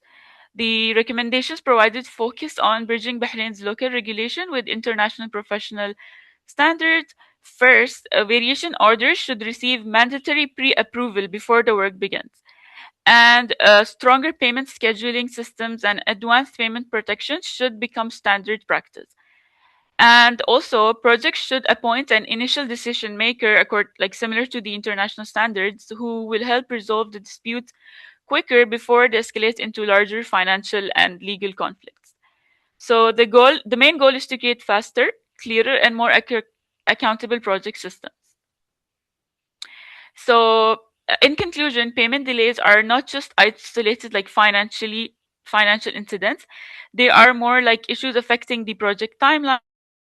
They affect the professional relationships, the decision making, and overall health of the architectural practice. So this research demonstrates that Bahrain already has a proper legal foundation, but it requires some improvements. What is needed now is a stronger implementation, clear procedures, and greater alignment with international-based practices. Coming to some of the strengths and limitations of the research, basically the combination of the literature review, the quantitative analysis allowed the research to connect theory with practical industry experience.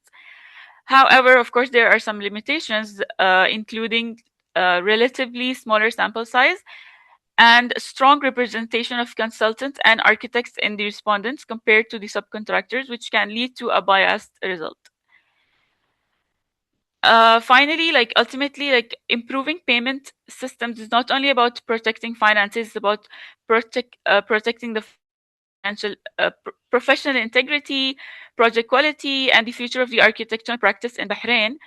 And we already have the regulations, and we already understand what's the problem. We just need to move towards implementation and taking action. And thank you for listening.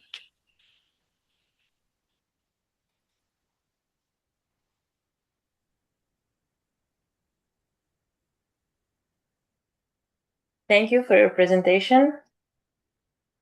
Are there any questions? So dear Zakia, thanks for the presentation. It was so interesting. First of all, I think that the problem you have mentioned is like it's so common in all countries, you know.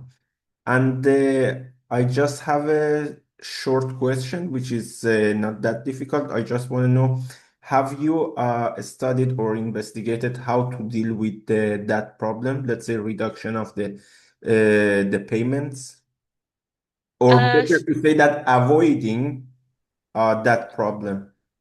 Yes, thank you so much for your comment. And well, basically, in the research, like in the research itself, I've tried to look at the laws that we have and the international standards, and also looking at the issues that, like, what are the reasons. So I've tried to provide some recommendations in my paper from the international standards on how we can improve like this issue, and how, like, for example, one of the major reasons was changes in work. So like I recommended that we need to not have changes in the work after the construction is started. We need to like set it like before like the construction starts. Like we need to sign the contract that any changes or any that you require should be pre-approved at least in each stage of construction, and not during it. Or at least we can try that so it doesn't lead to much delay. Okay, thanks. That was accurate answer. Thank you.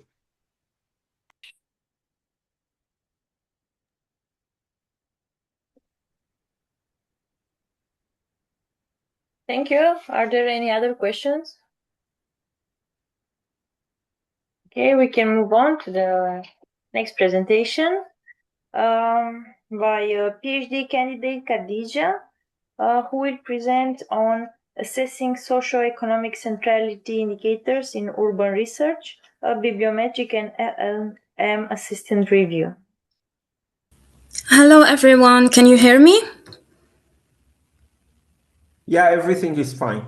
Okay, so I'm gonna share my screen. Yes, we can hear you. Okay, so I'm gonna share my screen, and please let me know if the comments appear, because I'm going to use the presentation mode. Okay, great. Can you see the presentation? Yeah, everything is fine. Please Okay. go on.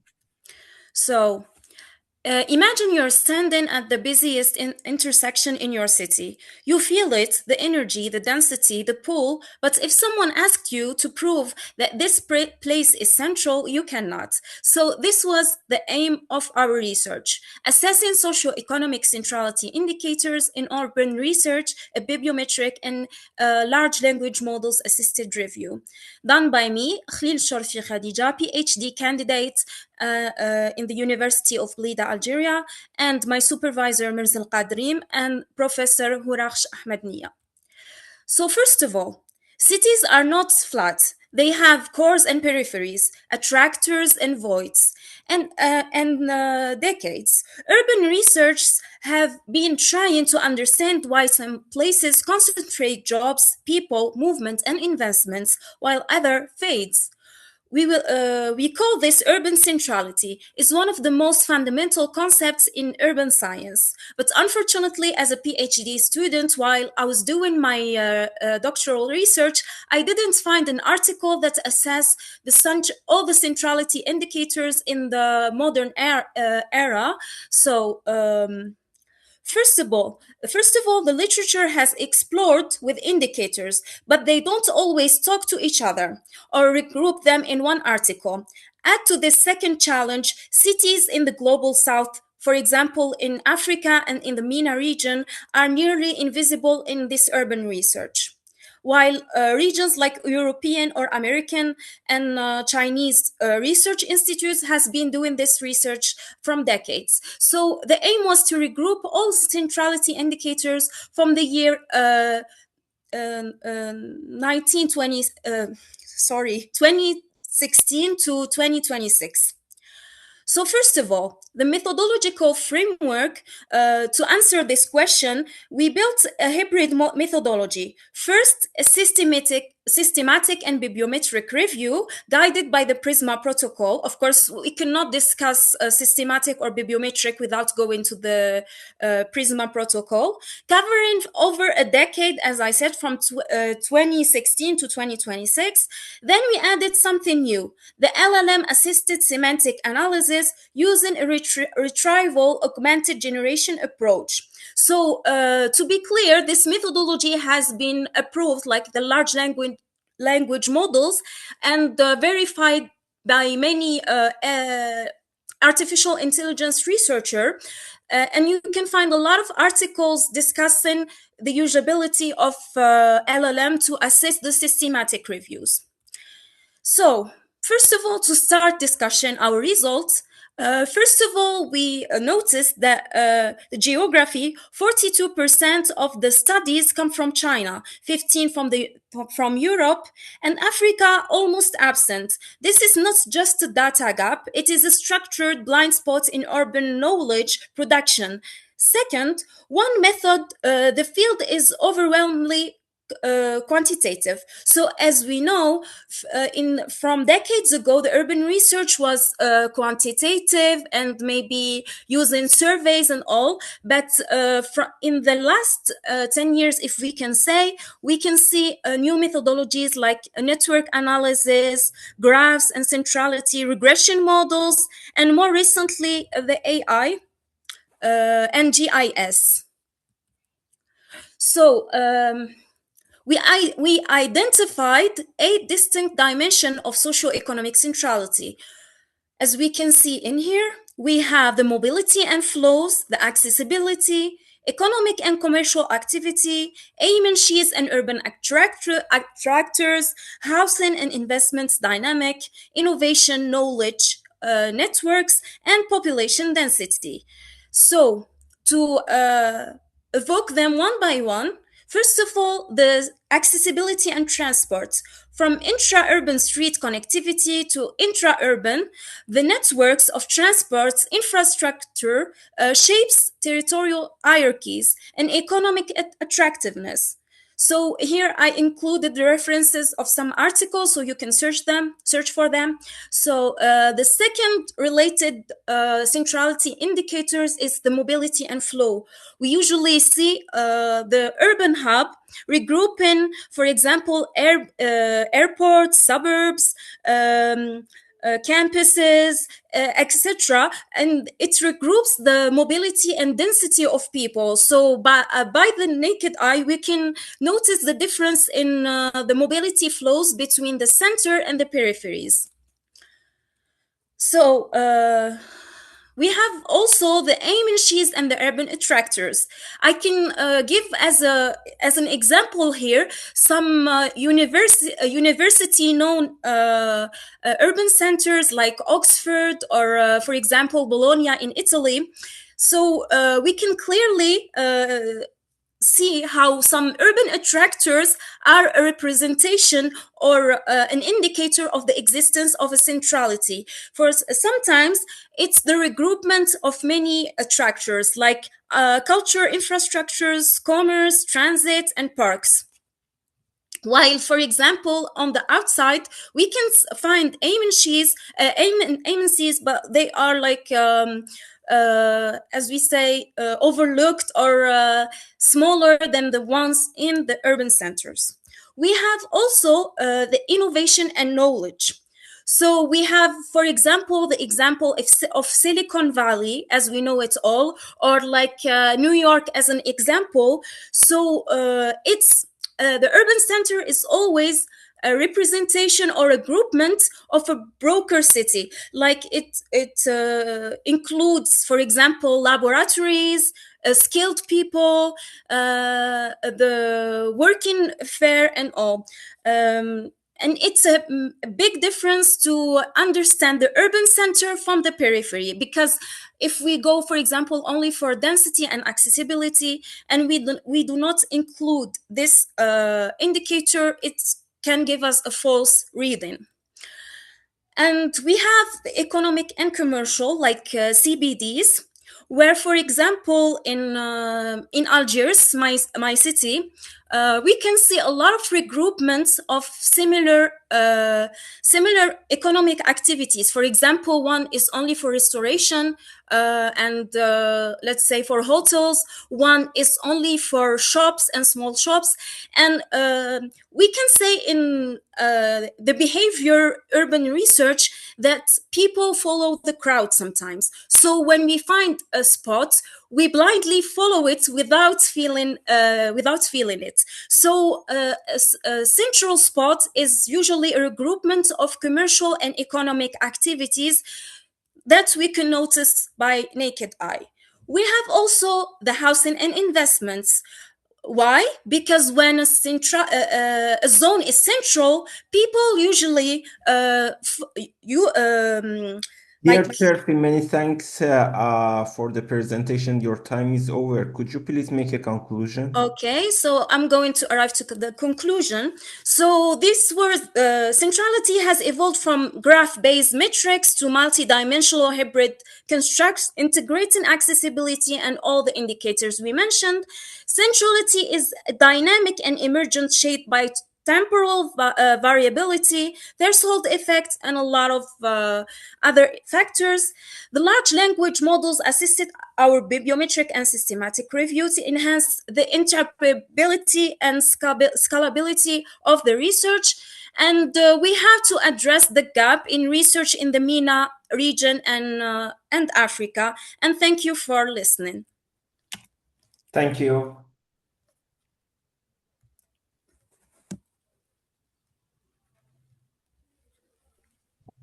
Thank you for your presentation. Are there any questions? If not, we can move on to our final presentation. The presentation will be by Faizar Afsan, who will present on brownfield recovery as sustainable economic catalyst, repurposing abandoned industrial infrastructure of Hazaribagh, Dhaka. Sorry if I mispronounced. Hello, good evening. May I share the screen? Yeah, please. Okay, thank you. Yeah. Can you see my screen? Everything is all right. Thank you. Okay. Good evening. My name is Faizar Afsan. I am from Bangladesh University of Engineering and Technology, Department of Architecture, and I will be presenting our research titled Brownfield Recovery, Sustainable Economic Catalyst, Repurposing Abandoned Industrial Infrastructure of Hazaribagh, Dhaka, Bangladesh.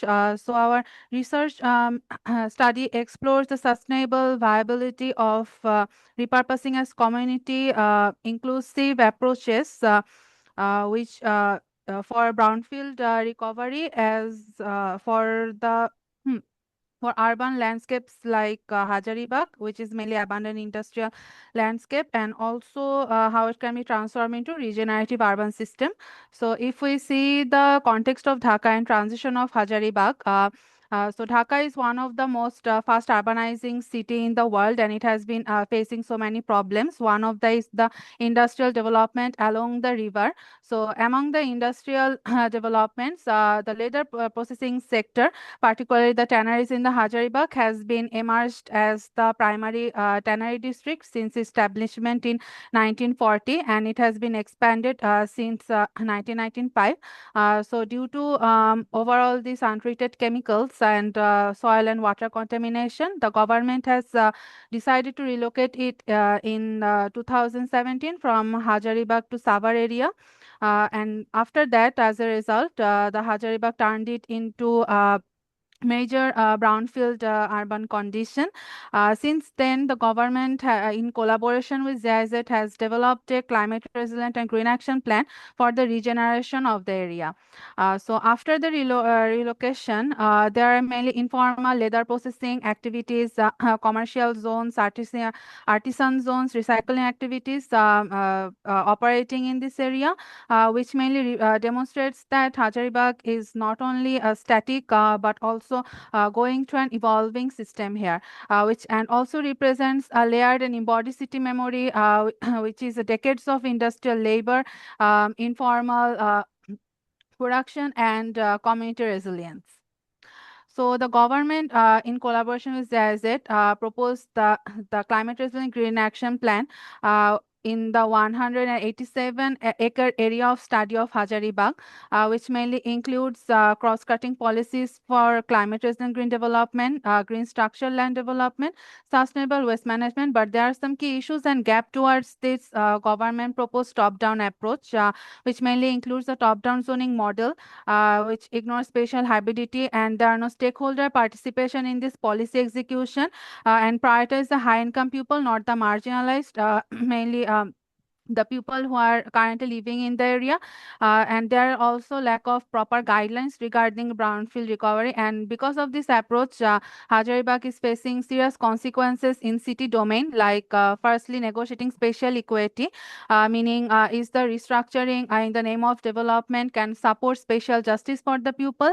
Secondly, restructuring or preserving identity, which want to support. Then thirdly, brownfield in name or practice. We are calling this Hazaribagh brownfield, but but there are no standardized practices in operation here yet. So to mitigate these consequences, the aim of this study is to develop a regenerative and community inclusive framework for brownfield recovery, and three objectives has been developed to achieve the aim: to formulate brownfield recovery strategies through nature-based solution, to integrate circular economy mechanism, and to repurpose structurally viable tannery buildings to accommodate community-oriented public infrastructures. So to achieve these objectives, a multi-layered methodological framework has been developed. One of them is the cognitive mapping based on Kevin Link's 5 city element, which mainly quotes how do we see and remember a city. So it is adapted because to understand Hazaribagh and how it is perceived, how it can be remembered, and how it is spatially organized. And then to justify the findings and to validate the findings, space syntax analysis overlaid with stakeholder mapping is also being conducted later. So for the cognitive mapping, the Hazaribagh area is divided into 3 primary enclosures. One is a mixed-use zone, then the Gojmohol residential enclosure, then Hazaribagh Canal Edge. Mind mapping through the routes and destinations was done by conducting a field visit in the area. So from the cognitive mapping observation and findings, we can find that in the mixed-use zone, there is a dense grid of urban abandoned tanneries, which is physically enclosed, but it has strong industrial identity. The Gojmohol residential enclosure, which is now situated in between the two brownfield zone, has a strong sense of place and belonging. And lastly, the Hazaribagh canal edge, which is now located at the backside of the residential enclosure, is very ecologically sensitive but spatially symbolic, and also has the potential to be the frontier of the residential enclosure. Then the imageability of the Hazaribagh to the Kevin Link's 5 city elements, we can see that the brownfield zone acts as the strong edge, and the surrounding roads acts as the major roads, and the important nodes and landmarks are mainly the social infrastructure within the area, like mosques, schools, or institutions. And districts, there are mixed use zone, waste separating zone, and there are also the residential enclosure. So I've also identified the weakness and strengths of the 5 city elements, and the conclusion of this is that the landmark adjacent nodes, which are mainly the social infrastructure, are dominant but disconnected from the public realm. In paths and edges, there is lack of safety, security, public amenities, and environmental degradation is very dominant here. So to validate my findings, I have conducted space syntax analysis and evaluated connectivity choice and integration, where we can see that the southeastern crossroad appear very bright in connectivity and is likely the major internal connector, and the north-south and the east-west, the major roads score high both in integration and choice, which is one of the primary findings of my cognitive mapping analysis. Through the field visit, we have also identified the primary stakeholders, and later the stakeholder mapping was then overlaid on the spacing test Dear analysis. Faiza, sorry for cutting you. Could you please go a bit faster? Your time is over. Okay, sure. To translate the spatial diagnostics, basically the stakeholder aspiration into a programmatic direction. Through the methodologies, there are three design framework: brownfield recovery, sustainable economy, and repurposing spaces. And the master plan was conceptually generated through this design framework, and also pedestrian simulation was also conducted. And there is a chart for the design intervention framework through 5 city elements. And we can see that the framework was conducted through 5 city element to the and which leads to the sustainable outcome for future implications. And for future implications, the master plan can be developed through a phased and adaptive design iteration, phase 1 and phase 2. And also circular economy for sustainable mechanisms can also be adopted, where the brownfield land can also be temporarily used. So for conclusion, I want to say that this study positions brownfield regeneration as embodied livability and gradual transformation toward a community inclusive and sustainable urban future. Thank you so much.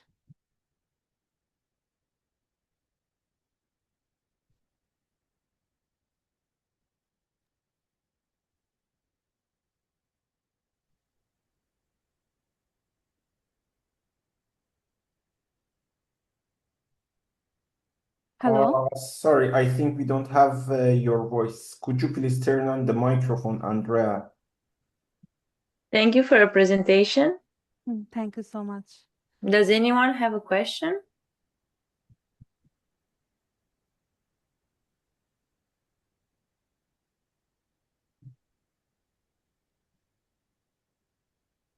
Apparently not.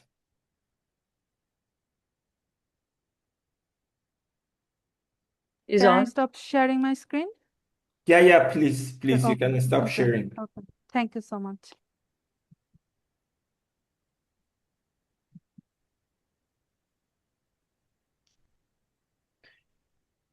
So I think now this is the time for the round table. Is there any question that we can discuss it here or comment that?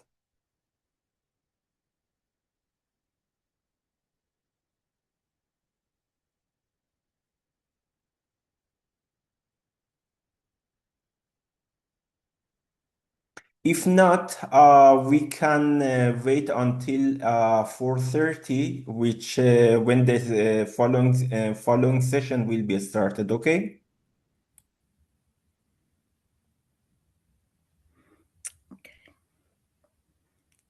Okay, great.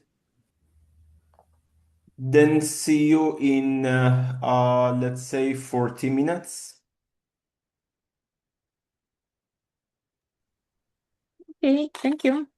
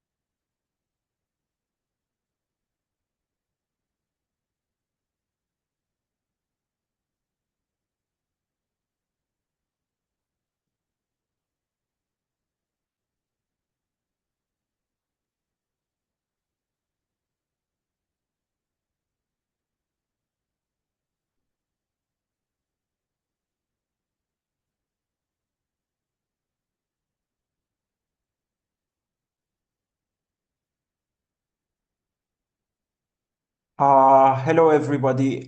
Professor Patalaco, are you here?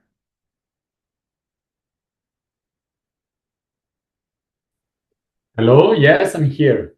Okay, great, great. Thank you. So if you agree, in 4 minutes, we can start, okay? Yes. I'm just opening my folder with my presentation. Great. I saw that the other colleagues use a presentation with a white background. And I don't know if there was a template. I prepared another one with a black one. I hope that's okay. Yeah, to be honest, I think they haven't used, let's say, an appropriate template. Let's say the template of the conference. I think they Oh, have removed the background or whatever. So I think oh, in this time, I don't know if we can mention them to correct it or not. oh no, but it's not, it's not too much complicated just because I used the template for the paper, but I didn't see that there was another template also for the presentation. I'm sorry, but I hope that. No, it's okay. Okay, thank you very much. I can, if you want, I can share my screen just to show you rapidly how is. Okay, great.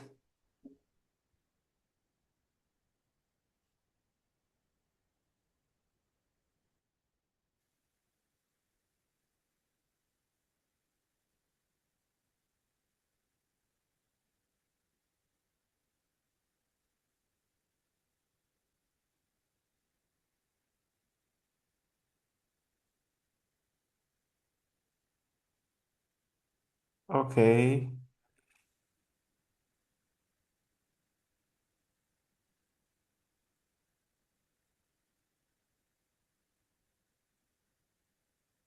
And do you have any presentation in this section, Professor? I think your microphone is muted. Okay, right now I think it's okay. Oh, it's okay. Oh, maybe. Oh, this happened when I shared my screen. Yeah, when you shared the screen, then the audio muted. Okay. If I try now, you hear me? Yeah. I can hear you well. Okay. So okay. Perfect. Now you see my presentation and you can hear me. Okay, right now it's great. Yeah. Okay. Thank you. Okay. I So modify we just. have 2 minutes left, yeah? Okay. No problem.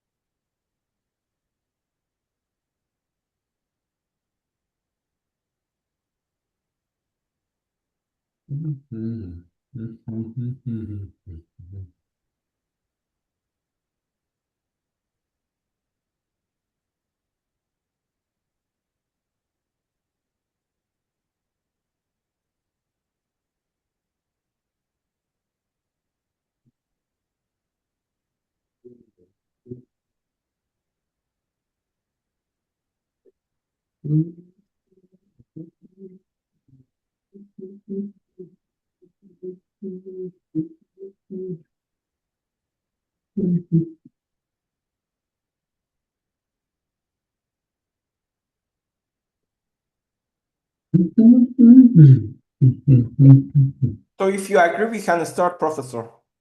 Okay.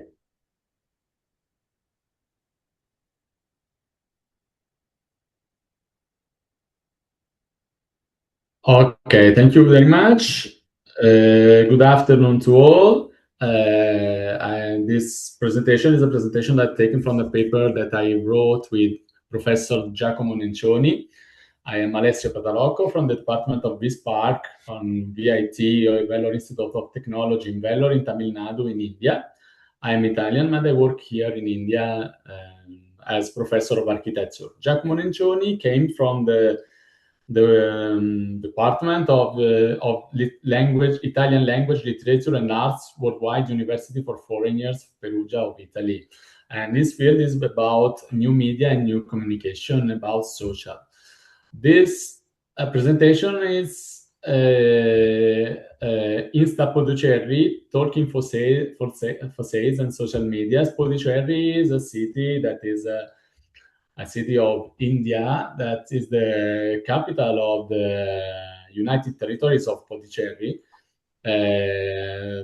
250,000 inhabitants, and it's called Puducherry, like a pre-colonial name, and Pondicherry when became French, and Pondicherry when became English. Today, Puducherry or Pondicherry, as you prefer, as your preference. The key historical events is around that after a village of fishermen, then it became a sort of airport for the French East India Company. And during the very short Dutch colony, it became a city with a squared plant and a new city's configuration that is very, very important to understand the dimension of the actual Pondicherry. That in that plan, in that map, in that French map of 18th century, you can see how was the first plantation of the taken directly from the Dutch drawing for the cities. Something that is normal in the cities of colonizations. Also, Hong Kong, for example, in Kowloon had a sort of had these drawings of the city because it's the cities of the harbour where they have to use this place for the goods and for the management of goods of directly came from the harbour. And with the time, the city was separated in two parts. The first one that you see that in the lowest part of this new map is the part where the French citizens was stable, and it's called now the White Town. And the other part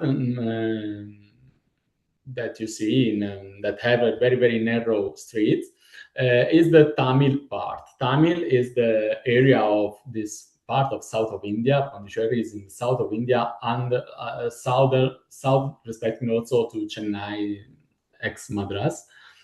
And is a place where you can see the double identity of a city. A part is a French, that is also here. You can see where is also the Fort St. George, is the fort that French colonizers built to protect that part of the city. And the other is ever considered the Black Town. In this image, you can see a little part of this particular history. It's when the Fort St. George was demolished by the French that arrives, and French and English that arrives to have a war inside these little cities. And at the end, map of Pondicherry of late 18th century became something like that. A sort of city divided into big part, one Tamil one, far from the sea, and another one, we can say the white one, because it's in the middle of the French and Dutch cities, corresponding to an architecture that is very, very particular in this case, because it's an architecture that is a sort of hybridization as language in between the colonial language, colonial style. There is some details that are taken directly from the Blondel manual of French architecture. And the 18th century was also the period of the national styles of the countries that want to colonize the rest of the world. And this hybridization with a sort of the Tamil tradition that was typical of this area. in these images of you saw just the Western language, but in reality, there is this sort of the dual identity of this sort of historic center. Was a part of, there is the boulevard that has inherited a significant cultural heritage from various communities, a legacy reflected today in building classified into 3 distinct categories: French style, Tamil style, and mixed Franco-Tamil style, respecting Gulmuguran. This also in the reference of the paper. So in one side, there is the Tamil streets, known as the speaking streets, because they are very, very narrow and have an intimate dimension, more familiar and human scale dimensions. And to the other, in another stance, we have also the French city, that more boulevard city. These 3 images are 3 images taken from the French cities, from the French town or the white town, where the buildings are characterized by high perimeter walls, richly decorated by the gates, by garden, by courtyards, columns, and so on. All these columns are perceived like a reference of the classic world. In reality, there isn't the correct proportion of the Palladian style, for example, but we know that the Palladian treat was exported by George Dance, and with a sort of a different translation of the proportion and of these other styles. But also the use of color was interesting, and we will see. The building in the Tamil section is in the other way. Works by construct with shade and ventilation that is facilitated by the presence of internal courtyards and other elements typical of the local architecture. Was Tinnai, Tirulvaram, and others that now I don't have time to explain, but are very, very different. And there is also this hybrid French-Tamil style. Is a mixing of these 2. We think is the most interesting also because these elements evoke the French tradition, but you can see that it's made by Tamil. We will see more in detail. I'm sorry for the short time that I have. Maybe I have to run a little bit. In this study, we take some case studies, these streets, Roman Roland Street, Bassi Street, Dumas Street, and Saint Louis Street of the White Town. And this is the palette of the color of Bassi, Dumas Street, and Saint Louis Street. You can see a palette of color that is very close to the French imaginary, we can say. And with this color of the heart that are very, very far from the Tamil tradition of color, for example. You can see here a sort of very, very rapidly, point of view of that.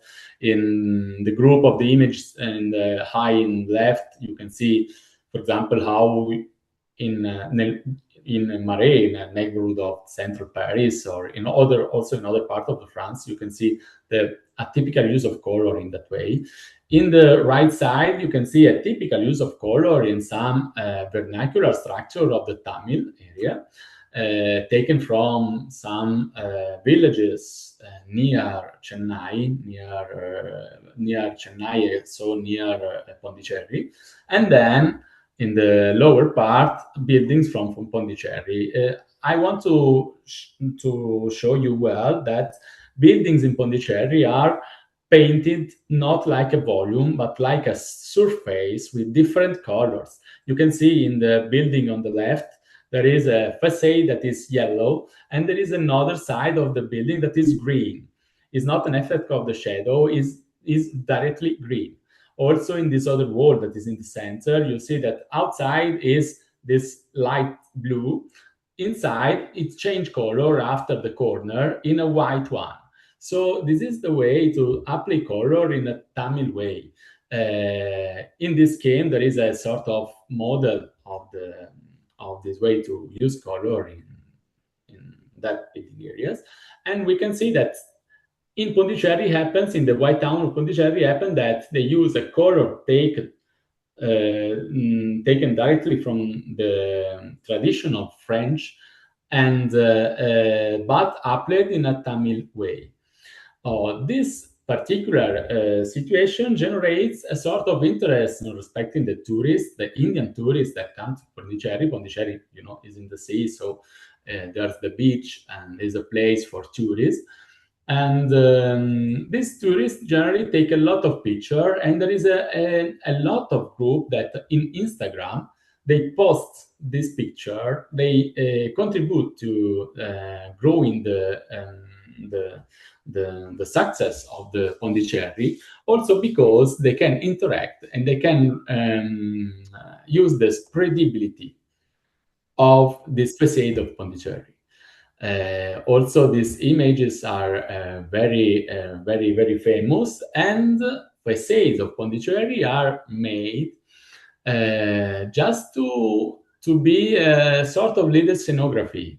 In the image, in the lower part of that slide, you can see that there is a lot of framed images that are made like a scenography. You can take from a picture not only a color, not only an icon, but also a nuance, something that speaks about an ambient, something that can bring tourists out from this place, out to something other.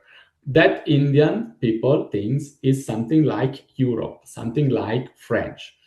And we start to this thinking. Algorithm is a sort of urban curator.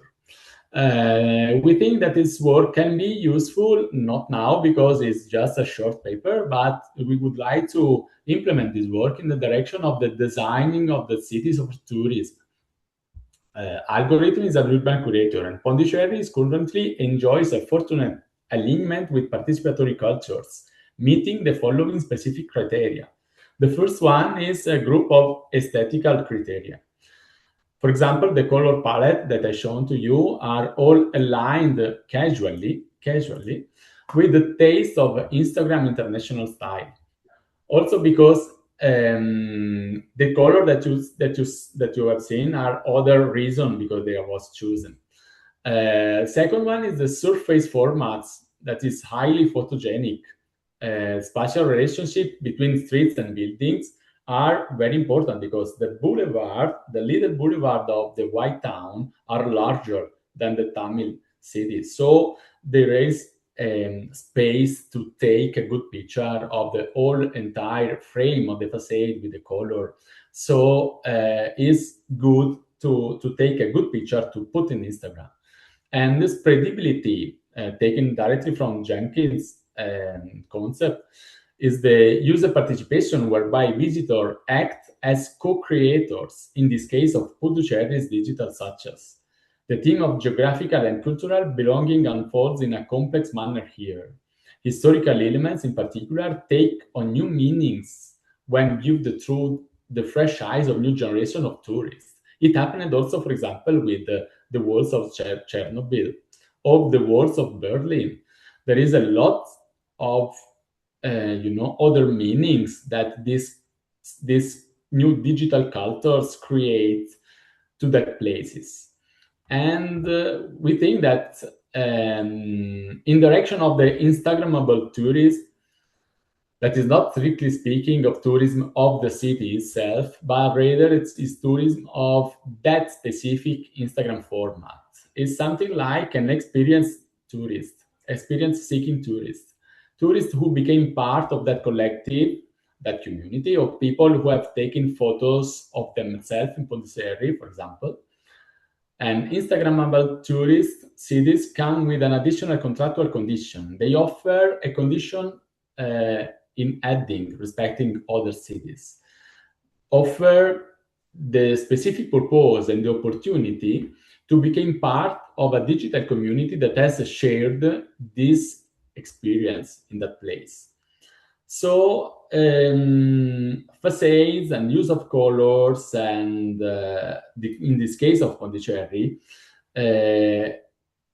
is something that it was useful also for the tourism because it's something that is correct for the Instagrammable tourism. And maybe this condition is something of important to consider now in this hybrid dimension where generally people are.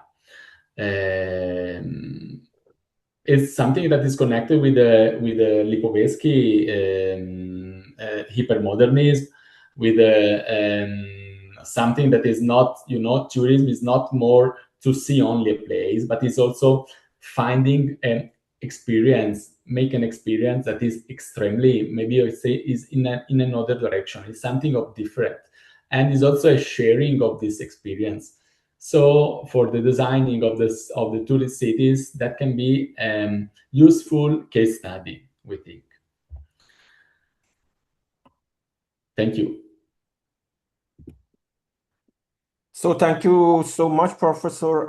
That was so interesting. Was that what does is that research has been conducted as a part of like PhD program, PhD, or master thesis, or was that done by yourself?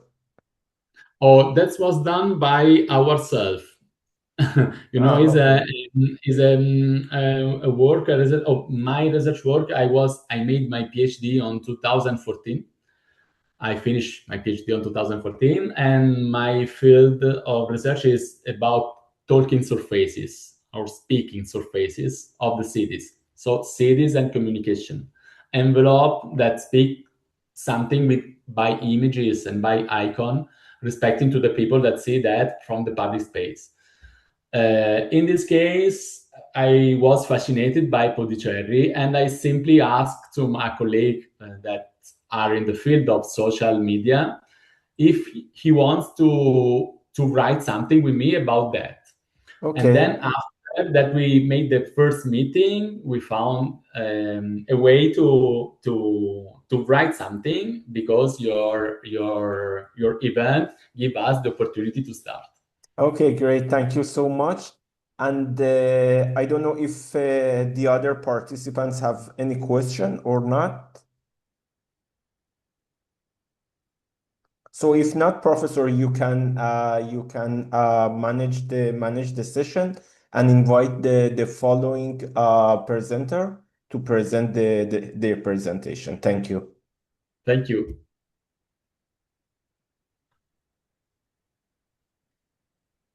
So I invite the next one.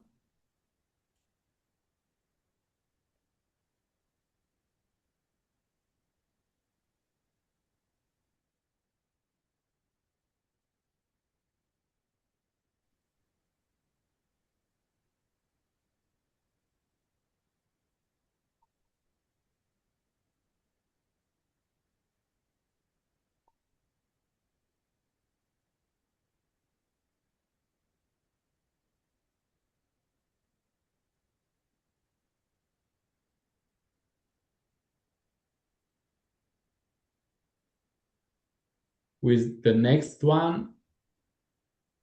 The next one, I think it's Dr. Muhammad Hafiz Razak, who can present the presentation entitled Reclaiming Urban Identity and Authenticity through the Adaptive Reuse of Heritage Buildings, Insight into Urban Form and Cultural Continuity in Historic City.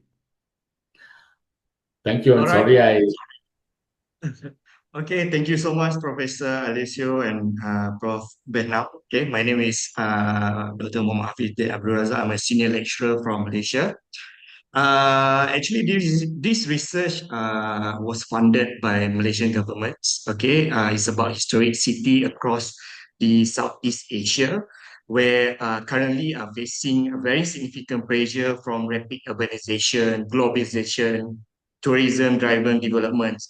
While these forces contribute to economic growth and urban transformation, where they also threaten to the cultural identity and authenticity that make historic city are unique. So when I say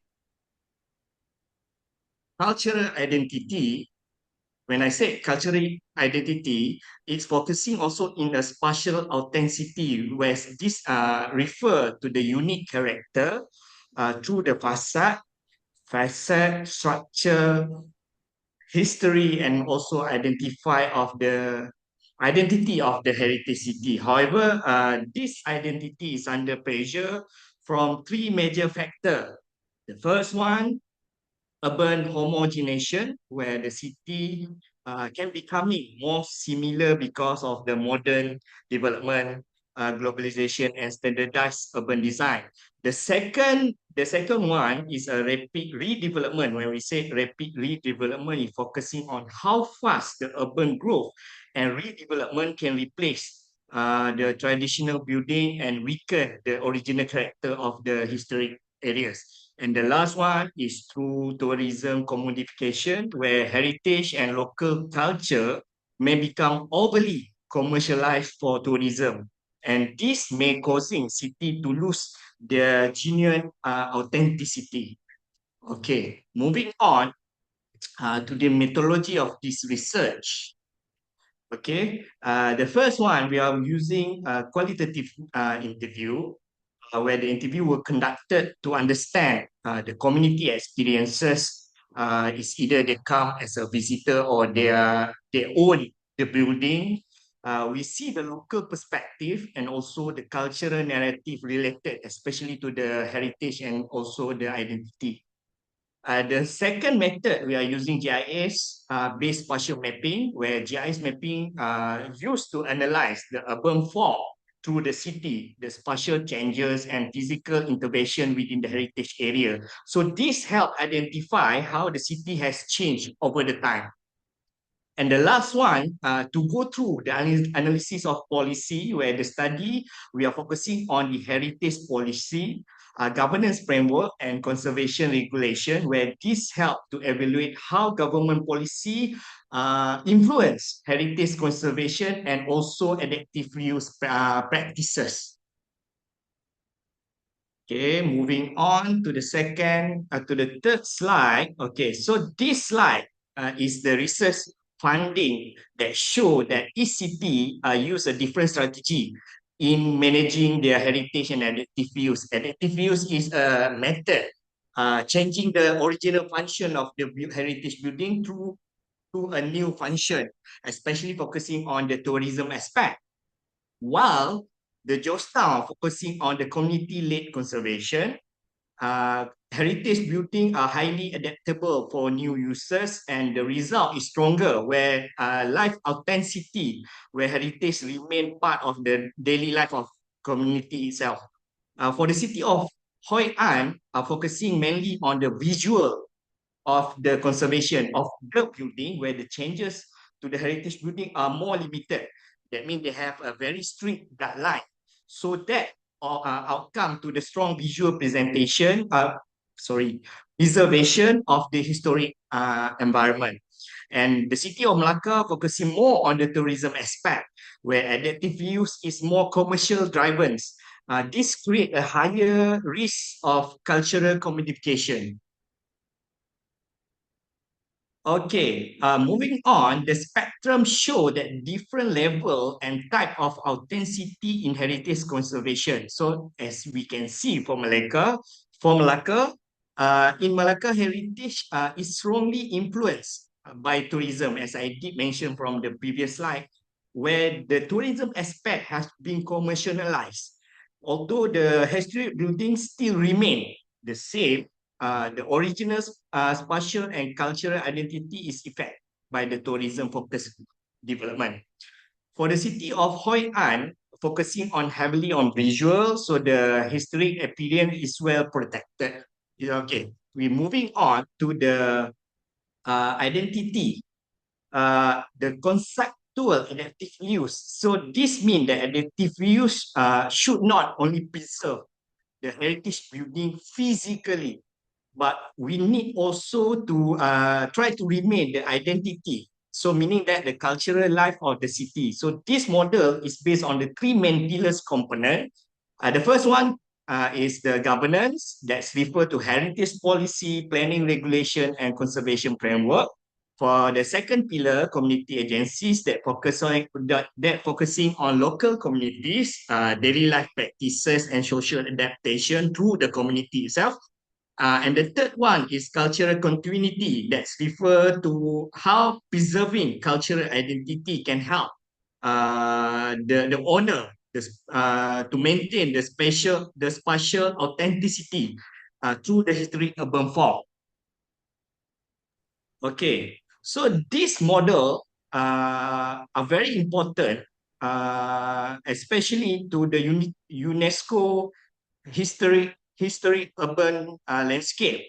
That this approach explained that heritage conservation should not focus on the individual historic building, but instead they have to consider the wider urban environment, community life of the owner itself, cultural activities, and social and spatial contact of the cities.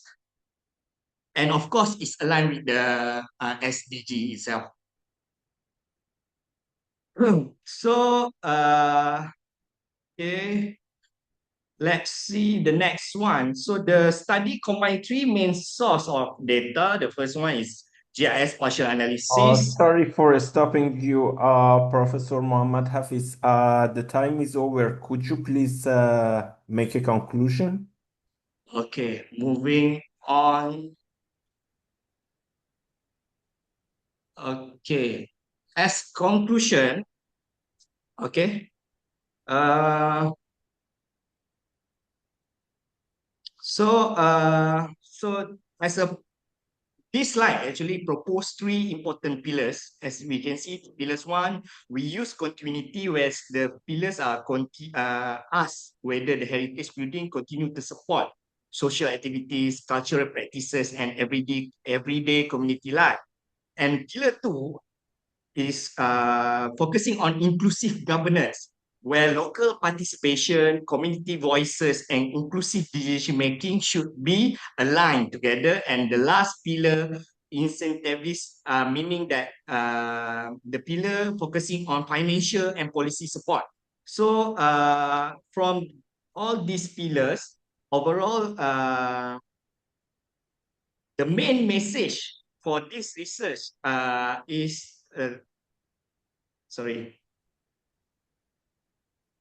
to always prioritize, okay, people, memory, and life cultural meaning, so that we can still preserve our heritage building. That's all for me. Thank you. So thanks a lot, Professor Hafiz. Professor Pataloko, you can ask people if they have any question. Thank you.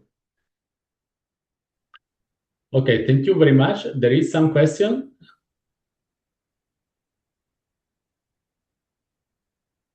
No? Apparently not. Okay, so we can continue with Dr. Halide Herogul and Associate Professor Dr. Raser Basharir Dindich. Is correct? Assessing the authenticity of municipal market halls as colonial heritage in Cyprus. Please. Hello, dear professors and colleagues. Thank you for this opportunity to share our researches in this platform. Hello, everyone. My name is Halide Erol, and I'm working in Cyprus International University, and my colleague Hacer Başar Dinliç working as an associate professor in Eastern Mediterranean University. This is a kind of part. Please, Professor Halile, could you please share your screen? Yes, sure.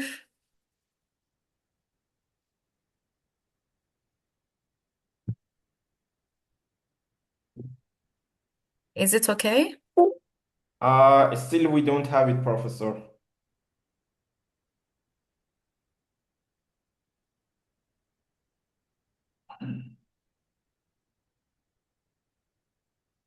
In the toolbar on the bottom. Yes, I think it's okay now. Yeah. Apparently, we have it right now. So please move on. Thank you. This is a part of my research on my PhD thesis. My PhD thesis was related with the colonial modernity in space and practice in Cyprus. And this is another way to criticize the municipal market hall, thinking of the authenticity, which were built in the period of colonial period in Cyprus. And there were significant buildings which have different typologies, starting from the early colonial examples to the most modernist examples. Totally, it was 25 examples searched for my thesis, but in this presentation, we studied 13 examples located in North Cyprus. And mainly, sorry.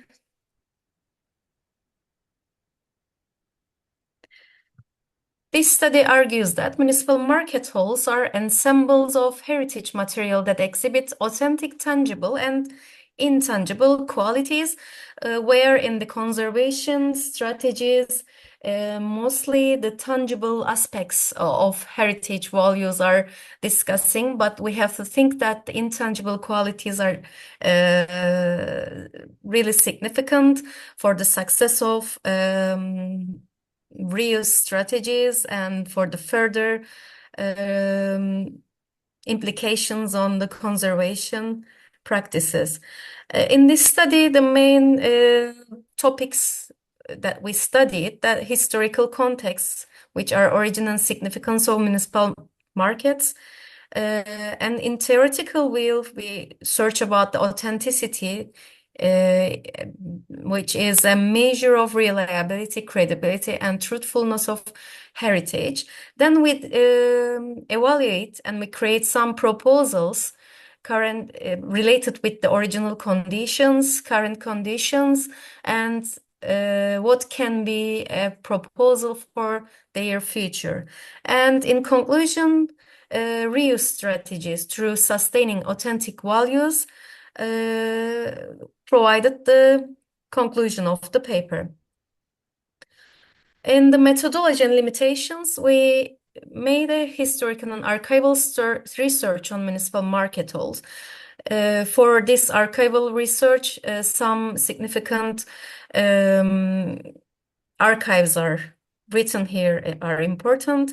We made field surveys and on-site documentation, and we made, which is very significant, are semi-structured interviews with former users to document social memory and everyday practices. Then authenticity assessment based on principles and the narrow document on authenticity. Then the evaluation of municipal market halls through tangible and intangible heritage values are provided. The island of Cyprus is located in the Mediterranean Sea, which have a strategic importance, and it is located on the crossroads of trade and culture. And several great cultures influence the built environment. That's why the market halls in this trade and cultural routes, market halls are very significant building typologies. And municipal market halls were locally known as bandabulia, under the effects of socio-political context within the Ottoman period and the British colonial periods, which is amalgamated and enriched by spatial layout and living pattern of medieval marketplaces, norms and codes, rules and regulations of British colonial administration, which is a unique case representing complex relationship of tradition and politics at the same time. Their location are significantly, importantly, take place in the city centers, urban contexts, close vicinity to the religious buildings. And the surrounding of the buildings and interior of the buildings always experience the movement and dynamism, sharing rituals, traditions during their heyday. After 80s, the buildings faced with the decay in terms of their usage, in terms of their building conditions. So most of them are reused or abandoned.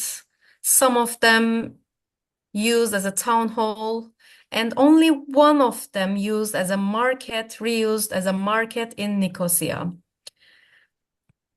Those are the examples which are located in northern Cyprus, Nicosia, Famagusta, and in other some villages. And these are some interiors before and after reuse facilities in Famagusta and in Nicosia. What we made by documenting those buildings, analyzing those buildings, referring to some concepts and principles of NARA document versus some charters like Venice Charter, ICOMOS, or FARA Convention. So there are some tangible aspects which can be summarized as authenticity of form and design, materials and substances, location and setting, and intangible aspects which are significant in market buildings as use and function, tradition and techniques, spirit and feeling. And this is the summary on the left-hand side. This is the summary and table of the authenticity values of municipal markets that you can find in the paper, because it's long to summarize in this platform. These are the authentic values of municipal markets and the proposal for future conservation of the authentic qualities, basing on the NARA document of authenticity. Professor Halide, many thanks for the presentation. The time is over. Okay, yes, this is the last Yeah, it would be great if you make a conclusion. Yes, this is the last one. As a conclusion, we have to think that authenticity as a living heritage, and adaptive reuse is essential for preventing abandonment, decay, and the loss of heritage significance. The authenticity of municipal market halls is not limited to their physical fabric, but also includes memories, traditions, sensory experiences, and community practices. Most of them are lost their original functions, and current conservation efforts mainly prioritize tangible preservation, often neglecting intangible heritage values. In that sense, sustainable conservation should move beyond the museumification approach and support municipal market halls as living everyday heritage, to balance contemporary needs with local identity, preserving both material and immaterial authenticity. And in conclusion, authenticity is not only about preserving buildings, but sustaining the life, memory, and cultural practices they embody. Thank you, dear professors, for listening me. Thank you very much. There is some questions. Apparently, we don't have any questions. We can go for the following presentation. Following presentation is Professor Anissa Boutemedjet. I don't know if pronunciation is correct. Urban public policies in Annaba between continuity and urban déjà vu. Yeah. Hello, everyone. So I just would like to. Professor, could you please talk a bit louder, Professor Anissa? Bit louder. Do you listen? Do you understand? Yeah. Right now, yeah. It's okay. Move on, please. So my presentation is, my research is about urban policy, public policies in Annaba between continuity and urban déjà vu. So in our thinking, so I have a problem with the yeah. Do you see my presentation? No. Yeah. Right now, I think you are in the second slide where we have the introduction. But I don't have any presentation in my I don't see anything now. I don't see. But we have you. Okay. But we have your screen. But my screen is dark. No, I don't right. see anything Your now. screen is dark. Then you can leave the sharing and share it again. Like, now you can you see? Yeah. We can see it. I have a problem now. Yeah. So in our thinking, the notion of architecture and urban heritage departs from the vision of old city centers as museums or empty shells to revive the idea of a living space appropriated by its inhabitants, whose place and role in the constitution of the heritage space cannot be ignored. Our approach requires in the understanding of the Medina not only as a physical heritage site, but also as a lived space. In this sense, living in a heritage site like the old city of Annaba is not a neutral experience. Its history, mnemonic value, and its cultural and identity-related significance are all elements that transcend the mere materiality of its physical heritage and give this living space a specific character in terms of the practices, uses, and relationships of its inhabitants to space. Since the country post-colonial period, namely the 70s, and up to the present day, the public heritage policies in which the Medina of Annaba, commonly called Place d'Armes, is included, have essentially been summed up in policies of relocating its inhabitants. From the outset, the effects of these successive relocation policies have particularly degraded the Medina's environment. The displacement of the large part of the population while leaving their home without any support or overall heritage vision has resulted in numerous waves of precarious, transient, and above all endemic repopulation in dwellings left empty and unmaintained.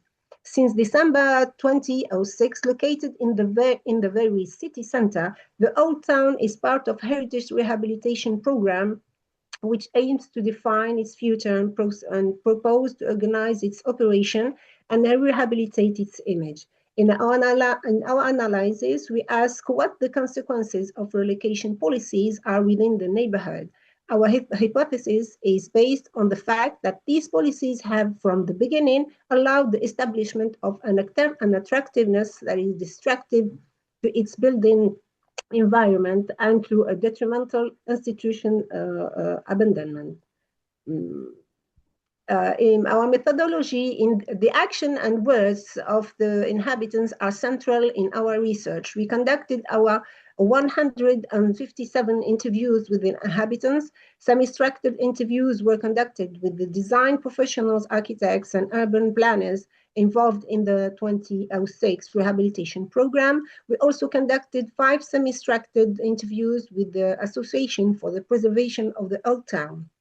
The essential help of 2 technicians from the old conservation office city and their ongoing support allowed us many insights. In such cases, direct observation was essentially to verify our hypotheses and their indicators.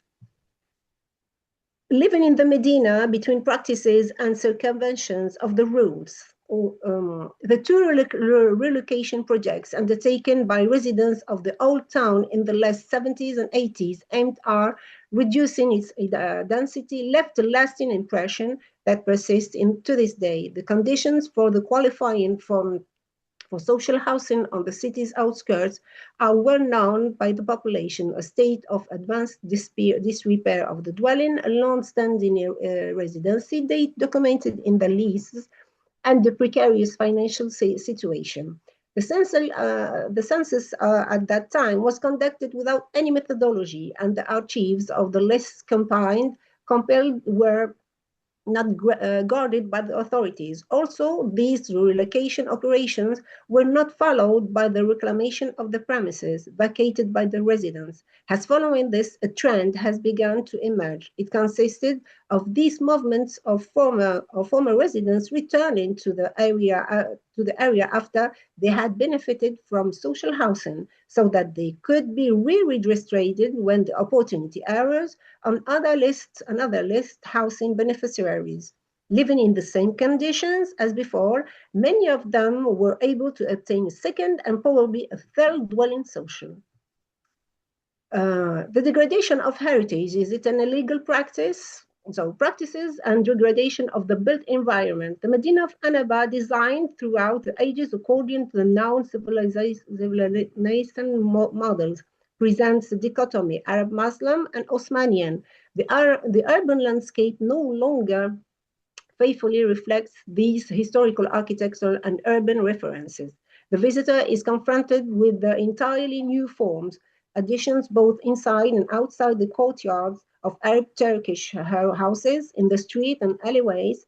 These include the replacement of doors with windows and vice versa, the extension of a semblance of an upper floor onto terraces, and illegal construction of vacant lots resulting from the collapse of building. As we can see here in the three pictures, we can see. These practices inform us about the situation in the Place d'Armes. This is due to the movement of population who pass through and with the aim of staying temporarily find themselves settling permanently due to a lack of means. The new and longer time residents whose children are growing up and reaching an age where they want to get married are in this case renovating and building a room and as an extension of the in the courtyard or in the terrace as a temporary or in need more permanently solution. So, Professor, sorry for stopping you. The time is over. Could you please? Okay. I will conclude. So in our research highlights throughout its path the deployment of a variety of actions and their dynamics. It had been shown that the residents can demonstrate individually or collectively ingenuity and creativity in circumventing, diverting, and even employing an attitude agreed upon and legitimized by the social group in order to achieve their final goal of relocation. The public heritage policies would have much to gain by integrating this state of affairs into their interest of safeguarding and rehabilitating the Medina of Annaba. And this from the departure, not to ignore it each time. In this way, complete and perfect break with this traditional, conditional, continuous and urban déjà vu, which has persisted since the post-colonial period of 70s, would put an end to this bitter reality. This taken into account is a condition imperative in order to consider a genuine urban renewal of this territory in particular, and the metropolitan area of the country's four largest cities in general. And Thanks a lot, Professor. Thank you. Would you please stop sharing the screen? Yeah, yes, but I have a problem with my PC. Okay.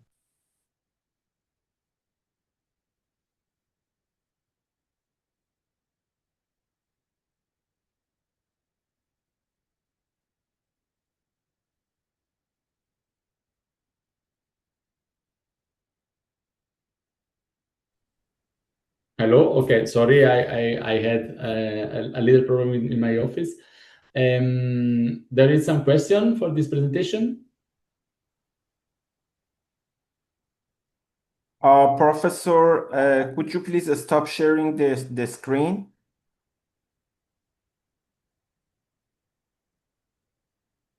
Professor Anissa.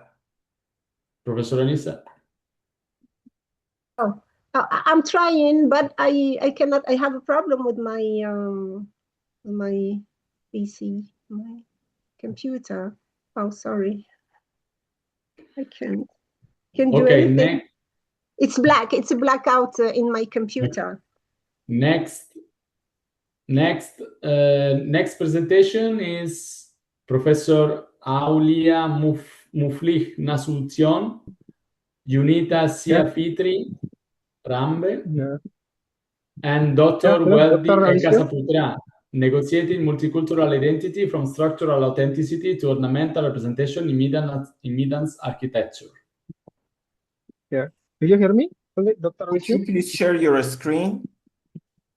I cannot because from the previous presenter, I asked to stop sharing the screen, please. Yeah, but I have a blackout in is my it okay right now?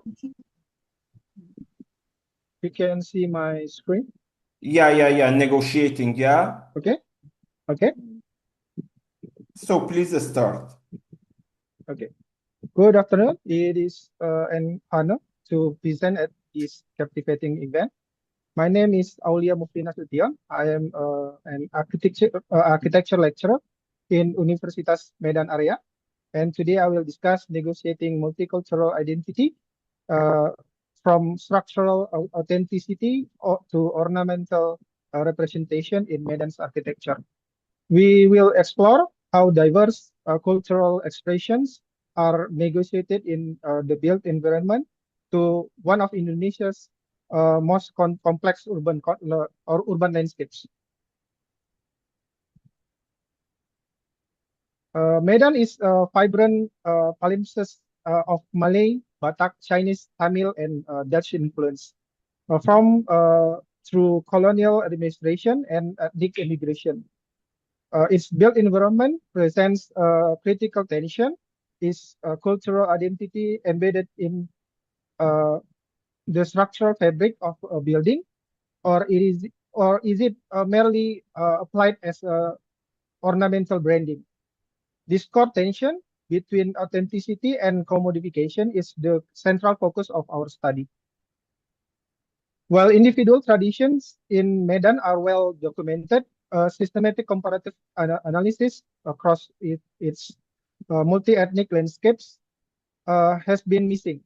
We address this using our authenticity commodification analytical framework, or ICCAUA. We hypothesize that religious buildings demonstrate higher structural authenticity, and that owner identity is a stronger predictor of authenticity than building function or era. Let's look at the methodology that guided this investigation. Our primary analytical tool is the structural removal test. If the vernacular elements were removed, would the building stand? So type 1 represents structural necessity. The vernacular is the load-bearing system. And type 3 is represent ornamental application. Vernacular aesthetic on modern reinforced concrete core. Our sample of 12 buildings spanning from 1884 to 2023 was analyzed through field observation and archival research to map this spectrum from intrinsic structure to extrinsic ornament. Now let's examine the key findings from our analysis. The distribution is telling. 50% of our sample or religious or heritage sites are type 1, where tradition is structurally integral. Meanwhile, 34% are type 3, where tradition is applied for commercial or civic representation. Crucially, hypothesis 2 is confirmed. Owner identity is the strongest predictor. Religious and royal patrons prioritize structural authenticity, while commercial operators prioritize ornamental branding. Our 12 buildings represent a cross-section of Medan history from 19th century masonry of the Maimun Palace to the 21st century stele of the Masjid Agung Medan. We see the clear shift in how technology and tradition interact across different functional categories. We identified 3 distinct eras. First, the pre-modern from 1884 to 1955. Structural authenticity was necessity of available technology. The second one is modern reinforced concrete. From 1972 to 2010, we see a bifurcation. Vernacular becomes ornamental skin on modern cores. The third one is contemporary from 2001 to 2023. Importantly, hypothesis 3 is confirmed. Contemporary technologies does not mandate commodification. Buildings like the Masjid Agung Medan prove that modern steel can authentically continue vernacular tradition when backed by genuine motivation and cultural practice. Finally, let's discuss the theoretical and policy implication of this finding. We propose that structural embeddedness is the most reliable criterion for authenticity. Our research show that vernacular tradition is an evolutionary continuum, not a static relic. Policy-wise, we must prioritize culturally embedded ownership over the mere building age. The ECAF provides a transferable instrument for mapping architectural complexity in any rapidly urbanizing multicultural city from Penang to Yangon. We must recognize a contemporary neo-vernacular as a legitimate continuation of heritage. Thank you for your time. In Medan, architecture is not just shelter, it is a negotiation of identity.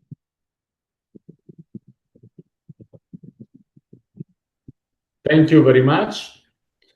There is some question regarding that.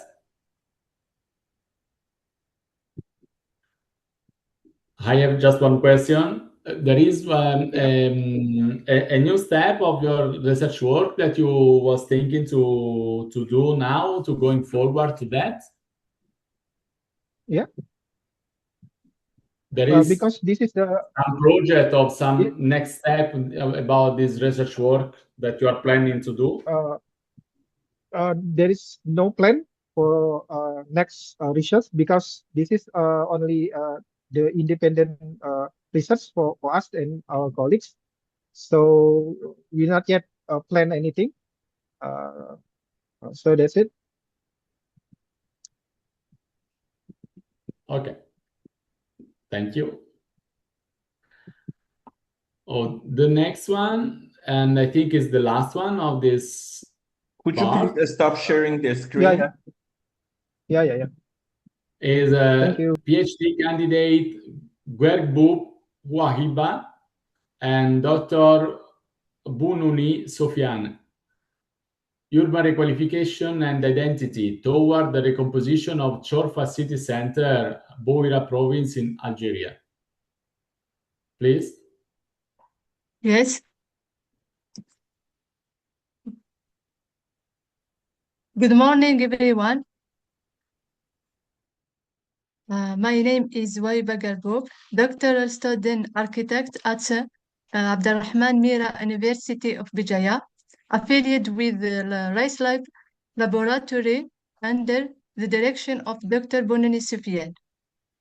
Today, I am very pleased to present our research entitled Urban Requalification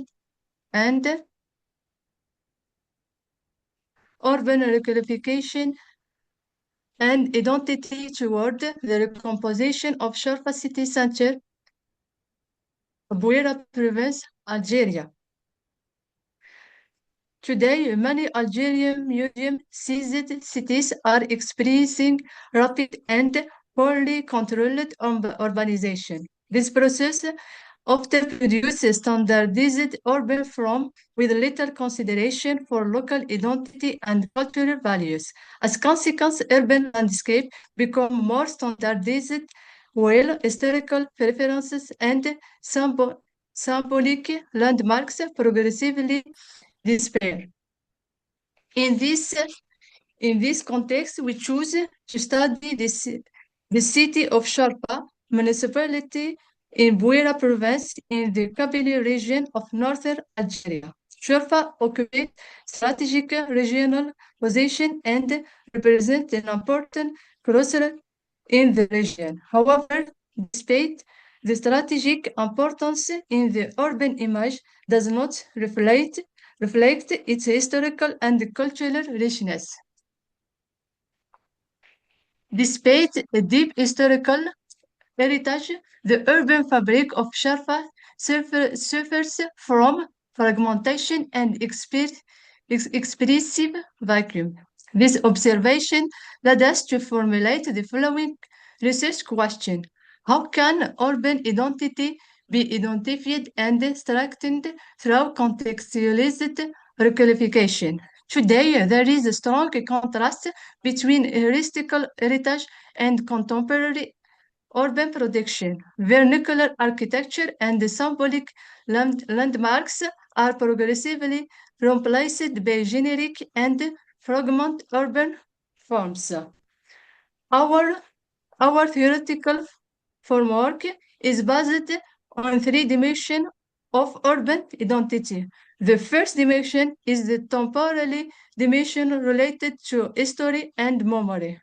The second is the social dimension linked to cultural practice and everyday life. The third is the spatial dimension concerning urban morphology and the built environment. Therefore, urban identity should be understood as dynamic relationship between society, memory, and urban space. To analyze this issue, we adopted multi-source methodology, combining spatial analysis, field observation, interviews, and heuristic analysis. Our objective was to understand the evolution of the built environment, user-citizen perception, and evaluate urban uses and spatial quality. Our analysis identified three major stages in the urban evolution of Sharpa.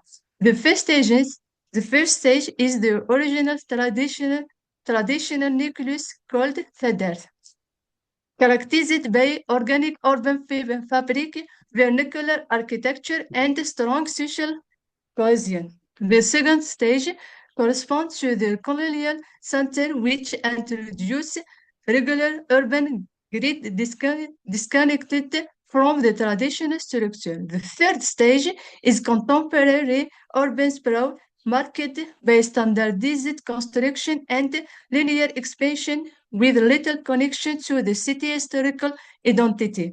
The city suffers from severe morphological discontinuity. This analysis reveals the transition from traditional urban model rooted in local context, climate, and social interaction to a contemporary urban production that's fragmented, standardized, and disconnected from local identity.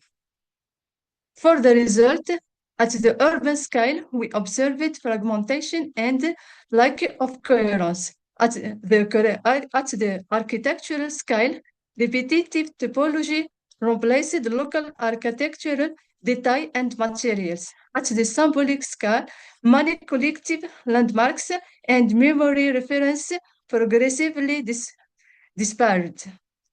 This situation creates a rupture between space, memory, and social identity. Urban discontinuities are mainly linked to morphological fragmentation and the gradual loss of local identity. The contrast between the coherent vernacular fabric and recent standardized urban form requires integrated urban regeneration based on local identity and spatial continuity. In conclusion, our research demonstrates that urban regeneration should go beyond physical renewal by reconnecting cities with cultural identity and collective memory. Urban identity, therefore, remains a dynamic and evolving process shaped by the interaction between pupil and their environment.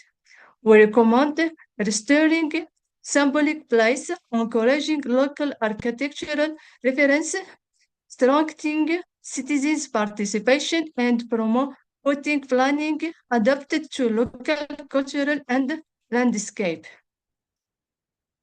Thank you very much for your attention. Thank you very much, Professor Wahiba. And there is some question. Okay, apparently no. I want just to maybe we can move directly to the final session with the debate.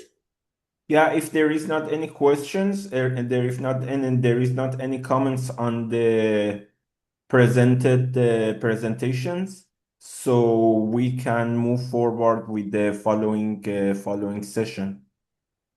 Oh, there is just maybe a reflection that I can put in our roundtable also if Professor Wahiba wants to reply also, because if I understood, she is PhD candidate, so she is starting now her research work. I saw that all the interventions are focused in this relation between something that comes from outside in a community or in some part or some cities that have a memory to preserve and that we have to preserve surely.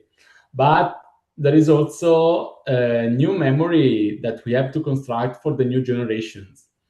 This new memory can be an hybridization with the cultural, how can I say, solicitude that comes from outside. In that, I would like to ask to all the presents who want to speak about that, and also to to PhD candidate Wahiba, what you think about that.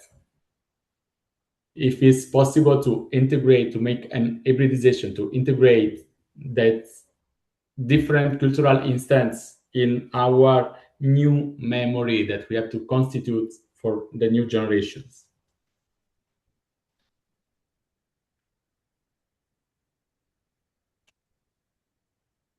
I think she cannot hear you. Professor Wahiba, are you here?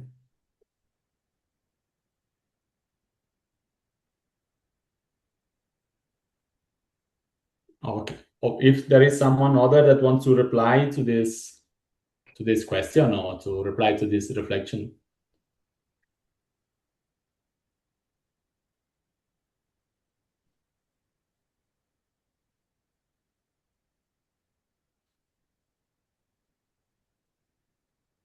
Oh, sorry, Professor. It's out of my expertise, so I cannot comment.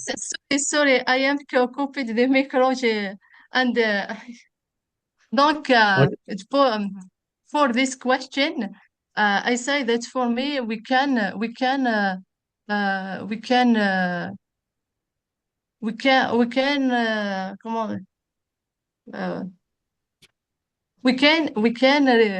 reconstruction with the in the present to reference to for past. Oh, okay. Okay, thank you.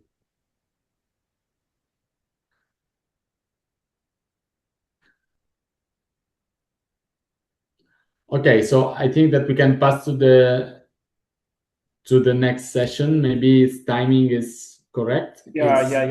We can move forward. We can start 40. Okay. Yeah, please feel free to start the following presentation, which is Professor Marcelo Pérez Mercado, Beyond Material Preservation, Urban Vitality in the Historic Center. Yes, thank you very much. Now it's my turn. If you let me a second, I'm going to share my screen, my presentation. I think you already see it.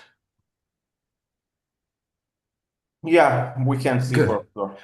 All right, thank you very much. So regarding the last question that Dr. Paraloco asked, whether is it possible to introduce a new memory, I think that I am going to sort of start answering the question by the end of this presentation. So hopefully this may ignite a new debate afterwards.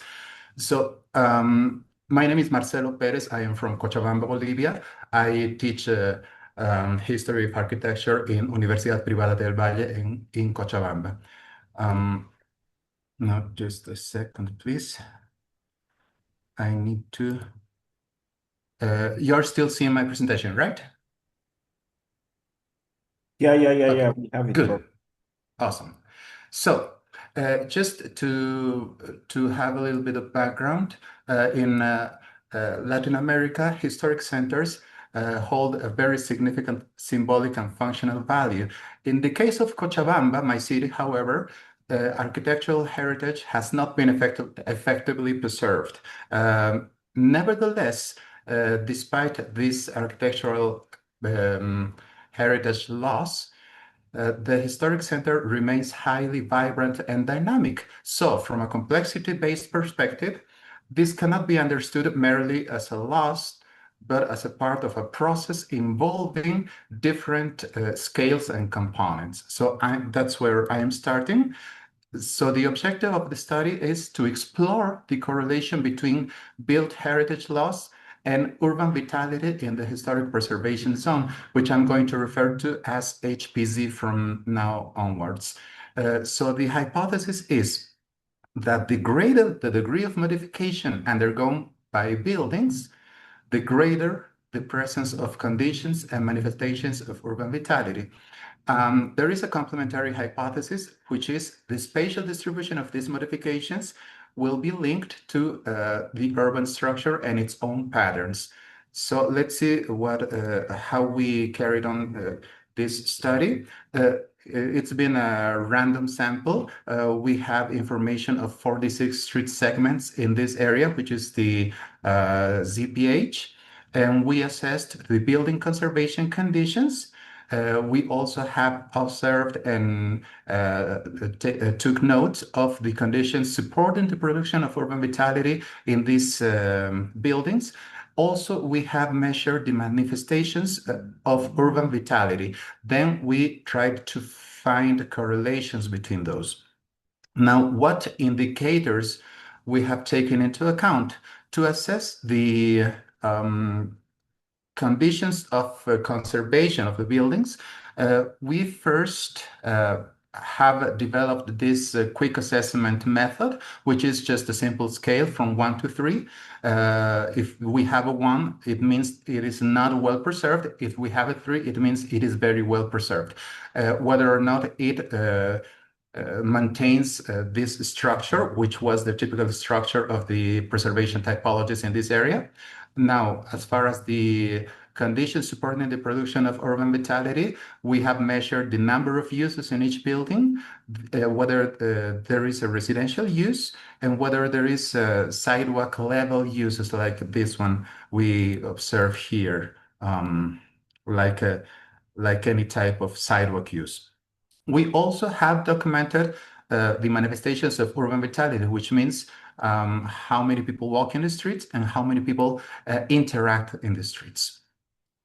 Now, what are the results?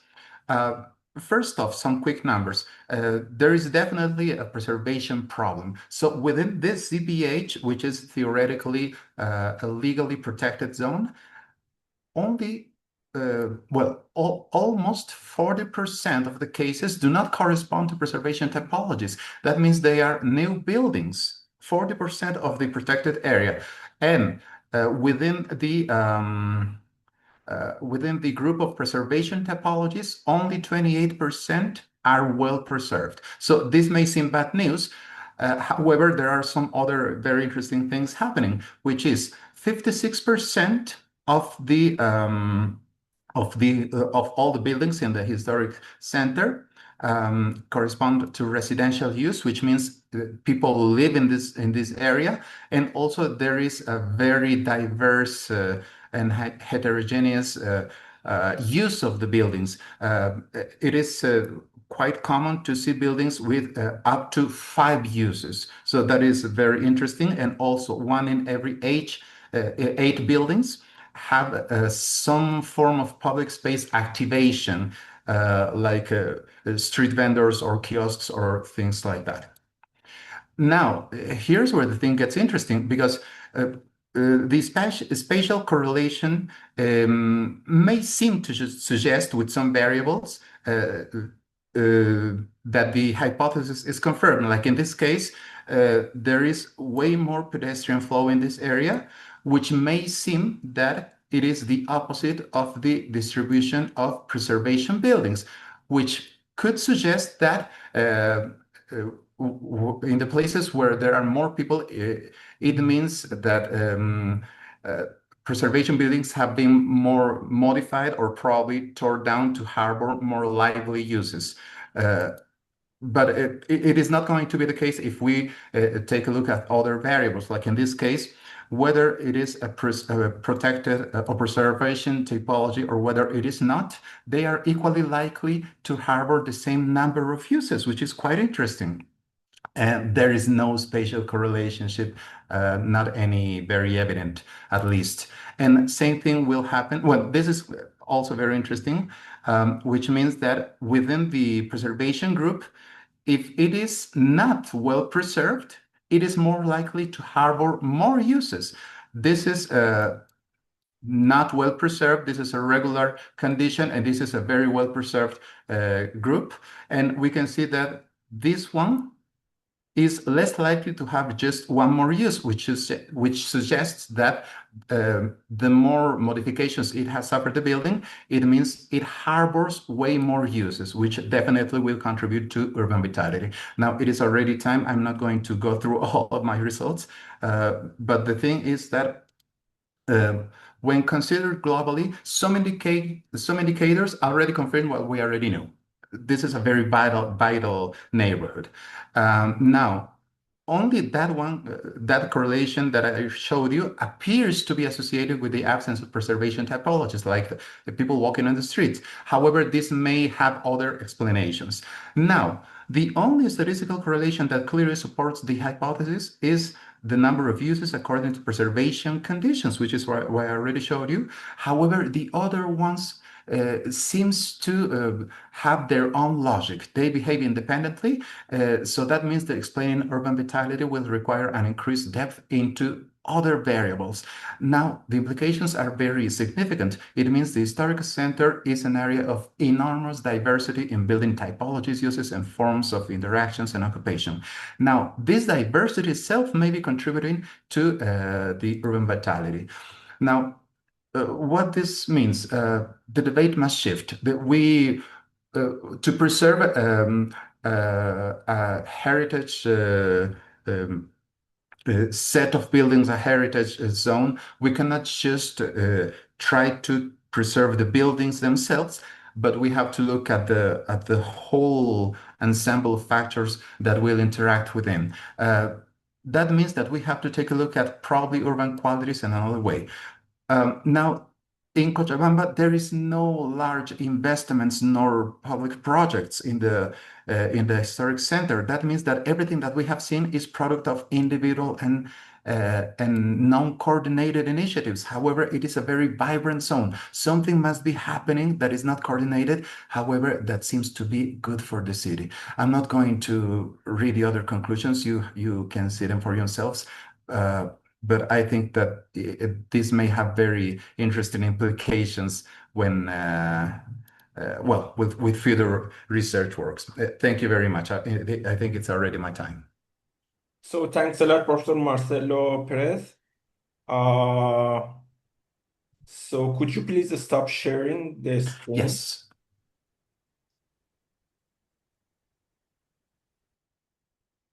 Thank you. Very much. Yeah. Please go on, Professor. Oh yeah, so sorry, I had to change my device because here in India it's very late and I had to close my office. So now I have by my phone. I hope that you hear me. I find very interesting this intervention, also because open a lot of a lot of problems that we have to analyze each time that we consider these things for our cities. And I hope that research work can have a prosecution. There is some question. I don't think so. So if you agree, we can go for the following presentation. Yes, okay. So the following presentation is from PhD candidate Sayed Seper Ibn Ali. Yes, I'm here. Candidate is Sayed Safer Ibn Ali, Spatial Can you hear Organization me and and can you see Ornamental me? Expression in Traditional Courtyard Houses, a comparative study of Exactly. Orugerdi House in Kashan and Casa de las Campanas in Córdoba. Yes. Please. Can everybody hear me and see me? Yeah. Please go on. Okay. First of all, I want to thank everybody for this opportunity and thank the professors. Well, wherever you're connecting from, either a good afternoon or good morning. Okay. Okay. So could I'm you gonna please go. share the screen? Yes.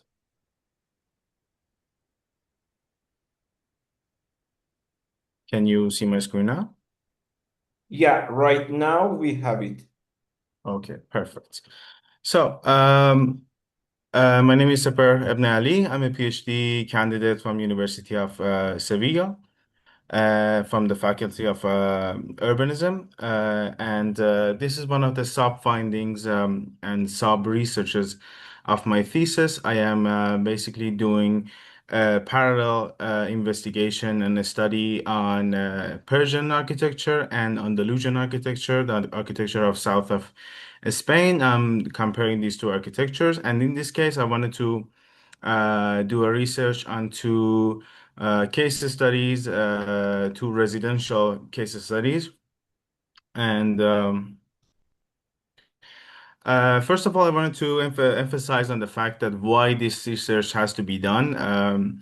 These two case studies, these two traditions of architecture, either the Persian or the Andalusian, has been studied in depth, but they have been studied separately, never in parallel, never together. And I think I could actually help to this area because this is an area that I don't think has been studied a lot. I wanted to also talk a little bit about my case studies. The Burjadi house in Kashan. It's a mid-19th century residential house in the center of Iran during the Qajar dynasty. And Casa de las Campanas in Córdoba. Should I minimize this? I think so. Yes. And Casa de las Campanas in Córdoba in Spain as a 15th century medieval mudéjar stately home. And these two houses, I would say, are houses that know how to breathe on their own, and they're passive survival machines for the climate. And there are many things that we can learn from them and apply them to our modern architecture, I would say. Okay, so to talk a little bit about the objectives and the aims of my study, I aim to study these three houses and compare them in terms of climate control and how they conquer heat, and also ornamental meaning,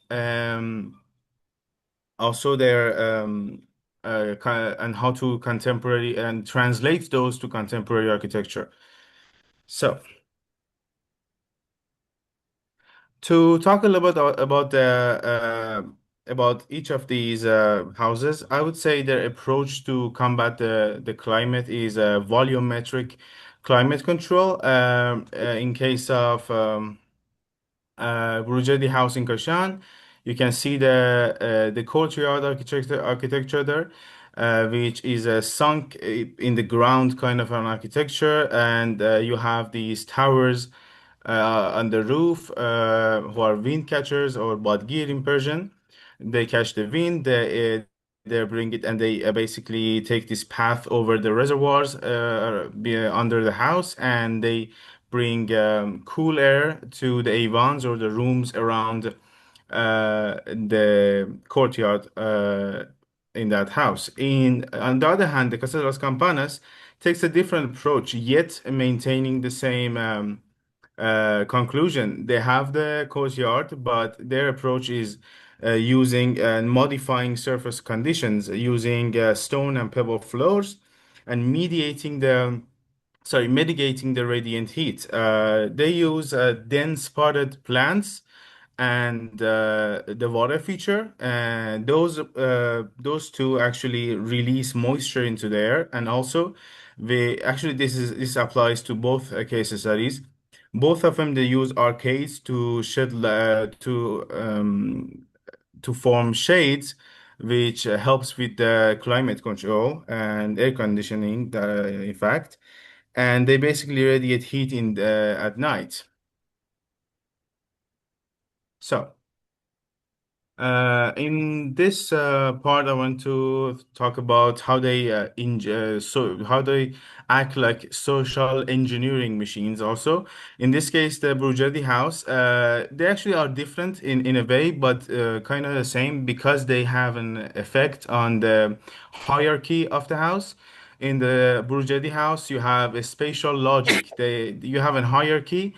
You do not enter the house immediately. You are taken into this path, which is called the Hashdi. And then when you enter the house, actually from the outside, it does not seem like a very architecturally rich house. But when you enter the courtyard, then you are able to see it's not, it's a, that kind of architecture creates private areas and creates safety within the residents of that house.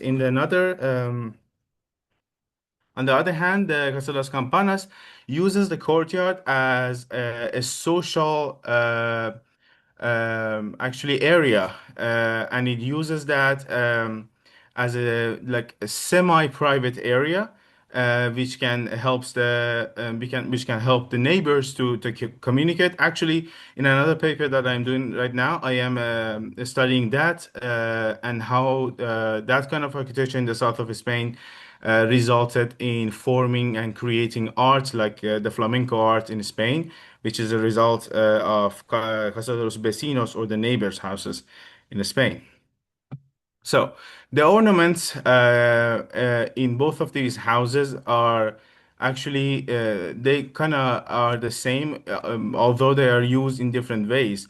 They actually, apart from showing the identity of each architecture, and they actually use they're kind of a GPS, because when you uh, enter each of these parts of this house, the houses, with the ornaments you can see, apart from knowing where you are, you can understand if you are in a representation of a hierarchy and power.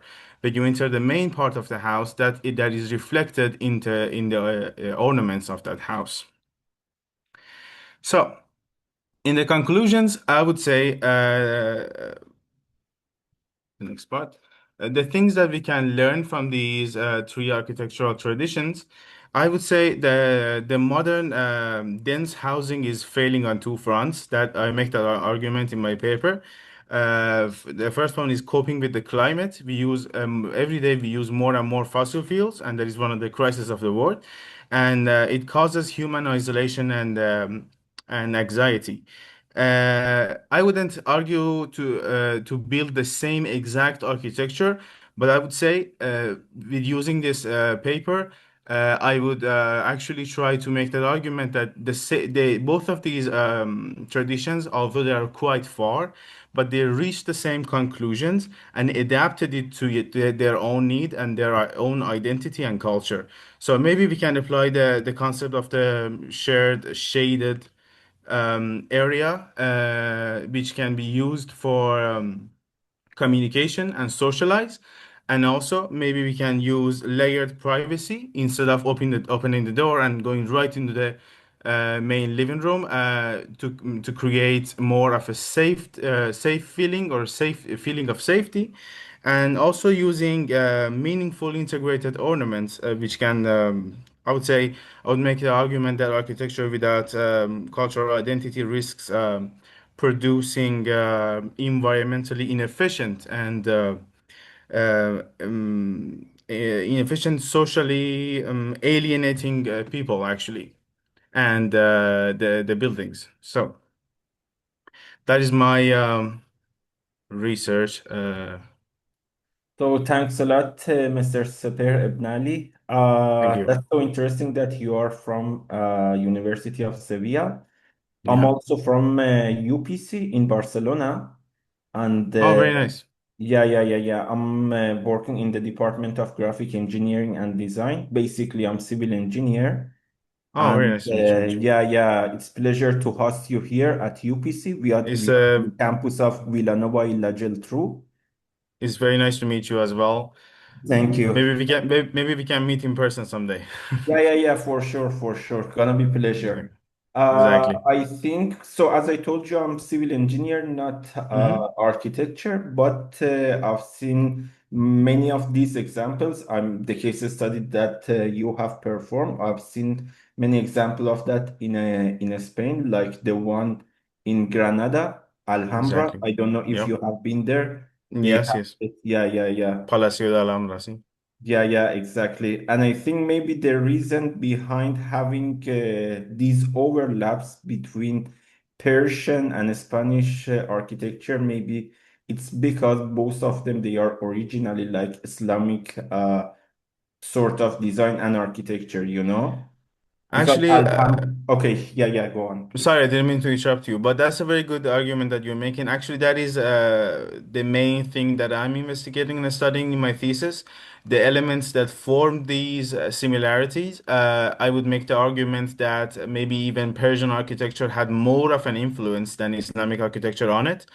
And I would say, actually, in my thesis, I'm working on both of these traditions of architecture during the Caliphate of Umayyad Caliphate, actually, which actually in that area, in that era, both Iran and Andalusia, well, Spain overall, were in the same territory. So that would naturally Oh, happen. yeah? Yes. Okay, I didn't I know would that. make that for a period. Yes, it was because I mean the Moorish the Al-Andalus area era of Spain was a Muslim era, and during that era Iran was also under the same rule. And you can make the argument that at least with at some extent it was maybe traded, the tradition traded, or maybe it overlapped in some points. But it's very interesting that they both reached the same conclusion, So you although in their mean own that way. all of this had happened in 15th century, yeah? Yes.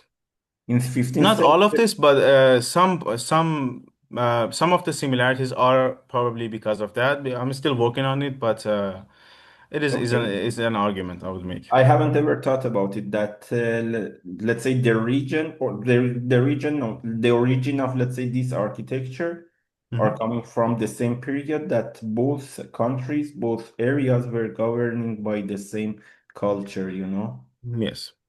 Okay, great. Thanks a lot for the Thank presentation. you. And if there is not any question, we can go for the following presentation.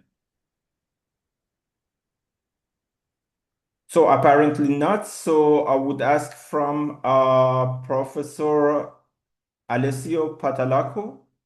Yeah, I've done my presentation for first, Okay, great, Professor. Thanks a so lot. Thanks. I think we can pass to the next one. Yeah. We can move forward with the next one. Please Ezra, introduce. PhD candidate Ezra Turan, PhD candidate Belize Bushra Shishman, typological traces as an identity element in the urban form. The case of Kunduran Chilar Street in Trabzon. I'm sorry for my pronunciation. I hope that is around correct. Please. Professor Turan, could you please Yes, I'm share here. your screen? I'm trying to sharing my screen. Sorry.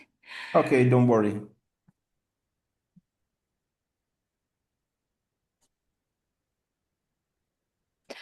Um, I'm sorry, but there is a. I'm sorry, there is a problem in my computer. I'm sorry for the. No, but don't worry. I just want to help you to how to do it at the bottom in the toolbar. On the toolbar, there is a button. Can I try later if it's okay for us because I cannot share the my screen now. I don't know why. I think I need So to adjust my. let's do something. I will tell you how to do it. Let's see if you can make it or not. On the bottom, on the toolbar, there is a. Yes, I know, but my computer says you need to leave the meeting and then you Okay. Can you just give me 1 minute, please?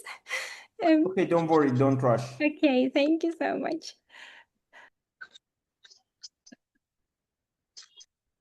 Should we pass to the last one and then return? If the last one, if the following one is ready, which is PhD candidate Yes. Allah Edine Kelly and Cornelia.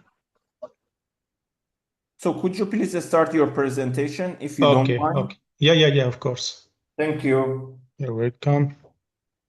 Just wait.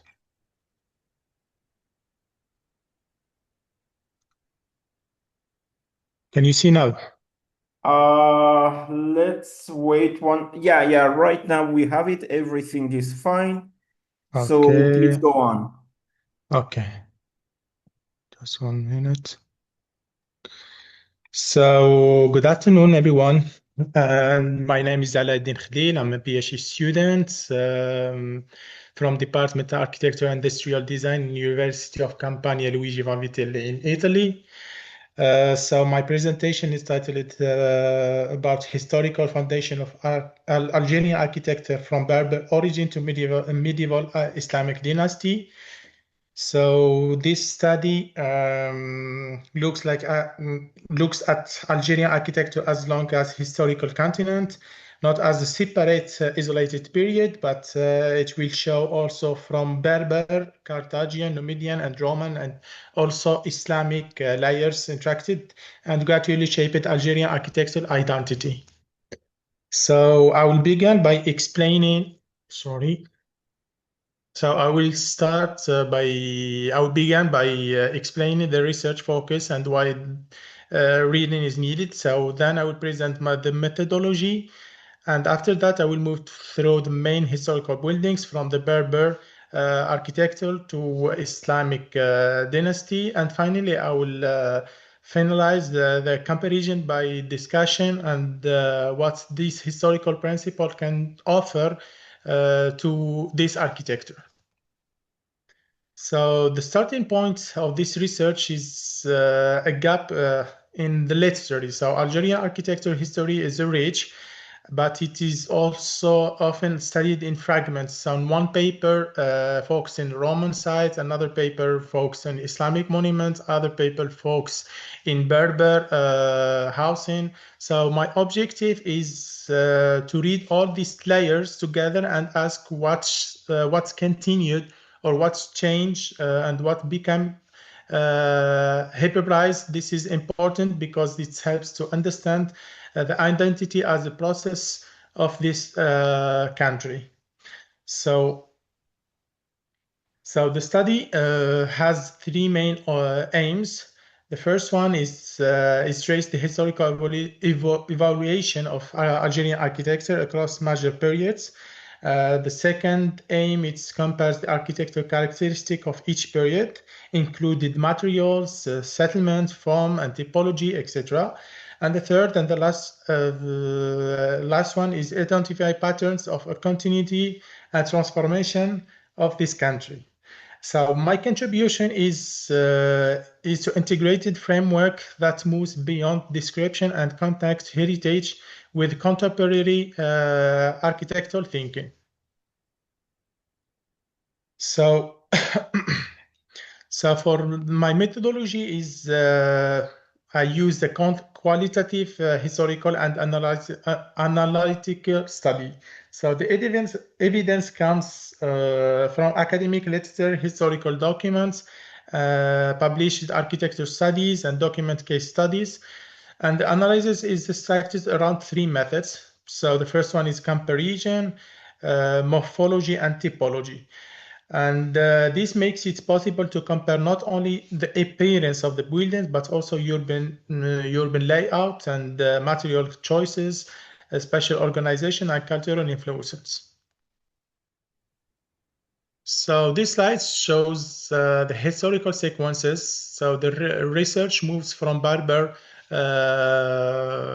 origins to Carthaginian architecture, then it moves to Numidian architecture, then it moves to Roman, and the last one is Islamic architecture. So for the Berber architecture is from the earliest layer, is like the first layer in this study. It is strongly linked by environmental adaptation. Materials such as earth, stones, and wood are used according to the local availability. So settlements are often compacted and positioned in hillsides and mountain sides, which supports defense and improves climatic performance. So the house not only is the shutters, but it is connected to social life, storage, works, and the sigillary practice. So to make the Berber layers more precise, so these slides compare three housing types. So the first one is Shawi house, is often flat roof and made with the wood, brick, and or stone foundations. For the second one is the Kabili house, which is used stones and a pitched roof. And the last one is the Mzab house, which is organized around privacy, storage, and the courtyard. So this example shows the Berber architecture is not only uniform style, but it adapts to the region and climates and the social structure. So the second period, which is Carthaginian period. So the Carthaginian layers appears mainly through coastal networks. So Phoenician and Carthaginian settlement connected to Algeria to the Mediterranean trade. So the architecture was shaped by ports, fortification, religious spaces, and urban extensions. Places such as the city of Tipaza, Shershel, and Hipon, now is Annaba, Sirta, which is Constantine, and that shows how Algerian coast became a contact zone between local tradition and Punic and later Roman influences. So a major point here is that we should avoid treating these sites as pure categories. So many coastal cities were first Punic and Phoenicians, then later transformed under Roman rules. So Tipaza is a good example, like we see here in this slide. It keeps traces of early coastal settlement while also becoming a Roman city after. So this creates a placement and meaning that different historical layers are written on the top of each other.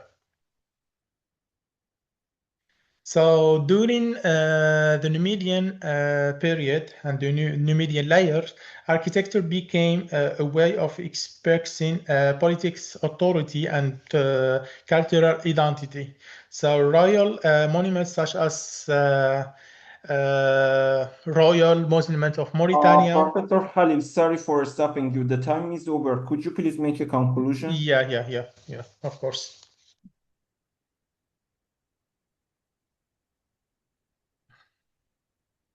Okay. So to conclude, Algerian architecture should be understood as layered identity. Berber architecture established environmental and communicative foundations, and Carthaginians make and Mediterranean networks added to the coastal exchange. new median creates monuments, and Roman roads introduce informal planning and infrastructures. And the last one is Islamic dynasties reshaped the city around the religion, privacy, and organic urban lives. So the final message is that Algerian architecture identity emerged through continuity, transformation, and hybridizations. So thank you so much for your attention. So thank you so much. Is there any question?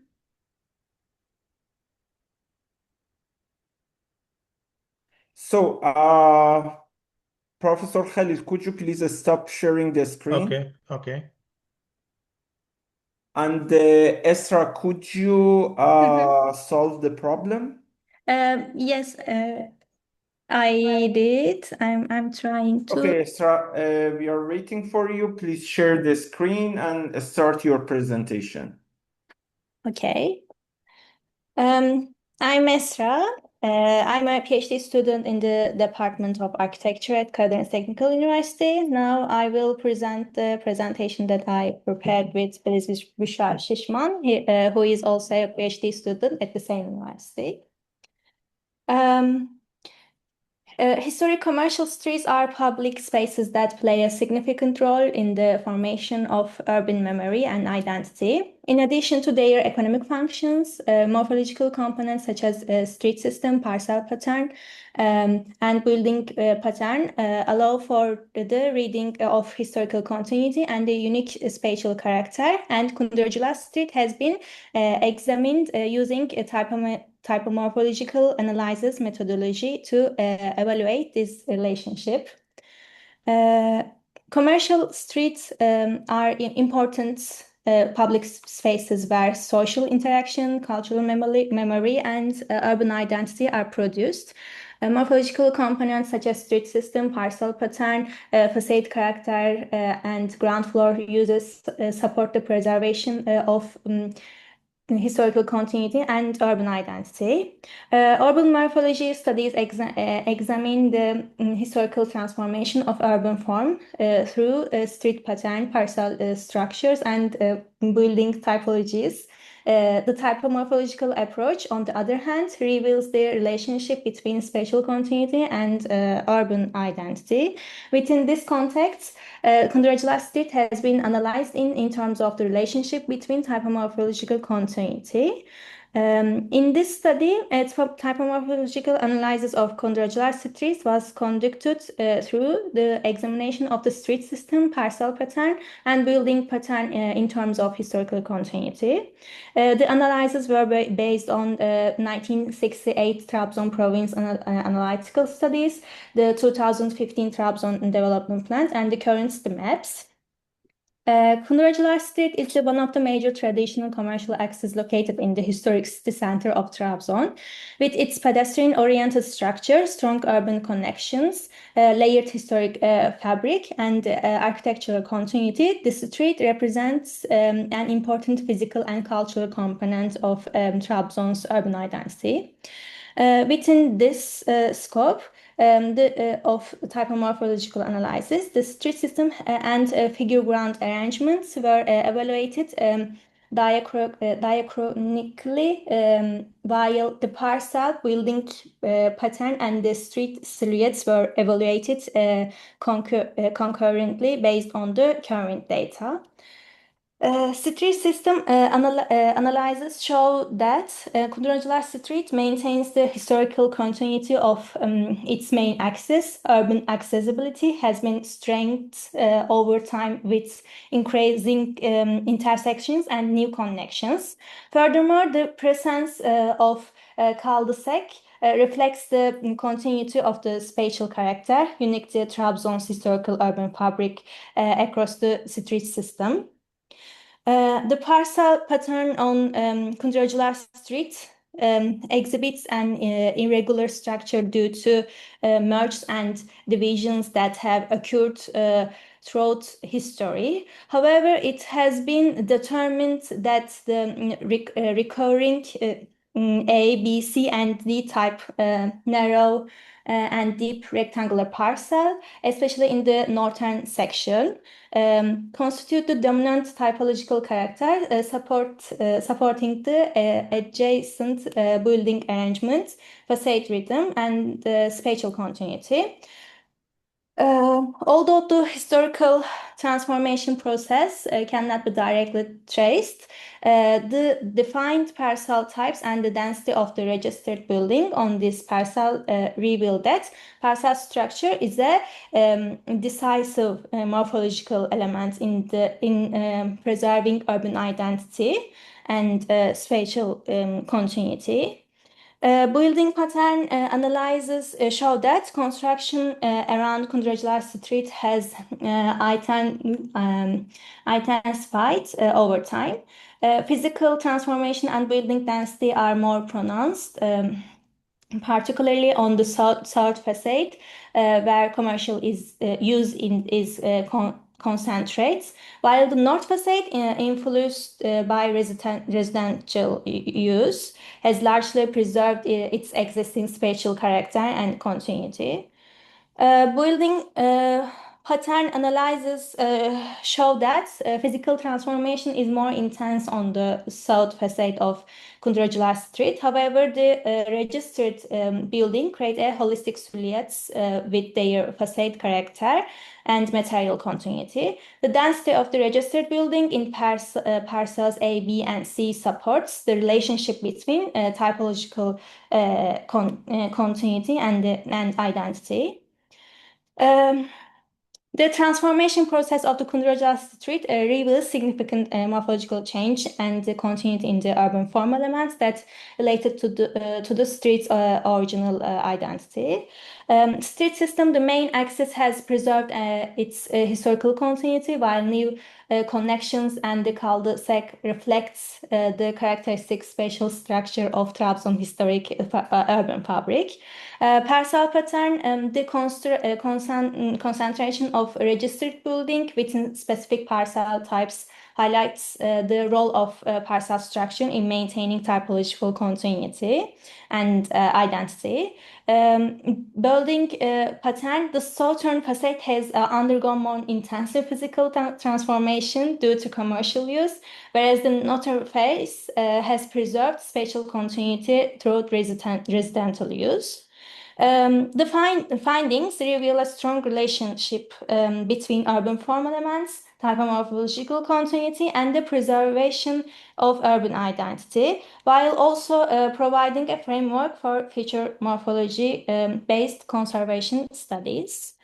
Thank you for your listening. So thank you, Esra. That was so interesting. We really enjoyed that. And is there anybody to want to make question from Esra?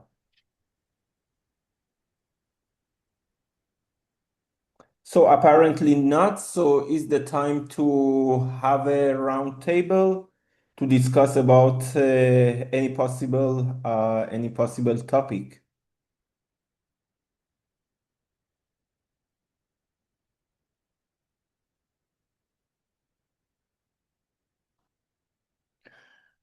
So we can wait for a couple of minutes. Then in 1 or 2 minutes, in 1 minute maybe, we can start the following session, which I'm gonna be both moderator and the chair of the session. And yeah, that's all.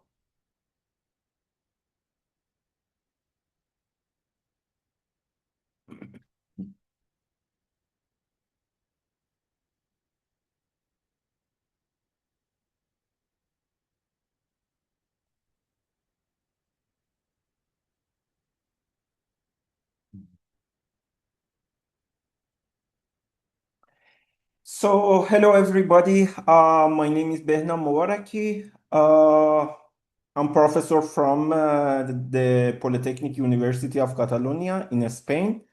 Welcome to the civil engineering session with a special focus on construction management at the 9th International Conference of Contemporary Affairs in the Architecture and Urbanism. So it's a great pleasure to chair this session and to have the opportunity to bring together researchers, academics, and professionals from different institutions and countries who are contributing to the advancement of civil engineering and construction management. So this afternoon, right now, let's say today's presentation reflects the growing importance of innovation, sustainability, digitalization, project optimization, and the efficient management strategies within the construction industry.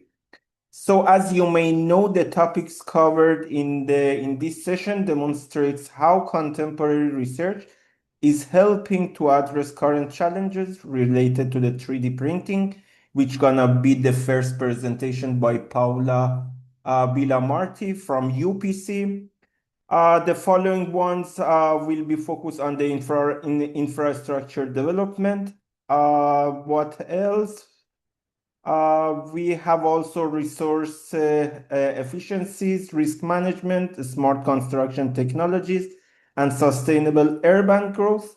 So I would like to thank all the authors and participants for their valuable contributions and for sharing their research and professional experiences with us within this conference in 2026.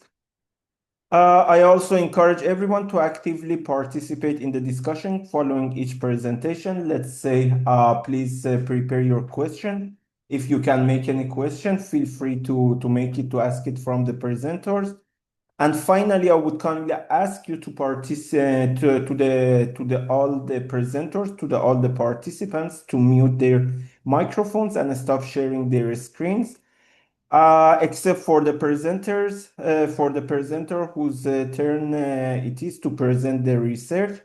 And thank you so much. If you all agree, we can start with the first presentation by Paula Villamarti from Universitat Politècnica de Catalunya in Barcelona. So Paula, the stage is yours. If you want, you can share the screen and give us your presentation. So your audio is muted, Paula. Could you please turn on the microphone? Okay, hello. Hi, how are you? Fine. Okay, 1 second. Mm.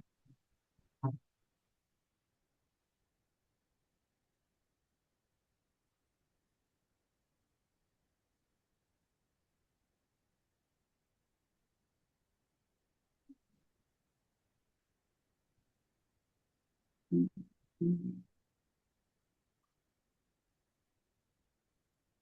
1 second.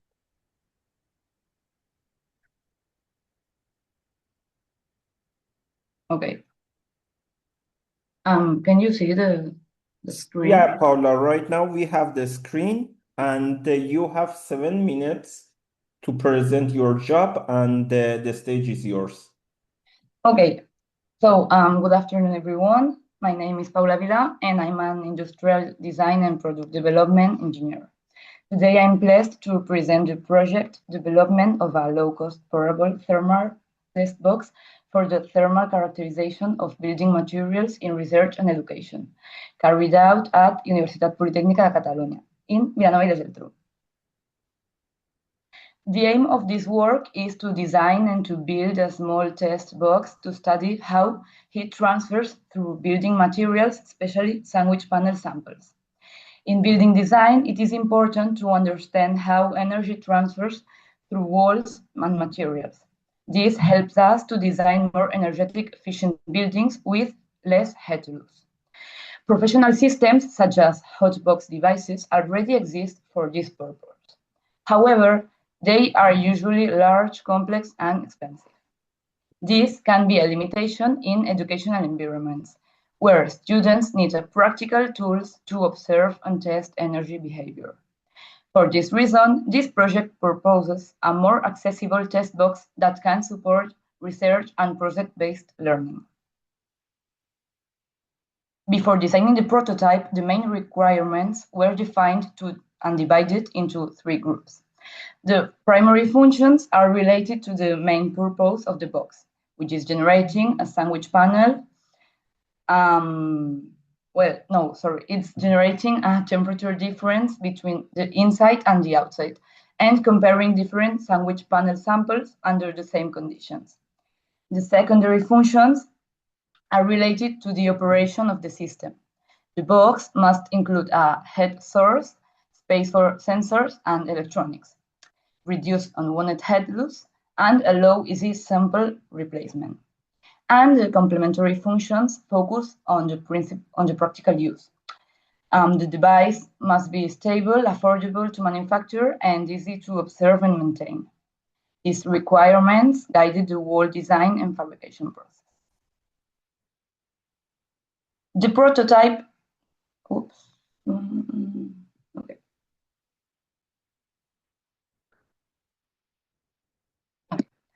The prototype is designed as a multi-layer box using 3 main materials. MDF is used for exterior and interior layers because it is rigid, stable, affordable, and easy to cut with a laser. EPS is used as the insulating core because it is very light and has low thermal conductivity.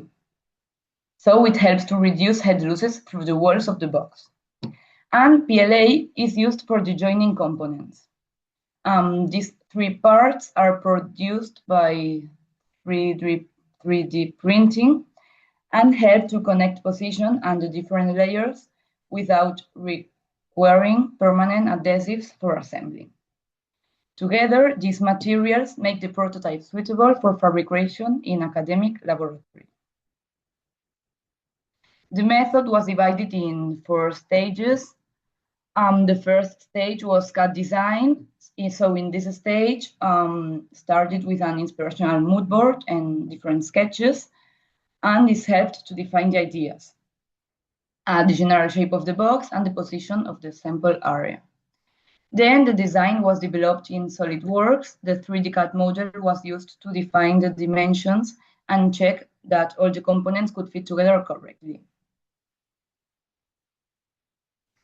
The second stage was file preparation. For the flat components, the cutting path prepared in RDWorks for laser cutting, and for 3D printed components, files were prepared in Reality Print. This step adapted the digital model to real manufacturing process. The third stage was hybrid fabrication. 2 manufacturing techniques were used. Laser cutting was used to produce the flat MDF and EPS components, and 3D printing was used to produce PLA joining components needed for assembly the positioning. And the combination of both techniques made it possible to fabricate the prototype using accessible equipment. The fourth and last stage was physical assembly. In this stage, all the parts were assembled to create the final multi-layer box. This also helped to verify that the dimensions were correct and that the components fit properly. An important aspect of the design is that the box can be assembled and disassembled. This makes it easier to maintain, transport, and modify. This stage also prepares the box for the future integration of the head source, sensors, wiring, and data acquisition system. To conclude this project, this project provides a replicable and portable test box to study heat transfer through sandwich panels, connecting building physics theory with practical experimentation. Thank you very much for your attention.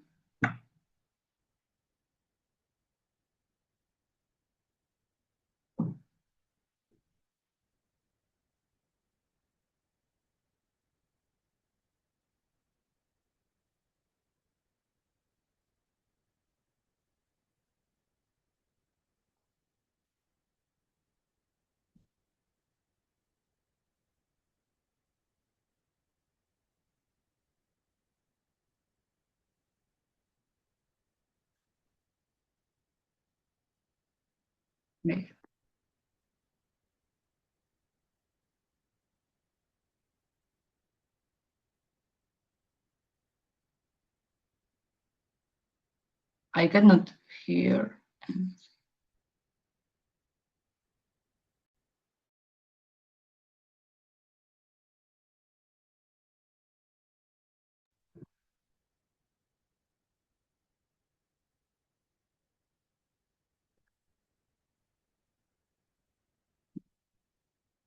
Can you hear? Mm-hmm.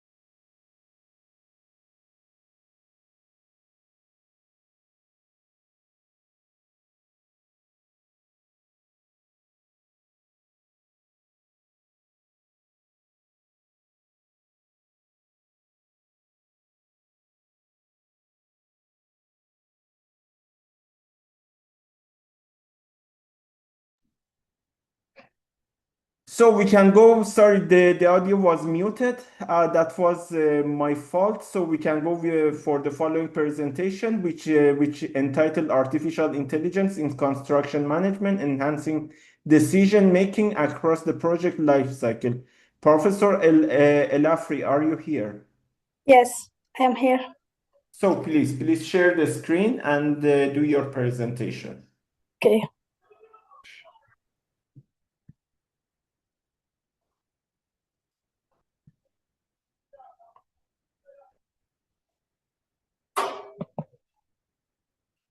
Do you see my screen?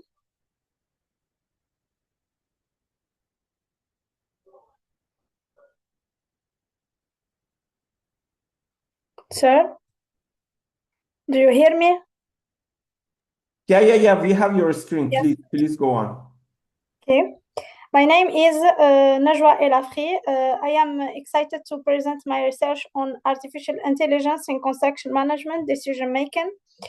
This presentation brings together case studies from leading academic journals, the latest market statistics from 2025 and 2026, and hands-on Python machine learning implementation, including comparative analysis of random forest and XGBoost algorithms on real construction project data. Construction is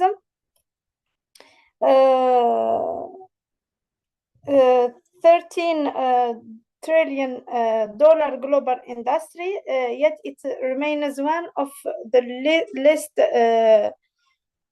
digitized sectors today. I will show you how AI is changing that and how data-driven decision-making can save millions on construction projects. Here, it's what we'll cover today. We'll begin with the industry context and why AI adoption is accelerating now. Then we explore 3 real-world case studies spanning cost estimation, delay prediction, and safety monitoring.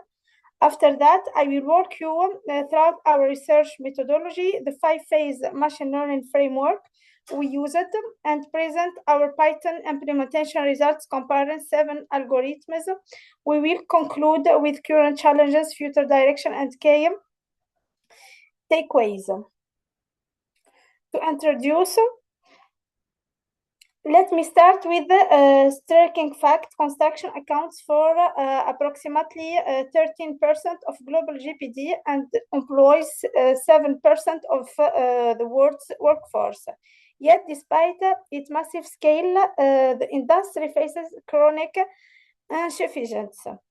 The average cost run globally is 28% in the UK. It reaches 47% in South Africa. Only 35% of projects complete within budget.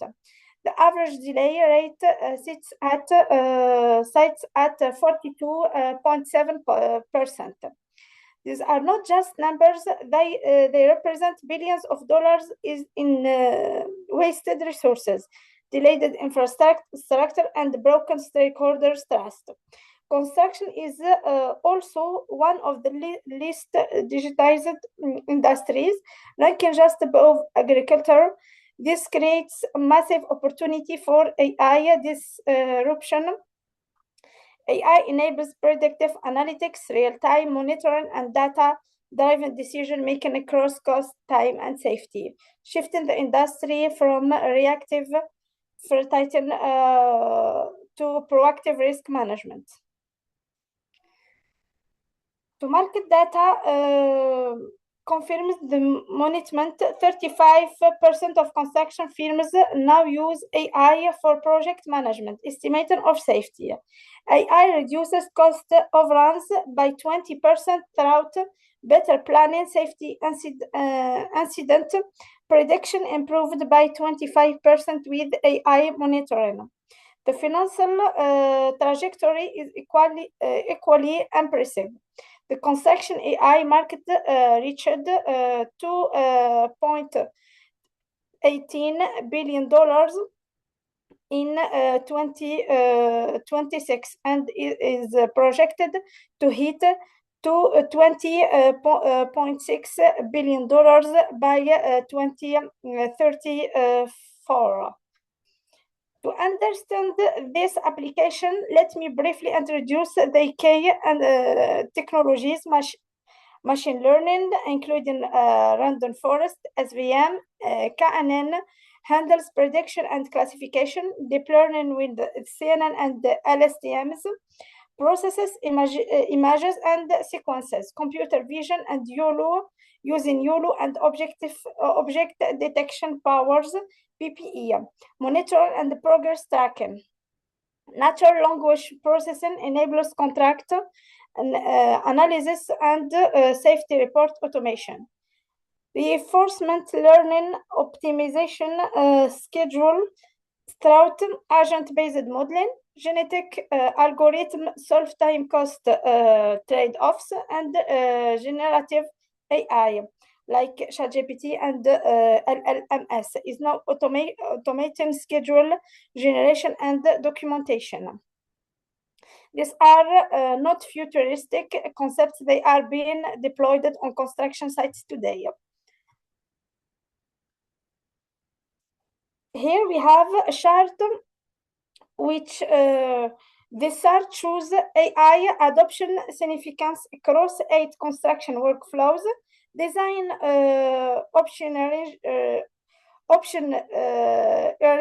leads at 40%, reflecting its high return on investment in early project phases, planning and scheduling, and process monitoring time at 36% indicated matter automation. AI in cost management. Let me now detail AI application in cost management. On the left, we see 5 key areas: cost estimation using neural networks, overall forecasting with regression models, index forecasting with LSTM networks, earned value management enhancement, and hybrid optimization using genetic algorithms. The results on the right are remarkable. Deep neural networks achieve 98% accuracy in cost estimation for a typical $10 million project. 20% of the reduction save between $400 and $600. These are not magical gains; they are transformative. So, Ahlam, sorry for stopping you. The time is over. Could you please make a conclusion? Yes.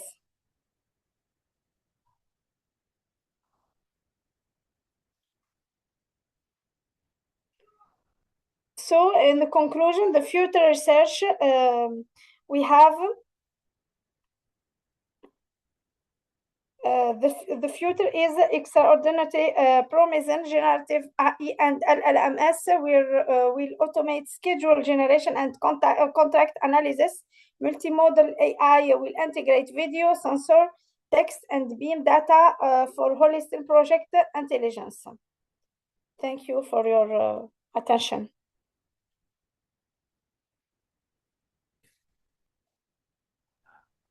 So that was great. That was so interesting. Is there any question?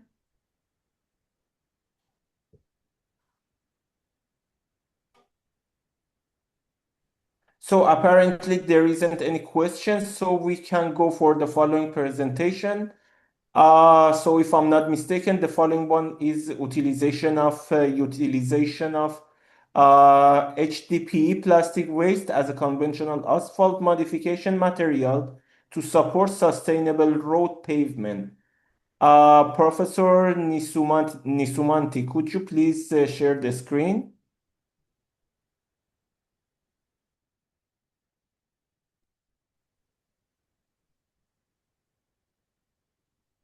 Okay. Do you see my screen? Yeah, we have your screen. Everything is great. Everything is ready. So you have 7 minutes to do your presentation. The stage is yours. Okay, thank you.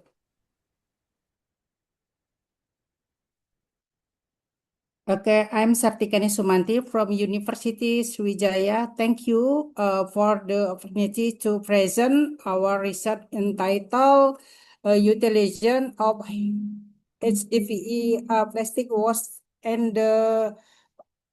lignin modifier for conventional asphalt to support sustainable road pavement. Flexible pavement are widely used because they can disrupt traffic loads and provide the driving comfort. Asphalt fan 60/70 remain dominant in Indonesia due to its widespread availability and cost effectiveness. High air traffic loads, surface temperature and water exposure and accelerating fatigue, cracking and moisture damage. Asphalt modification are need to improve stability and durability while remaining aligned with sustainable principle.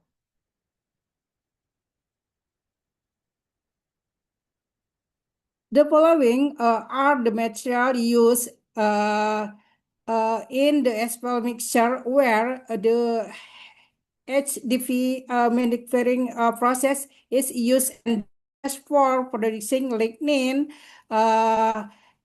HDPE has thermostatic properties, thermal stability, and rigidity that's potential deformation resistant.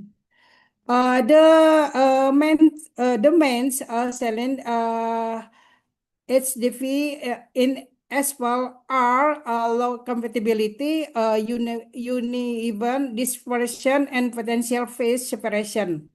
Lignin from acacia woods is an aromatic biopolymer with polar groups that can support asphalt HDPE interaction. Research concept HDPE was plus lignin, a more homogeneous, strong, and sustainable modifier binder. On this slide, the main material used in this study are present. The base binder is Pertamina fan 60/70 asphalt, while the modifier consists of HDPE plastic wash and 3% lignin. The HDPE was prepared cleaning, secreting, washing, drying, and freezing improved its dispersion in hot asphalt. Lignin was used bio-based material to support compatibility between asphalt and HDPE. The mixture also used a local coarse aggregate, fine aggregate, and filler that's meet Bina Marga 2018 revision 2 requirement. Overall, these material were selected to produce a strong and more sustainability asphalt mixture.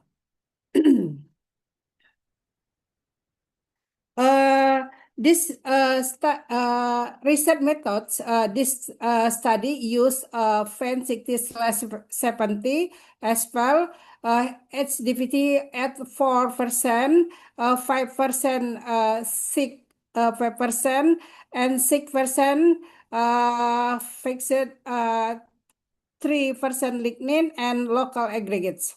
The research stage include material correction, gradation planning, wet process, binder modification, Marshall's specimen preparation, Marshall testing, and immersion in RSI analysis.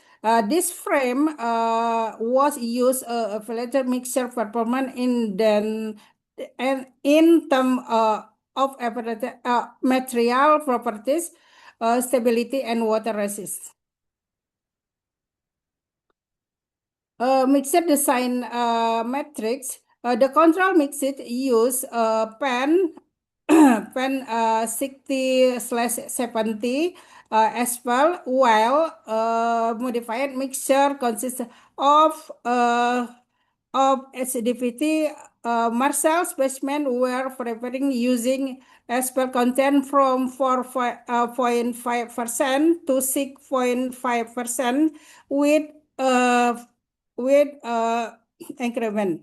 The specimen were compacted with to below to the present heavy traffic condition. The modified binder was prepared using the wet process before being mixed heating aggregate.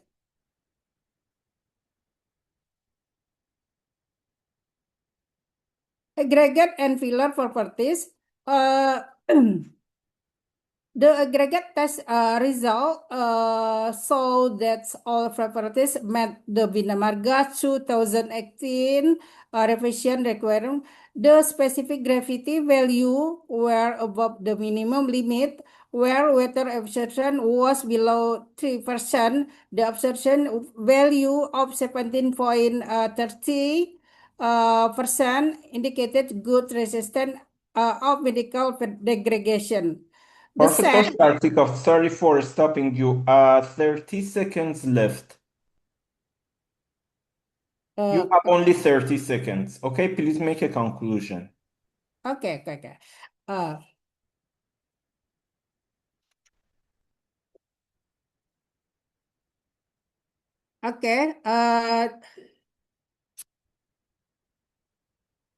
The conclusion, HDVE lignin modification improved the medical performance of FAN 60/70 asphalt mixture, especially in terms of Marshall stability and Marshall cohesion.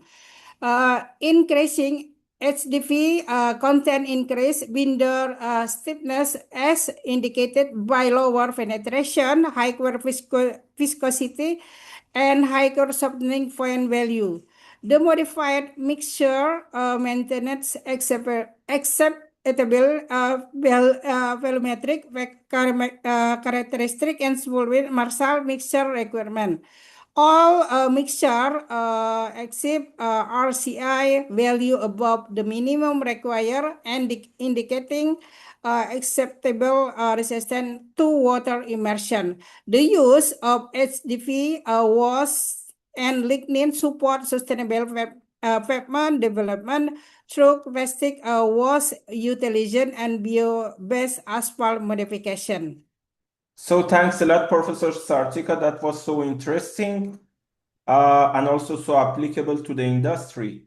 So is there any question for Professor Sartika?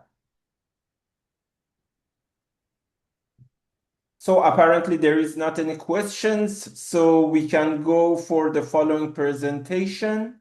which should be presented by Professor Lajar. The title of the presentation is Construction Project Management and User Experience, a SEM-based approach to assessing promotional housing success. So, Professor Yes. Sartika, could you please stop sharing? Okay. Okay. Thank you, sure. Thank you.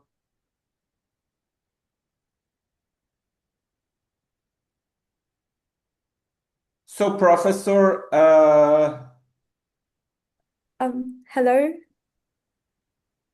yeah, Okay. Just could you give me a please share second. your screen? Of course. Okay.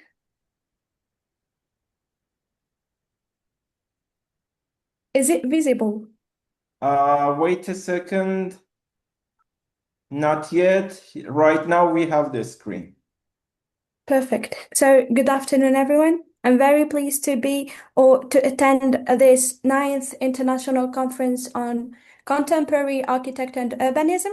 My presentation today is titled Construction Project Management and User Experience, a SEM-based approach to assessing promotional housing success. So first, or let's begin, housing is a basic need. It is a social and cultural space that defines identity, and it is an indicator of living standards. However, architects often design it according to abstract concepts and ideas, creating a gap between design and actual use. So housing is not simply a shelter, but a complex socio-environmental system. Moving to the next slide, success is traditionally defined by time, cost, and scope. However, I argue that quality is the core. If a high quality doesn't lead to user satisfaction, the project has failed its mission, regardless of the budget or the timeline. Definition of concepts. My research resets on two pillars. First, critical success factors, the essential elements during construction, and second, post-occupational evaluation, the building's report card after the inhabitants move in. Critical success factors are the variables managers must control. My focus was identifying which of these construction phase factors directly determine the final quality delivered to the buyer. Moving to post-occupational evaluation is our primary tool for measuring the afterlife of a building. It moves beyond technical handover to see how the space actually functions for the people living inside it. The determinant satisfaction is a package deal driven by three linked areas: the individual or socio-demographic characteristics, the housing attributes, and the neighborhood. So you cannot really improve the dwelling while ignoring the community context. For the methodology, here the study adopts a tripartite research methodology encompassing theoretical exploration, on-site investigations, and analytical examinations. Begins with a review of recent literature to identify key success factors for construction projects. In the second stage, site visits are conducted to collect data through interviews and questionnaires with a representative sample of residents of subsidized housing from various developers. So this approach is followed by an analysis of the key success factors of the projects using a quantitative approach based on structural equation modeling.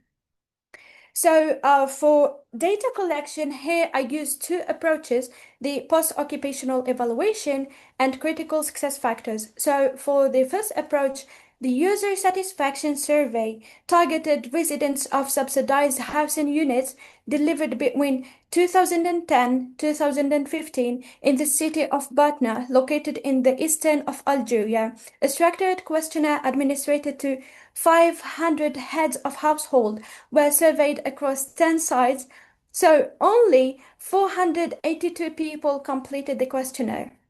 For the second approach, critical success factors aims to explain the relationship between various factors and success of real estate development projects in Batna, Algeria. So the data was collected from project management staff. The sample included 150 participants within construction companies at a single point, thus offering insight into their perspective and experiences.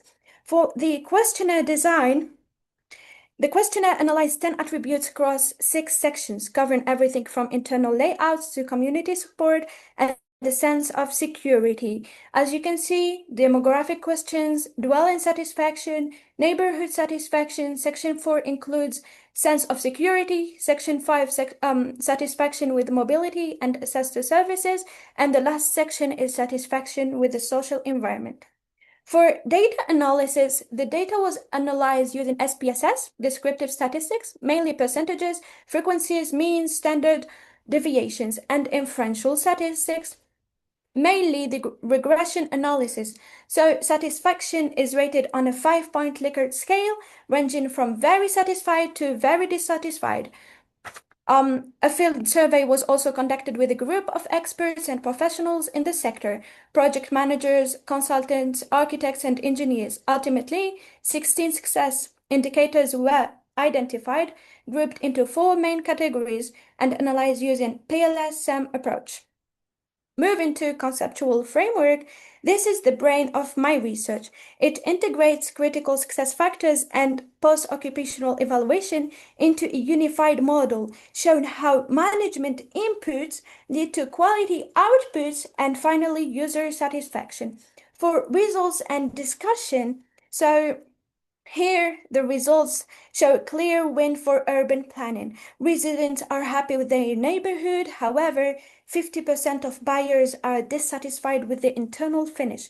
Crucially, I found a robust correlation of 0.62, proving that the technical failures of the dwelling are directly responsible for the lack of user satisfaction. For here, as you can see, figure 3, algorithm PLS. So the PLS algorithm provides the mathematical proof. The R-squared values confirm strong direct path from managerial competence to construction quality, proving management is the primary driver of user experience. PLS model here also illustrates a causal chain, let's say. Management drives quality, which enhances satisfaction, ultimately resulting in project success. Conclusion, so the findings confirm that project success in promotional housing is a multidimensional and cannot be reduced to time and cost performance alone. This article makes an important contribution by demonstrating that managerial factors, competence, planning, and stakeholder coordination play a critical role in ensuring construction quality. User satisfaction acts as central mediating variable, linking technical performance to overall project success. This reinforces the argument that the performance of a housing project depends not only on its technical design, but above all on the alignment between the needs of the residents, their behavior, and participation. Furthermore, the strong relationship between user satisfaction and project success highlights the importance of incorporating residents' feedback into future housing policies and project success processes. So thank you for your attention, for your time today. So if you have any questions, please write them in the chat section and I will be happy to answer them. Thank you. So, Dr. Lazar, that was so interesting. Great presentation. Everything was totally understandable. So, is there anybody to want to make question, have a question for Dr. Lazar? So apparently not. So if you don't mind, we can go for the following presentation entitled Frameworks for Integrating Sustainable Development Principles in Construction, a systematic literature review to be presented by Professor, by PhD candidate Sarah Alansari. So please, Sarah, please share your screen and start your presentation. Can you see my screen now? Wait a second, please. Yeah, right now we have your screen, so you can start. Okay, just a second.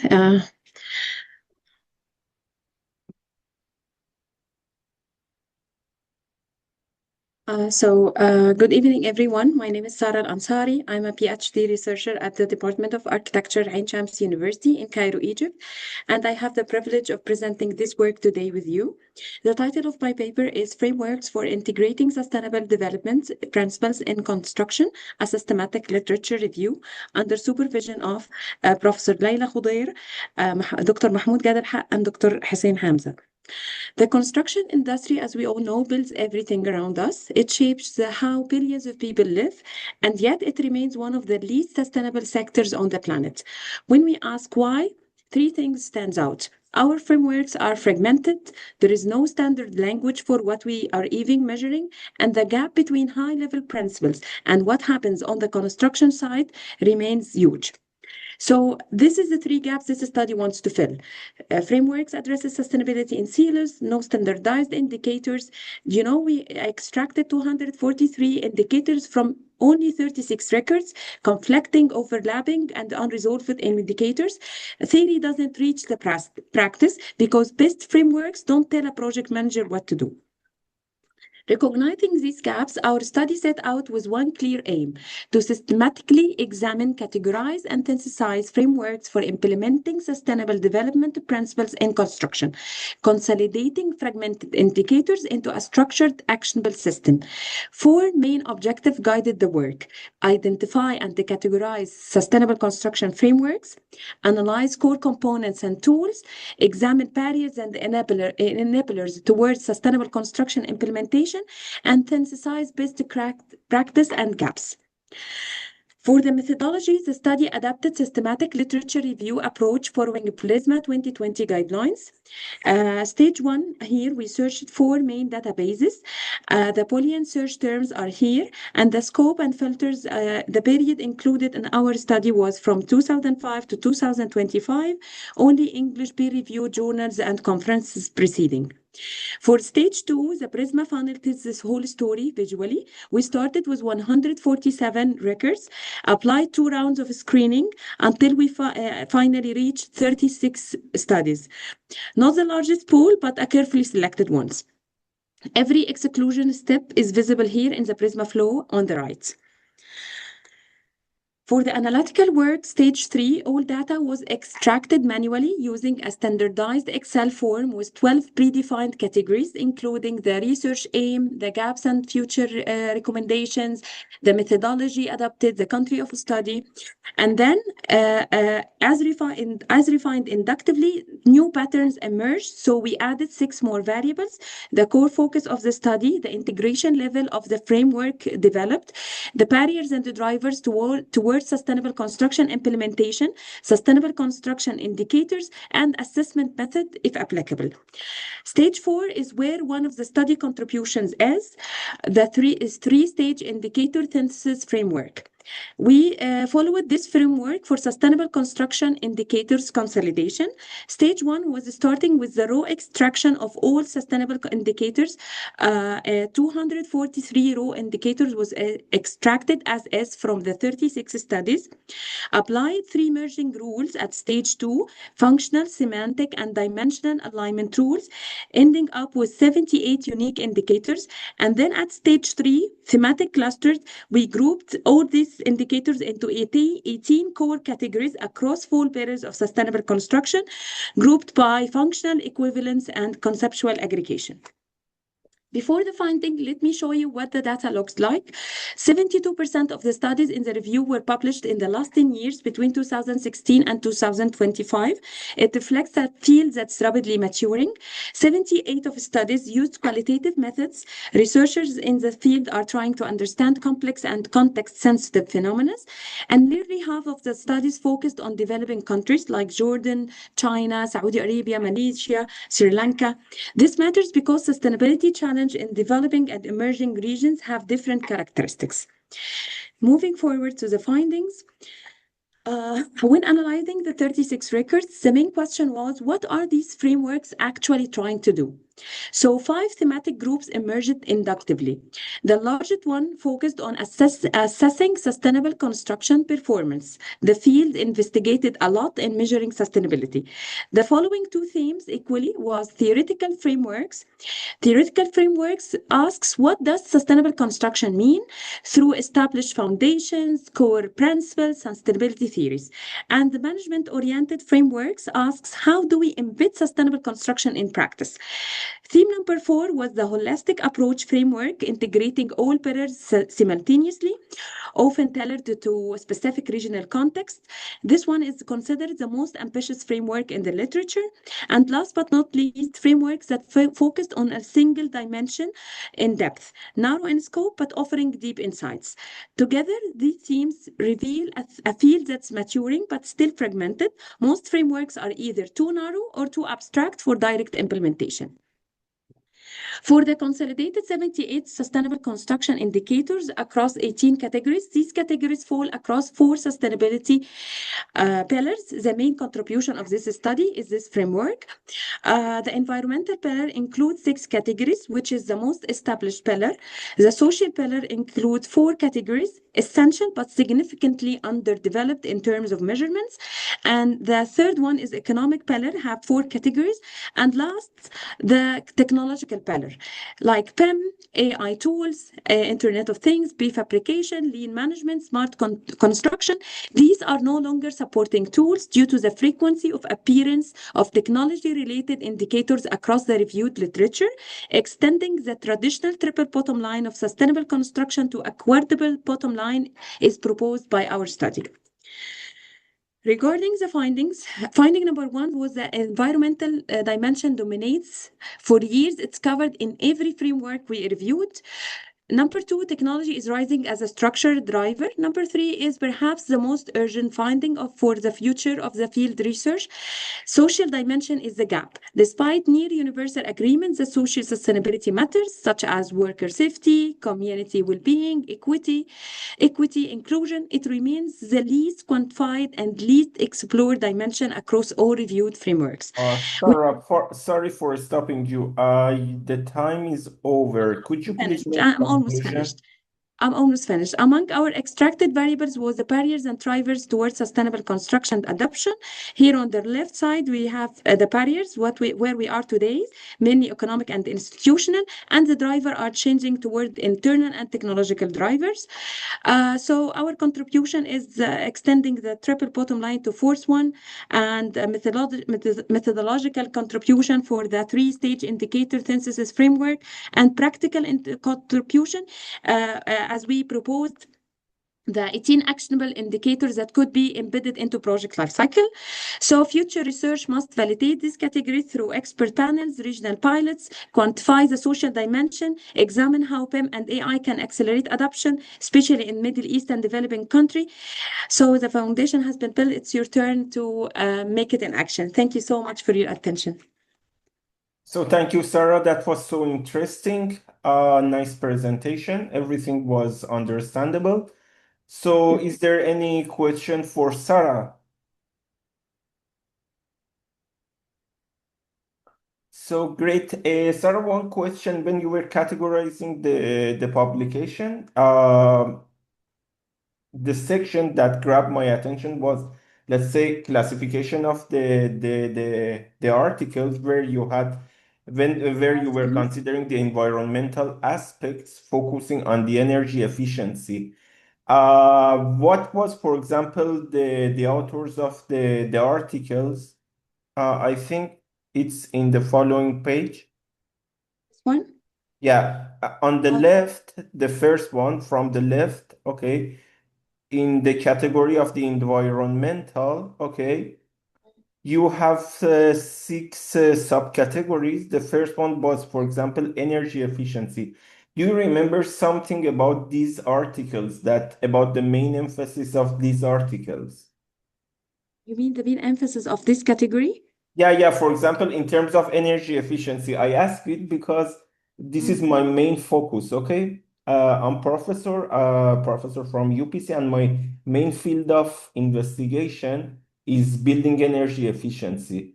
And let me share with you the whole 78 indicators, including the environmental ones. I will share it now. So just a second. Here. This is my paper, the one to be submitted to the conference. And here is the consolidated, here's the environmental aspect, have 6 main categories. Energy efficiency covers all energy-related efficiency, conservation, passive design, reduced consumption, and this is all the related studies that mention this indicators in our sample. So that's so interesting that you have also included those references in the table, so the authors can easily access those researches. So that was so great, such a attractive and impressive presentation. Thank you so much. Thank you, Sarah. That was so great. So we can go for the right now. We have roundtable. We have like a break. If I'm not mistaken, everybody has presented his job or her job. So is there any question that you can share here, people?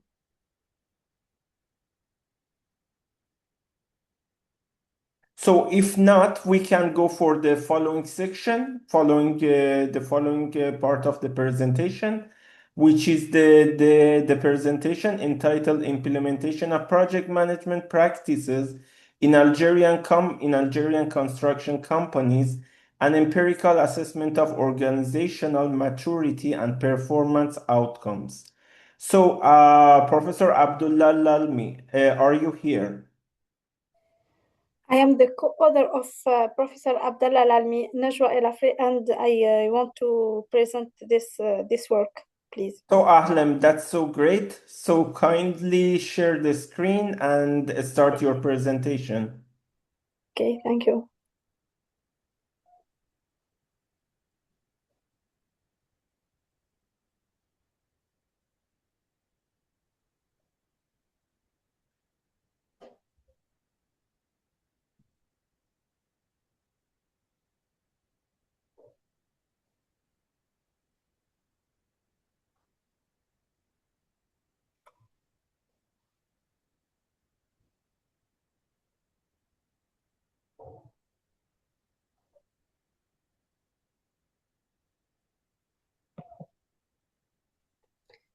So I am Najwa El Afri from the University of Constantine III, Faculty of Architecture and Urban Planning, Project Management Department, Algeria. And I am honored to present our collaborative research with Professor Gabriela Fernandes from the University of Coimbra, Portugal. Today we address the critical question facing emerging construction markets. Why do Algerian construction companies struggle to convert project management adoption into tangible performance gains? The research objectives, the Algerian construction sector is the backbone of national infrastructure development, yet it operates within a unique institutional and cultural context. While project management has become a global standard for delivering complex construction works, its implementation in developing economies often reveals paradoxes that merit deeper investigation. Our research set out with 4 clear objectives. Assess PM maturity in Algerian construction companies. Second one, examine relationship between PM practices and performance outcomes. Third one is identify critical gaps and barriers. And the last one is provide the recommendations and for improvement. To ensure rigor, we adopted a quantitative approach in the methodology with cross-sectional survey design fielded between January and September 2025. We targeted 2,000 construction companies using stratified random sampling and achieved a robust 77% response rate with 1,054 complete responses, a figure that gives us confidence in the representativeness of our findings. Our instrument was a structured questionnaire organized into 4 sections: demographics, organizational characteristics, project management practices, and performance outcomes. All items were measured on a 5-point Likert scale. Data analysis was conducted using IBM SPSS statistics 28.0, employing descriptive statistics, correlation analysis, and factor analysis to uncover underlying patterns. The first key finding is the certification gap. Let me begin with what we call the competency paradox. Perhaps the most striking findings of our study: 3/4 of surveyed companies employ fewer than 5% of staff with any project management certification. Even more concerning, nearly 80% report having no specific PM certification or project management certifications among their personnel whatsoever. When we examined the types of certifications held, the numbers were sporting: PMI certification at only 8%, Agile certification at 8% also, and Lean Six Sigma at a mere 4% of companies. Here lies the paradox. These organizations are heavily dependent on projects for business delivery. The second one is organizational structures. On a more positive note, we observed mean figures progress in structural formalizations. We have 62% of companies have established the project management office or similar project management unit. Furthermore, 75.6% of respondents agree that projects serve as the primary mechanism for coordinating business functions. However, we must interpret this cautiously. Structural development is outpacing knowledge management practices. PMO without certified staff, standardized methodologies, or decision-making authority risks becoming an administrative shell rather than a strategic driver of excellence. The third key finding is leadership and governance. Turning to leadership engagement, the picture is mixed but revealing an impressive 90.5% agree that senior leaders are regularly informed of the project progress, and 81.8% confirm that leaders actively decide which projects to develop. This demonstrates high executive visibility and strong top-down involvement in portfolio decisions.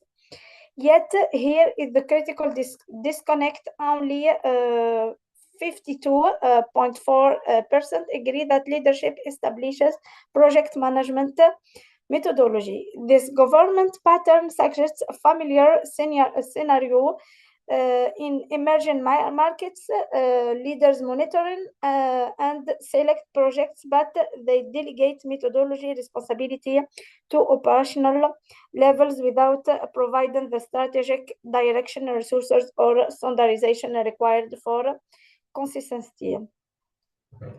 The fourth finding is performance outcomes.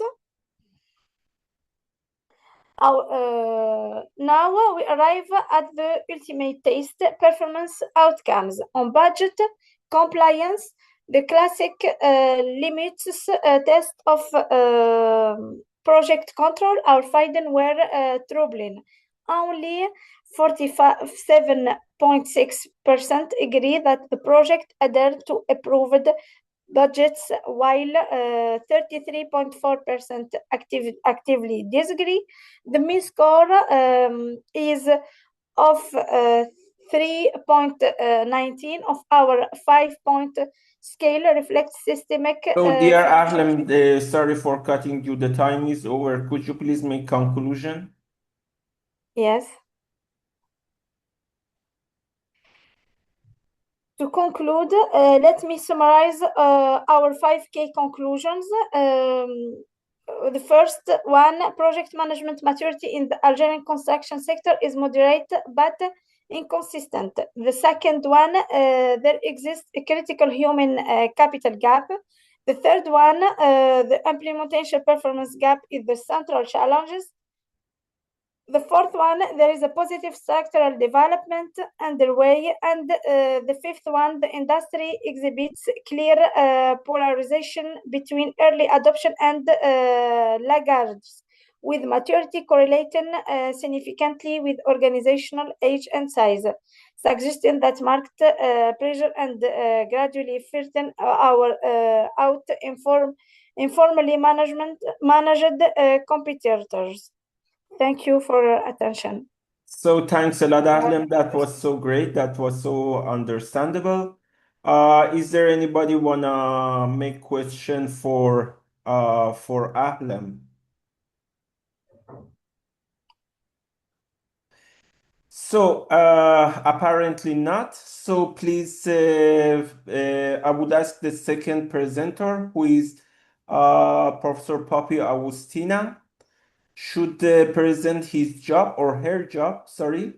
The presentation is entitled "Performance of Waste Styrofoam Polystyrene Modified Asphalt in Flexible Pavement." So the stage is yours, Poppy. Please start your presentation. Thank you.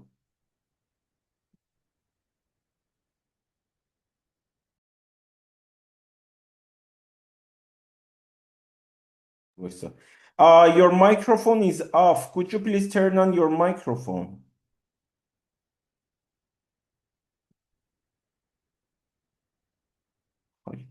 Thank you, sir. Okay, start it. Okay. Good evening, ladies and gentlemen. My name is Poppy Agustina from the Faculty of Engineering, Sriwijaya University, Indonesia. Present my research entitled Performance of Waste Styrofoam Polystyrene Modified Asphalt in Flexible Pavement.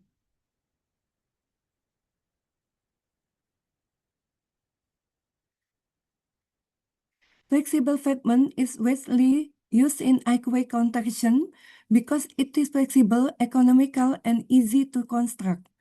Ventilation asphalt 60/70 from Pertamina Indonesia is commonly used as a binder of asphalt mixtures. Asphalt functions to one coarse aggregate, fine aggregate, and filler, forming a strong and stable mixture. In heavy traffic conditions and high temperature, conventional asphalt is prone to deformation, cracking, and reduced durability. Asphalt modification is necessary to enhance the stability, stiffness, adhesion, and resistance of mixture to traffic loads. This styrofoam of polystyrene waste is a type of plastic waste that is difficult to decompose and has the formation the following environment. Styrofoam and polymer characteristic. The use of styrofoam as modifier can support the concept as suitable root construction. This need and biomass-based material. This study aims to evaluate the performance of mixture of styrofoam modified asphalt and lignin invisible pavement. Material: asphalt, styrofoam, lignin aggregate. Method: the preparation of ventilation asphalt 60/70 at temperature of 175 degrees Celsius.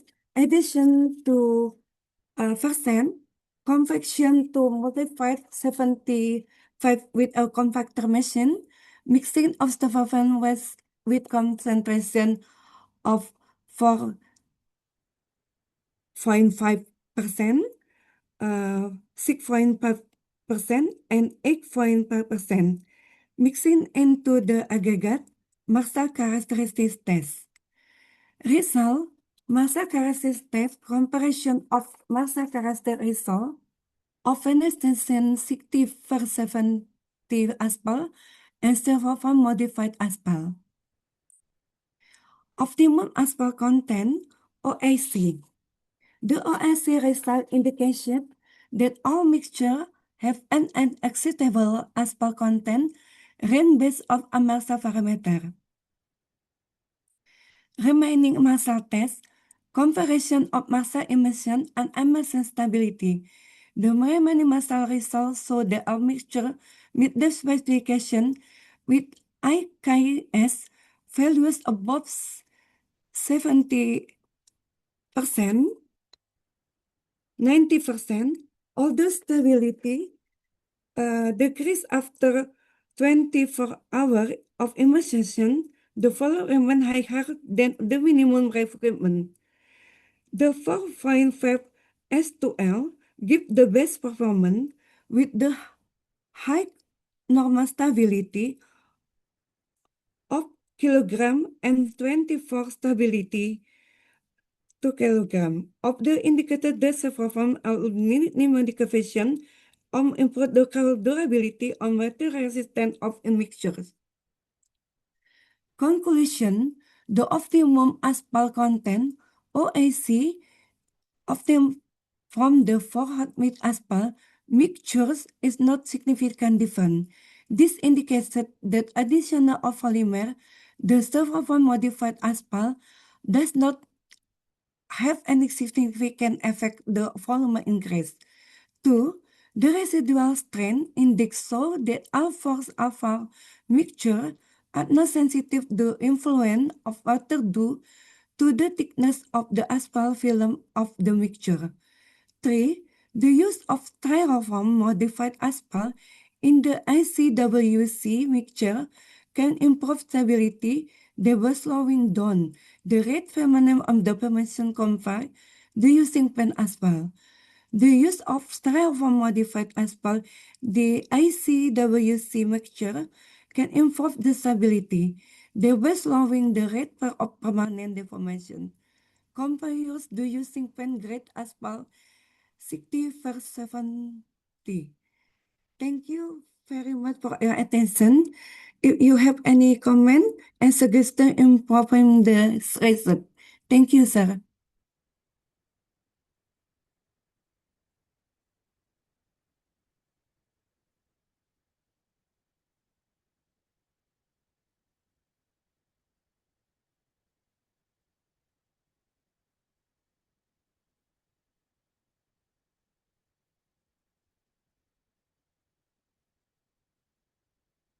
Thank you for your So thank you, attention. Poppy. So is there anybody here wanna have a question for Poppy?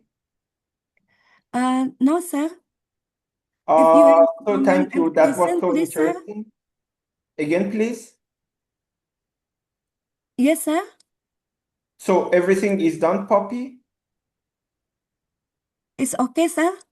Yeah. Okay, so please, I would stop sharing your screen. That was so good. Yeah. Okay, sir. So we will go for the following presentation, an approach for incorporating natural lighting into sustainable architecture, to be presented by Zaid Al-Ansari and Professor and Dr. Mohsen Sayedi. Okay, sir. Are you here?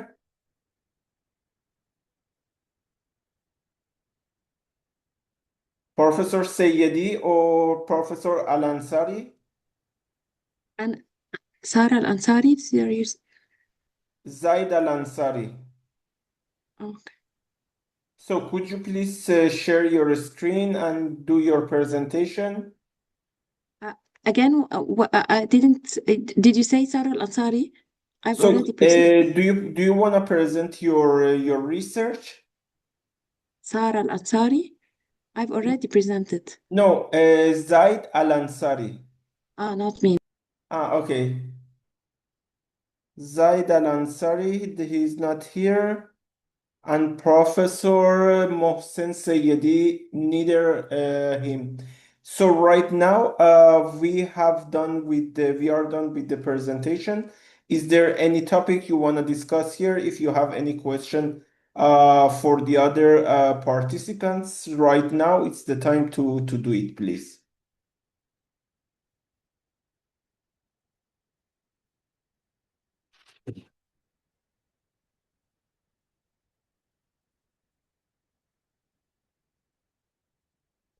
So apparently there is not any question and we are done with the online presentations. Again, I would appreciate all the participants for the great research, for the nice and understandable presentations.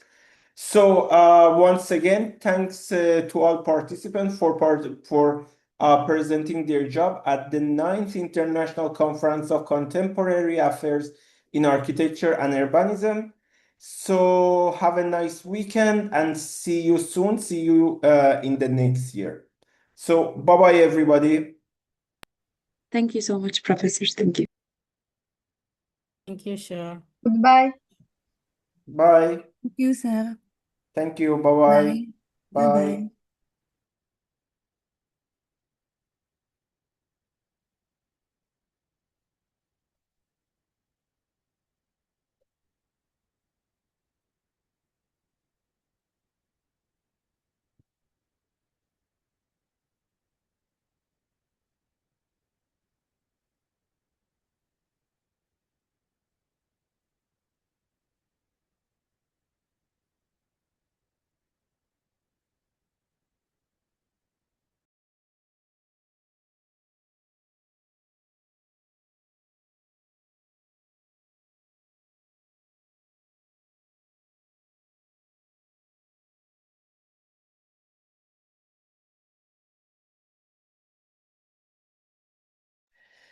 So everybody, there is missing information here. They just informed me. Please join the link for the closing ceremony. See you there. Thank you.